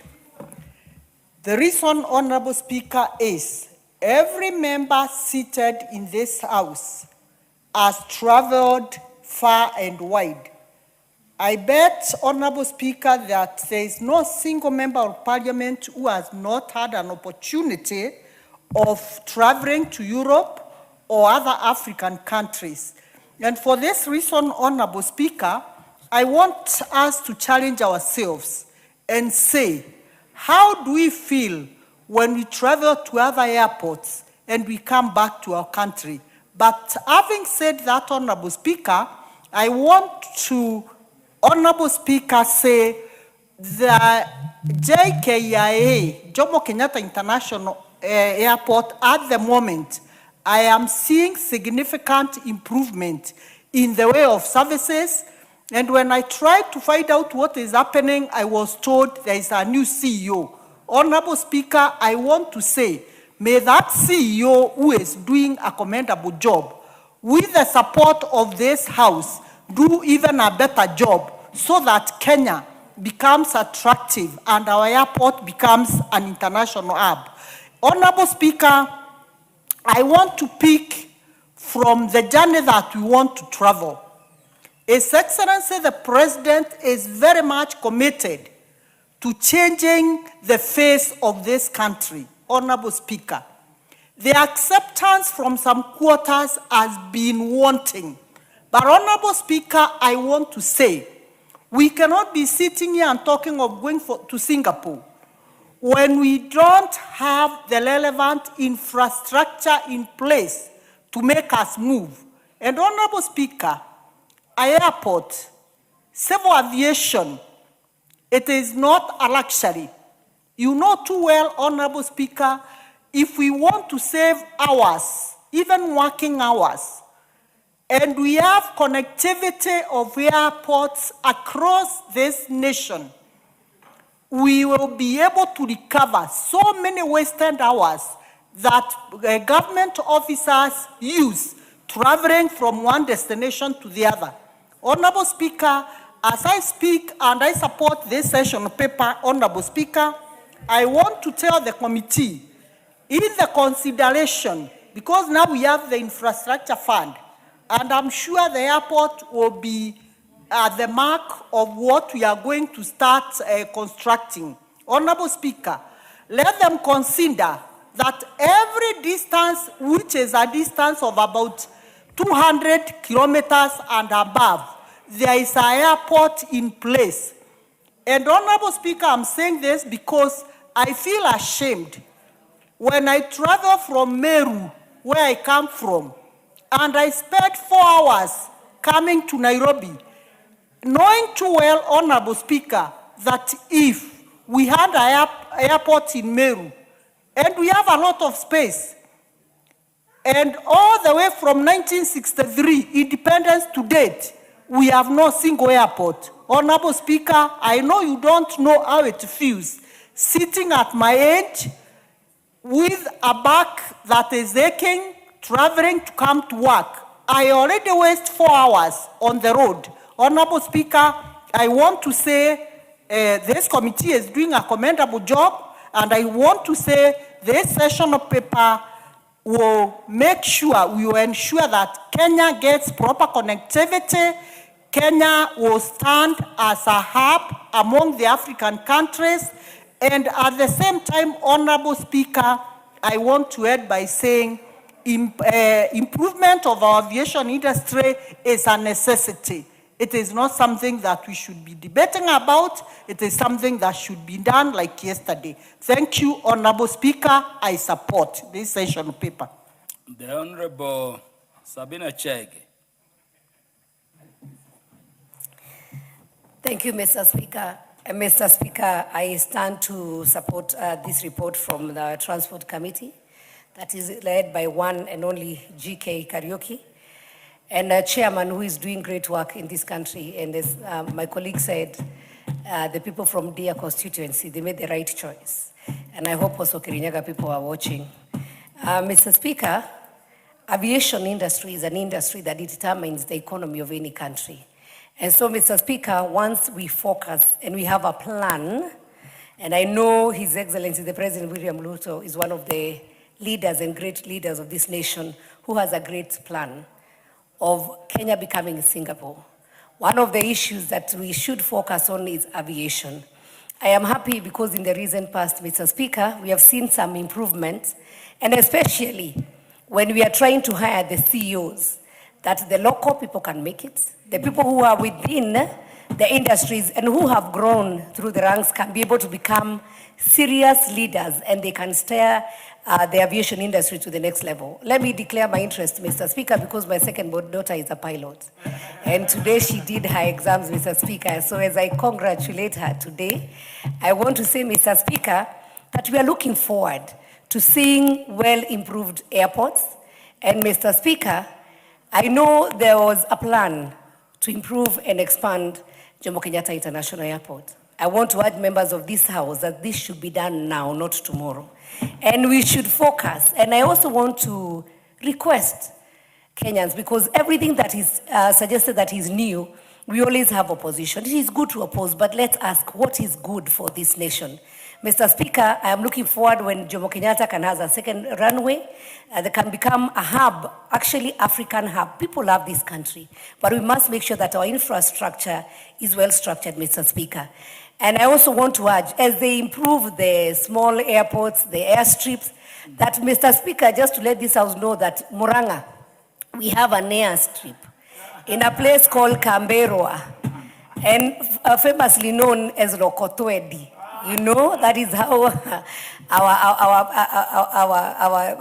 initially the colonialists named Murang'a County. And so that every time I pass there, I see the cows grazing. I want to urge the Airports Authority, aviation sector, let us improve and make sure that that airstrip, Canberra airstrip, in Kiharo constituency in Murang'a County, that it is improved.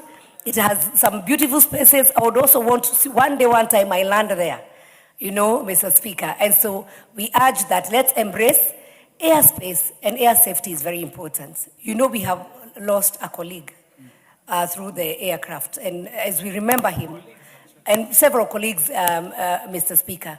So the issue of air safety, we need, Mr. Speaker, to be very serious as a nation.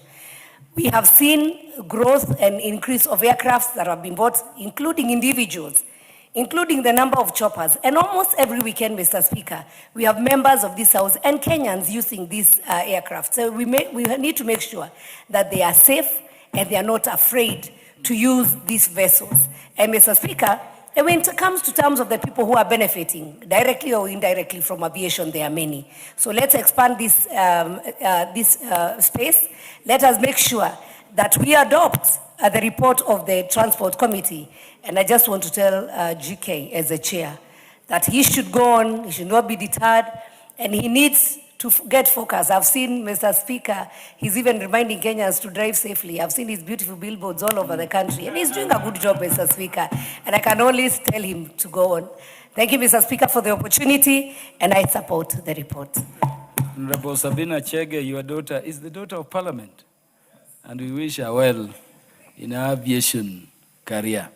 The Honorable Indikiri Mugambi. Thank you, Mr. Speaker. I stand to support this session of paper because it is addressing one of the key pillars of economic development in this country. Mr. Speaker, the importance of aviation industry in this country can be found in its promotion of import and export that come or go out of the country. Specifically, Mr. Speaker, the cargo handling. Mr. Speaker, aviation sector is a great employment sector.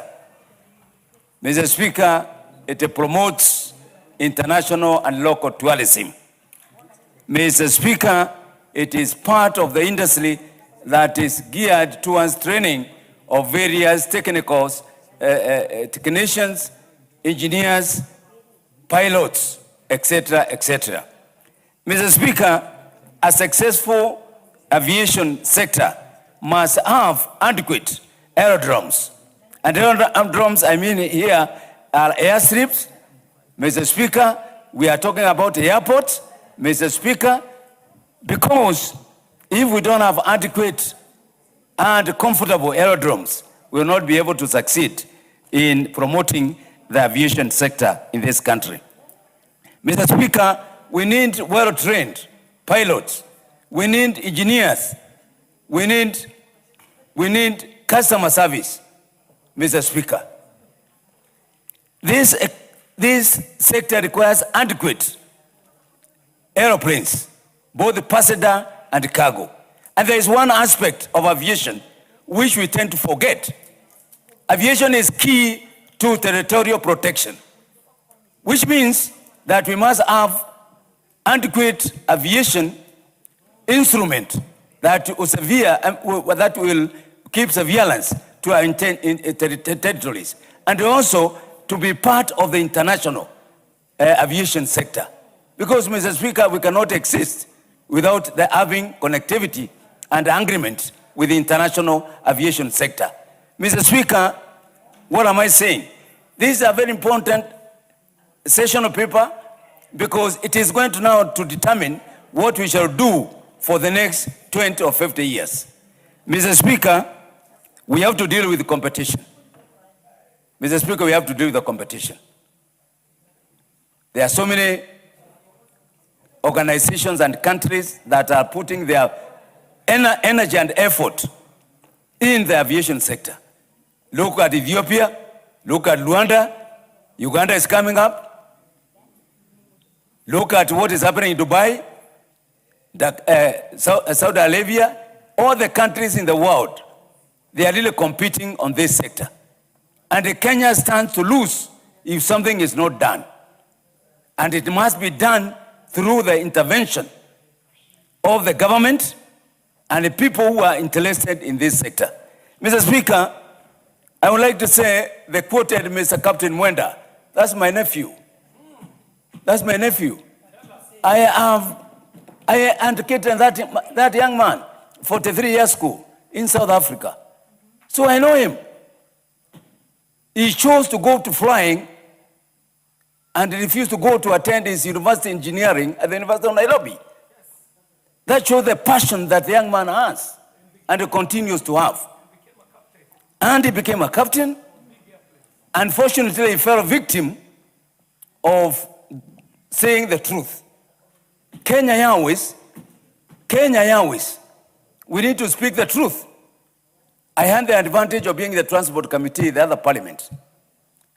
And the initiative that was brought for PIIP, which wanted to take over the landing of Kenya Airways, Kenya Airport Authority, it did not meet the standards.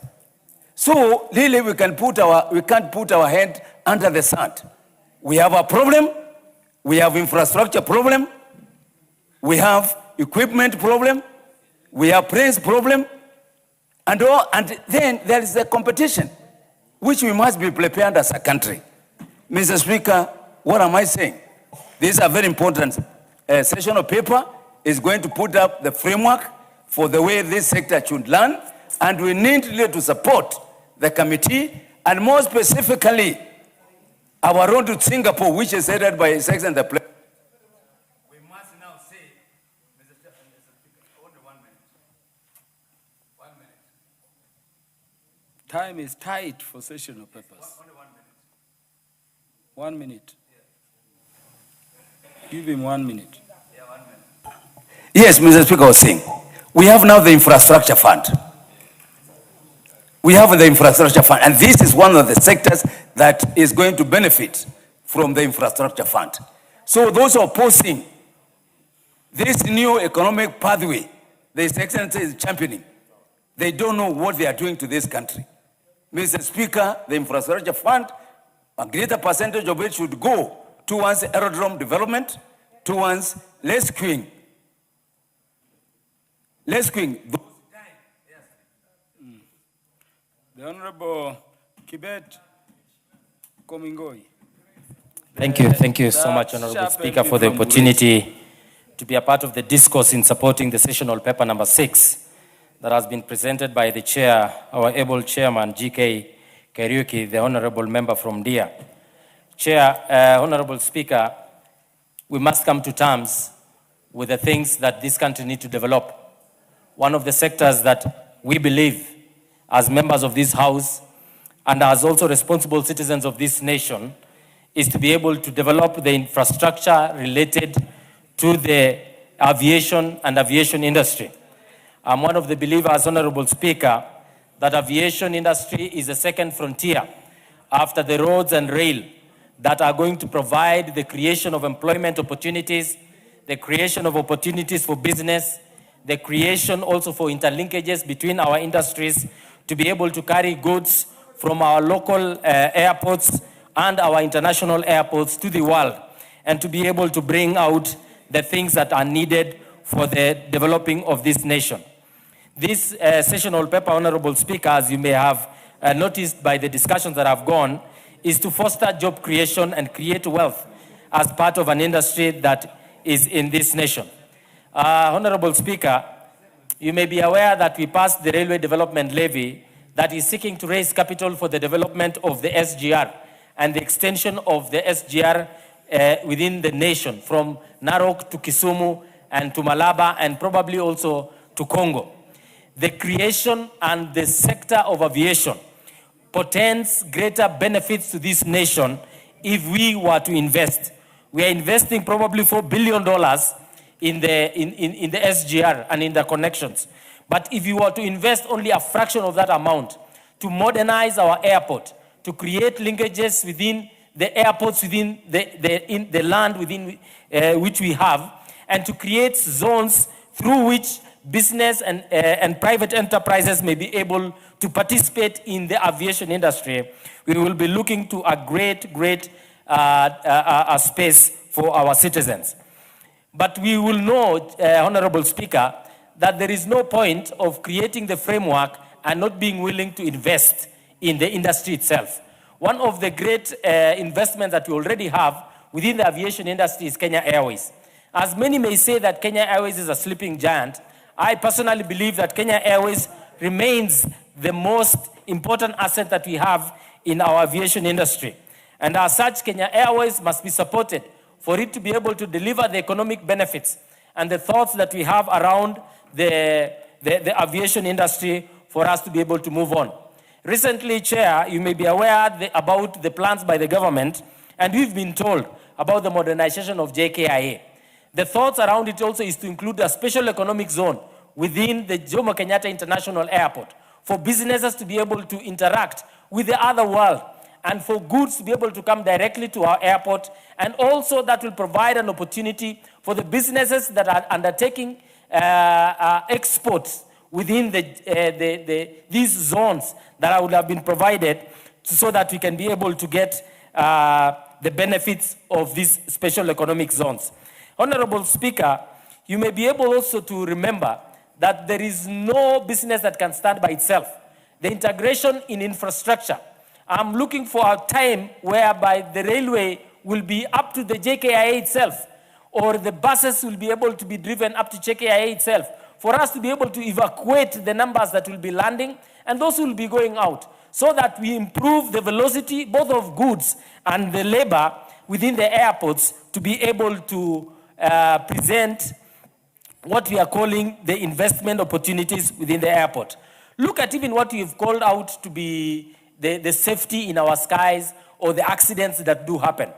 Chair, Honorable Speaker, you may be aware that when an accident happens or incidences happens, we need to bring in people from outside the country to be able to come and investigate.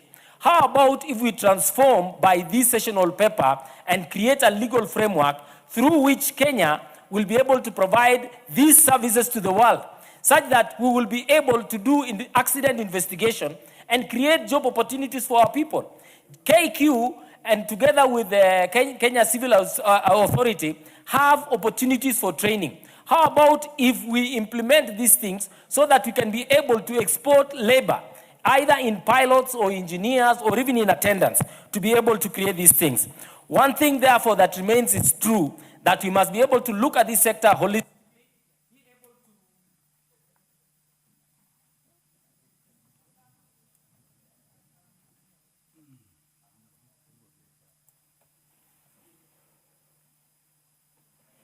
No more interest. Mover. The mover to reply.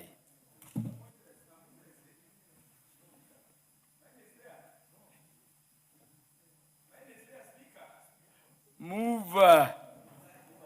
Thank you, Honorable Speaker. I was waiting for the mic. Honorable Speaker, I want to appreciate the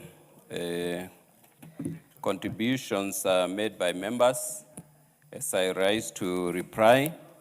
Honorable Speaker, as you have heard, many members have given very good contributions.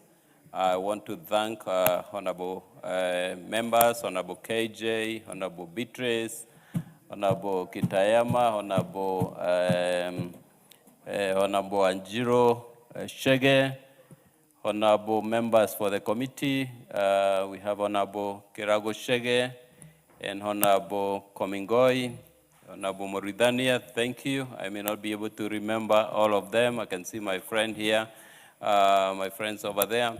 Thank you for your good contributions. And Honorable Speaker, it helps enrich our deliberations as a committee. Honorable Speaker, lastly, I want to thank the members of Transport and Infrastructure Committee, because this is not my document, this is their document. We did a retreat and we came up with a document that helps form the framework for the aviation sector. I have had a few members mention JKIA. Honorable Speaker, last week we had a retreat with the Cabinet Secretary, Honorable Davis Chiu in Mombasa, where he presented to the committee the plan, the master plan for JKIA. And we were informed that the site will be handed over to the contractor before June this year. And Honorable Speaker, the expansion, rehabilitation of JKIA will greatly increase air traffic at our hub, that's JKIA, and will help accelerate activities in the aviation sector.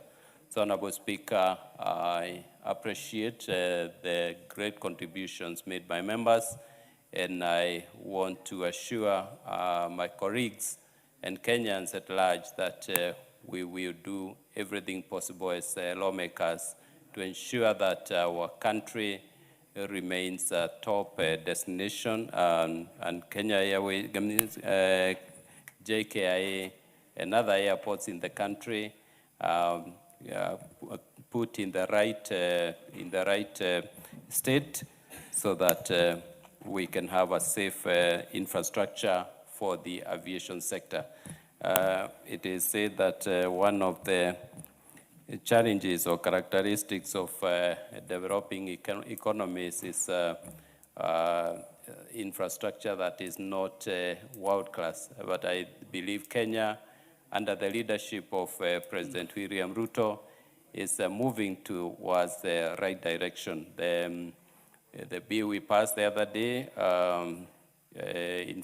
National Infrastructure Fund, will greatly help address the challenges we have in the country as far as infrastructure is concerned. And Kenya, I want to believe, Honorable Speaker, in the next few years will be one of the best countries in terms of infrastructure, not just in aviation, but also in other areas, railway, road transport, sea transport, and air transport. So we are doing well, Honorable Speaker. We, as a committee, are giving good support to the ministry and to the country, and we have every reason to be happy about the future of this country. We need to be hopeful, and we need to be patriotic, and when great projects, big projects, and are initiated, so that we move this country forward and we help improve our socio-economic, accelerate our socio-economic development. Thank you, Honorable Speaker, and I beg to reply. Thank you. Thank you, Chair. Chair, the rebuild of Jomo Kenyatta International Airport, which is planned by the current administration, if it were to complete, will make President Ruto the greatest Kenya has ever had. So I'm grateful for the support the committee and parliament is giving that endeavor. Honorable members, I now put the question that this House adopts the report of the Departmental Committee on Transport and Infrastructure on its consideration of sessional paper number 6 of 2024 on the National Aviation Policy, laid on the table of the House on Thursday, 19 February 2026, and approves sessional paper number 6 of 2024 on the National Aviation Policy. Will as many as are of that opinion say aye? Aye. Will as many as are of the contrary opinion say nay? The ayes have it. Next order.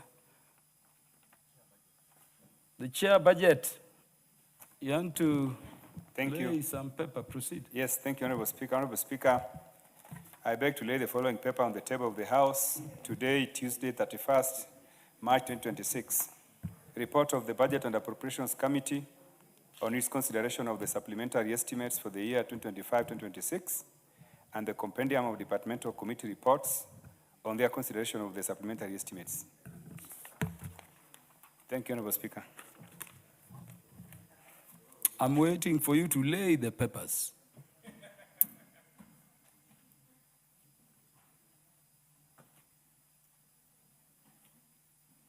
You want to give notice?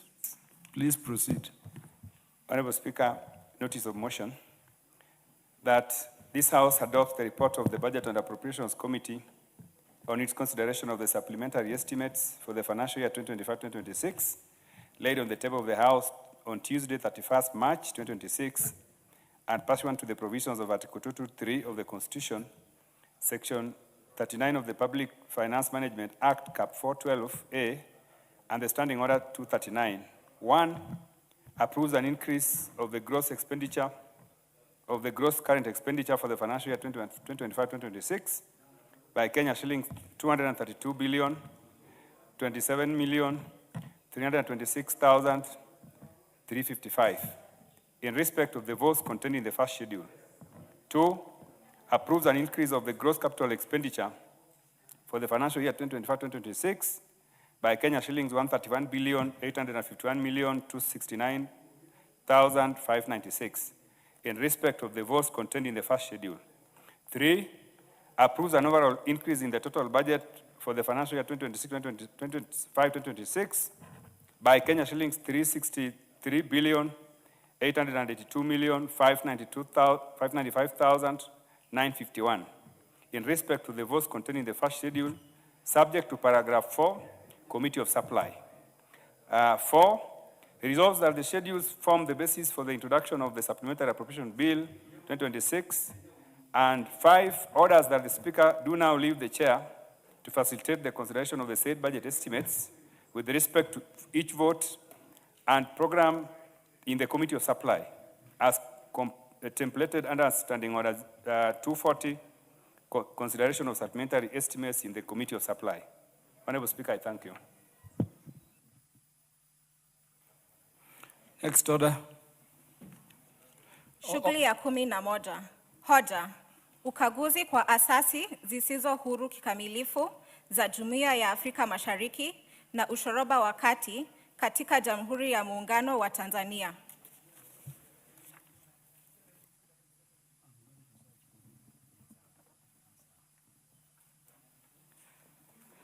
Mwenyekiti kamati ya utangamano wa kikanda. Asante sana Mheshimiwa Spika. Mheshimiwa Spika, hii ni ripoti ya kamati ya utangamano wa kikanda kuhusu ziara katika Jamhuri ya Muungano wa Tanzania ya ukaguzi wa asasi zisizojitegemea kikamilifu za Jumuiya ya Afrika Mashariki na ukanda wa kati.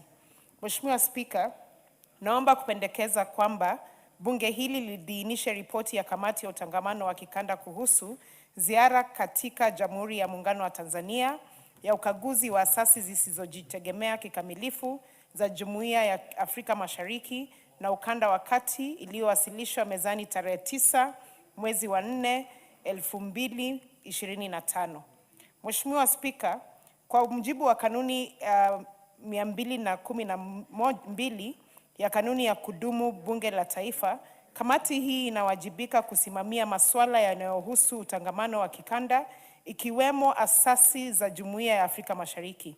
Ni katika kutekeleza wajibu huu wa kikatiba na kibunge ndiposa kamati ilifanya ziara ya ukaguzi kuanzia tarehe 24 hadi 29 mwezi wa 3 2025, na kamati ilizuru ya kwamba: 1, Tume ya Kiswahili ya Afrika Mashariki huko Zanzibar, na 2, ubalozi wa Kenya ulioko jijini Dar es Salaam. Mheshimiwa Spika, kusudi la ziara hiyo ilikuwa wazi. Ya kwanza ikiwa kuwafahamisha wanachama kazi ya asasi ya Jumuiya ya Afrika Mashariki. Ya pili, kutoa fursa kwa wanachama kutangamana na kubadilisha tajiriba na wenzao kutoka nchi nyingine wanachama kati ya Jumuiya ya Afrika Mashariki. Na la tatu, kubaini iwapo ajenda ya utangamano inaendelea yakini wala sio ufasaha tu. Matokeo muhimu kutokana na haya, Mheshimiwa Spika, yalikuwa kama maendeleo katika ukuzaji wa Kiswahili kama lugha rasmi ya Jumuiya ya Afrika Mashariki, ukuzaji wa mipango ya mafunzo katika nchi wanachama na Jumuiya ya Afrika Mashariki, kutafsiriwa kwa hati na stakabadhi muhimu za Jumuiya ya Afrika Mashariki, na maandamisho katika kanda ya siku za Kiswahili duniani. Mheshimiwa Spika, kuhusu upitishaji huru na vikwazo vya biashara, kamati hii iliandaa yafuatayo: ya kwamba Wakenya wanaofanya kazi Tanzania waliibua wasiwasi kuhusu adha ghali za visa vya biashara ambavyo inatozwa kila baada ya miezi 3, ada ya vibali vya kazi ambayo inatozwa wataalamu wa Kenya, gharama ya juu ya mtaji wa hisa kwa usajili wa biashara, vikwazo visivyo vya ushuru vya mara kwa mara. Mheshimiwa Spika, yaliyogunduliwa na kamati letu ni kwamba Kuna uelewa mdogo kuhusu mipango ya Tume ya Kiswahili ya Afrika Mashariki miongoni mwa wananchi. Ufadhili wa asasi za Jumuiya ya Afrika Mashariki hauendani na majukumu yao. Vikwazo visivyo vya ushuru vya mara kwa mara vinaodhoifisha mafanikio yaliyopatikana na utengamano wa kikamilifu.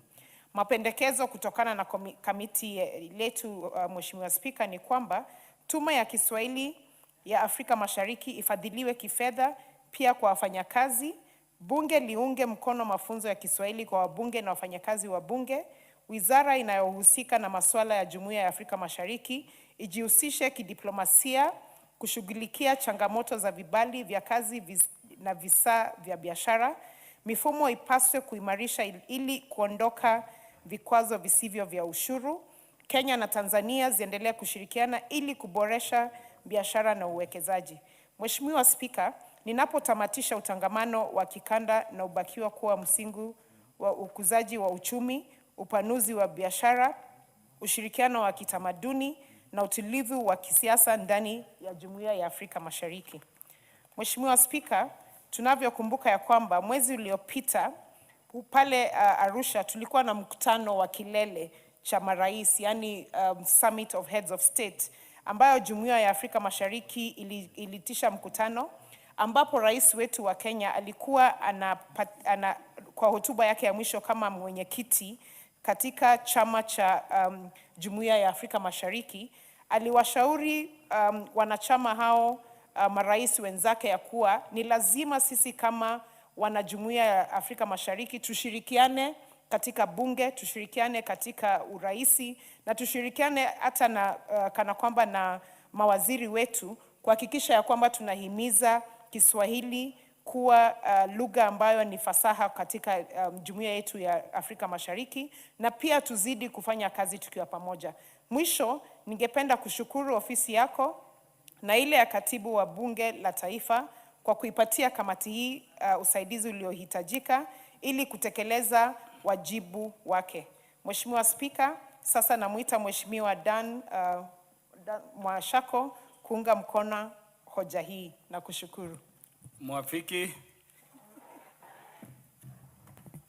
Asante sana Mheshimiwa Spika kwa nafasi nzuri ulionipa ya kuunga mkono ripoti ya kamati ya utangamano wa jumuiya yetu ya Afrika Mashariki ulioleta kwetu na mwenyekiti wetu ambaye ameongea Kiswahili safi sana. Unajua Mheshimiwa Spika, Kiswahili mara nyingi watu wanakiogopa kukiongea. Lakini nataka kuambia bunge hili la kitaifa, Kiswahili kinazungumzwa na watu wasiopungua milioni 300 kwenda mpaka milioni 500 katika ulimwengu huu. Na kina asili ya hapa kwetu, Mheshimiwa Spika, Afrika Mashariki. Kwa hivyo Kiswahili, wale wachache ambao mara nyingi wanafikiria kwamba Kiswahili ni lugha tu ya pwani, ni lugha pengine ya taifa la Tanzania, nataka kuwajulisha kwamba Kiswahili kinafunzwa mpaka katika vyuo vikuu kule Marekani. Kiswahili kinafunzwa katika vyuo vikuu Ulaya. Ukienda Japani, Mheshimiwa Spika, utakuta watu wanajifunza Kiswahili. Sasa hivi ukienda Uchina, utashangaa kwamba wamechukua walimu kutoka hapa Afrika Mashariki kufundisha Kiswahili kule kwao. Kwa hivyo Mheshimiwa Spika, ile kazi kamati ninayoketi inayoongozwa na Mheshimiwa mwenyekiti aliyeongea hapa, Mheshimiwa Irene Mayaka, ni kamati ambayo ina umuhimu sana katika Afrika Mashariki yetu. Tulitembea Afrika Mashariki, Mheshimiwa Spika, na sana sana tukaangazia asasi ambazo zinasimamiwa na jumuiya yetu. Na tukakuta Mheshimiwa Spika, changamoto tele ambazo marais wa Afrika Mashariki inastahili wayazungumzie katika ile meza ya marais. Lakini pia kuna yale majukumu ambayo yamepewa mashirika hayo ama asasi hizo ambazo haitakikani watendekeze kazi zao. Mheshimiwa Spika, tukiongea sana masuala ya uwiano, masuala ya kusafirisha vifaa, bidhaa na wafanyikazi, Mheshimiwa Spika, kizungu anaita free movement of labor and goods, Mheshimiwa Spika, ibainike kwamba Afrika Mashariki kwanza kwa biashara, nchi hizi ambazo ziko katika jumuiya hii zinafanya kazi ama zinafanya biashara kubwa. Ndio tunategemea mashirika ama nchi za nje, nchi za mbali, lakini tutambue kwamba biashara kubwa inayofanywa ndani ya Afrika ya Kenya hii ni biashara tunayofanya na watu wa Uganda, tunayofanya na watu wa hapa Tanzania, tunayofanya na watu wa DRC, Mheshimiwa Spika, tunayofanya na watu wa Rwanda, tunayofanya na watu wa Burundi, tunayofanya na watu wa Somalia na nchi zile zote ambazo ziko katika Afrika Mashariki. Mheshimiwa Spika, naomba serikali zote ziajibike kutoa utaji wao katika mashirika haya ambayo asasi hizi ambazo ziko katika Afrika Mashariki. Ukienda Mheshimiwa, kama hii asasi ya Kiswahili, Mheshimiwa Spika, mara nyingi utakuta haina pesa hata ya kulipa wafanyikazi, Mheshimiwa Spika. Ukiangazia kwamba hawana pesa ya kufanya kile kizungu wanaita research, Kiswahili ni utafiti. Wana pesa ya kuendelea kufanya utafiti, manake lugha, Mheshimiwa Spika, huwa si lugha tu. Lugha huwa inakolea na lugha huwa inatoholewa. Sasa unakuta Mheshimiwa Spika, utafiti unahitajika. So nchi za Afrika Mashariki zinastahili kuendelea kutoa utaji wao katika East Africa, Mheshimiwa Spika. Mheshimiwa Spika, nimalize. Wakenya walioko Tanzania wanalalamika. Sisi wengine ambao kaunti zetu zinashikamana na nchi jirani ya Tanzania, kuna kuwa na changamoto. Watu wetu wameenda kufanya kazi Moshi, wameenda kufanya kazi Arusha, wameenda kufanya kazi Dar. Mheshimiwa Spika, watu wetu wale ambao wanatoka Busia na Malaba wanaenda kufanya kazi pande ile ya Uganda, Mheshimiwa Spika. Na Wakenya wamejisatiti, wametembea nchi zote. Ukienda Kigali leo, Mheshimiwa Spika, nilikuwa huko juzi. Wakenya wako pale. Lakini kile kinachotuudhi kidogo, Mheshimiwa Spika, ni kwamba vile Kenya tunavyowakumbatia wenzetu wa East Africa, wenzetu ambao wanatoka nchi hizo za karibu, sivyo vile sisi wa Kenya tunavyokumbatiwa sana kule Tanzania. So tunaomba kwamba tunapoongea katika bunge la kitaifa, tuseme kwamba kila nchi ikuwe na kile kizungu ama katika diplomasia wanaita diplomatic reciprocation, Mheshimiwa Spika. Yaani vile tunavyokutendea, tutendee vivyo pia. Ndio manake tunasema kwamba watu wetu kule Tanzania kila miezi 3 wanatemekana walipe sijui nini, wafanye vipi, hawapewi nafasi ya kufanya biashara vile inavyostahili. Tumeomba sana nchi hizi na vile tunavyoimba katika wimbo wa East Africa, Mheshimiwa Spika. Wimbo ule ni mtamu sana. Tunakubaliana wengi tukiimba ule wimbo tunasikia kuchangamka. Ni wimbo ambao umebuniwa na katika hali ya juu. Tuimarishe jumuiya yetu. Mheshimiwa Spika, nasimamia hapo kusema kwamba hebu nchi zetu za Afrika Mashariki zijisatiti ili tupate kuendeleza umoja wa Afrika Mashariki. Nasimama kuunga mkono hoja hii, nasimama kuunga ripoti hoja hii na kusema kwamba mimi ni wa pili wa kusema kwamba iko sawa. Asante Mheshimiwa Spika. Umefikisha au umeunga mkono? We ni mwafiki ya sofikisha. Mheshimiwa Spika, asante, nimeafikisha. Asante. Asante Mheshimiwa. Asante Mheshimiwa Mwashako.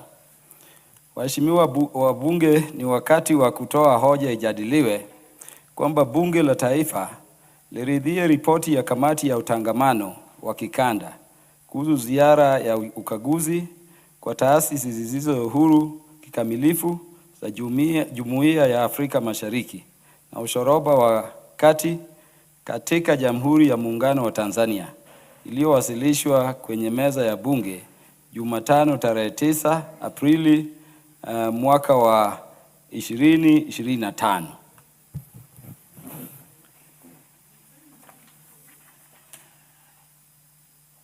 Mheshimiwa Naomi wako.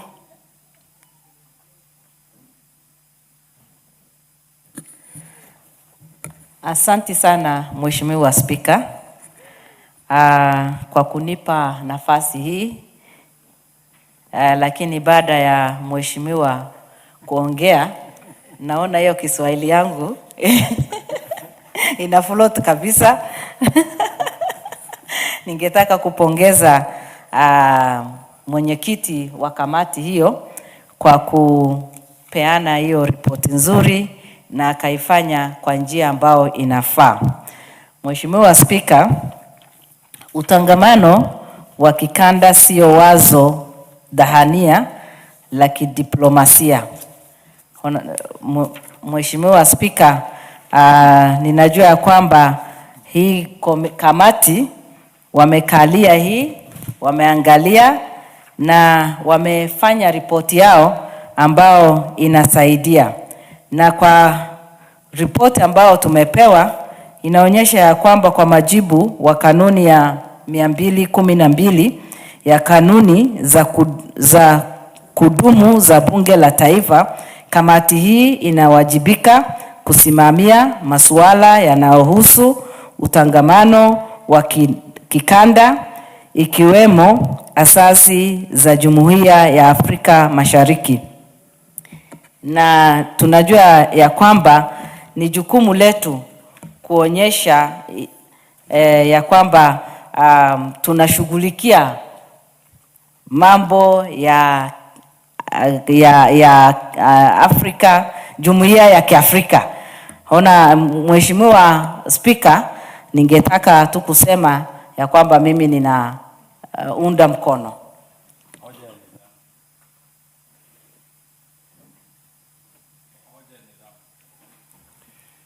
Order, honorable members.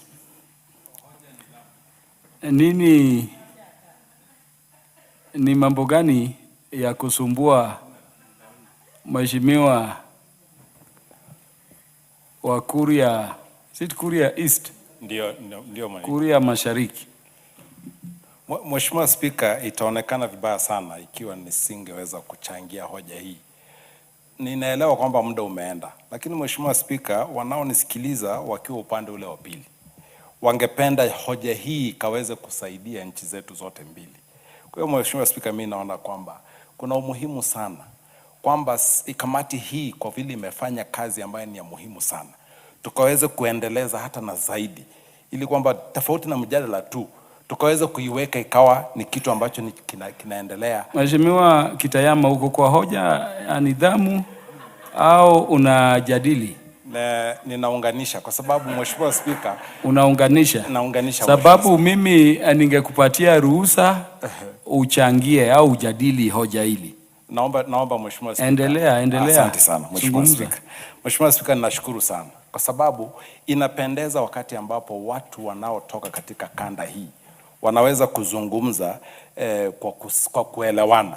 Mheshimiwa Spika, lugha ya Kiswahili ina utamu wake, na katika ule utamu kuna kuingiliana kwa masuala ambayo yanaweza kufanya watu kuweza kuelewana hata kwa urahisi. Yale matatizo ambayo ni ya kukosana yanapungua. Mheshimiwa Spika, amesema vizuri sana Mheshimiwa Mwashako kwamba upande ule wa pili sisi wa Kenya tunaeleweka vibaya.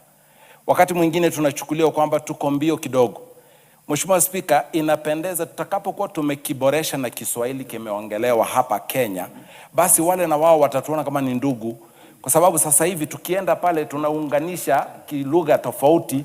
Sasa wanajiona kama sisi labda tunaweka mbio au kasi kwa mambo ambaye wao wangependa wayafanye kwa taratibu, jinsi ambavyo Kiswahili ni lugha iliyo taratibu.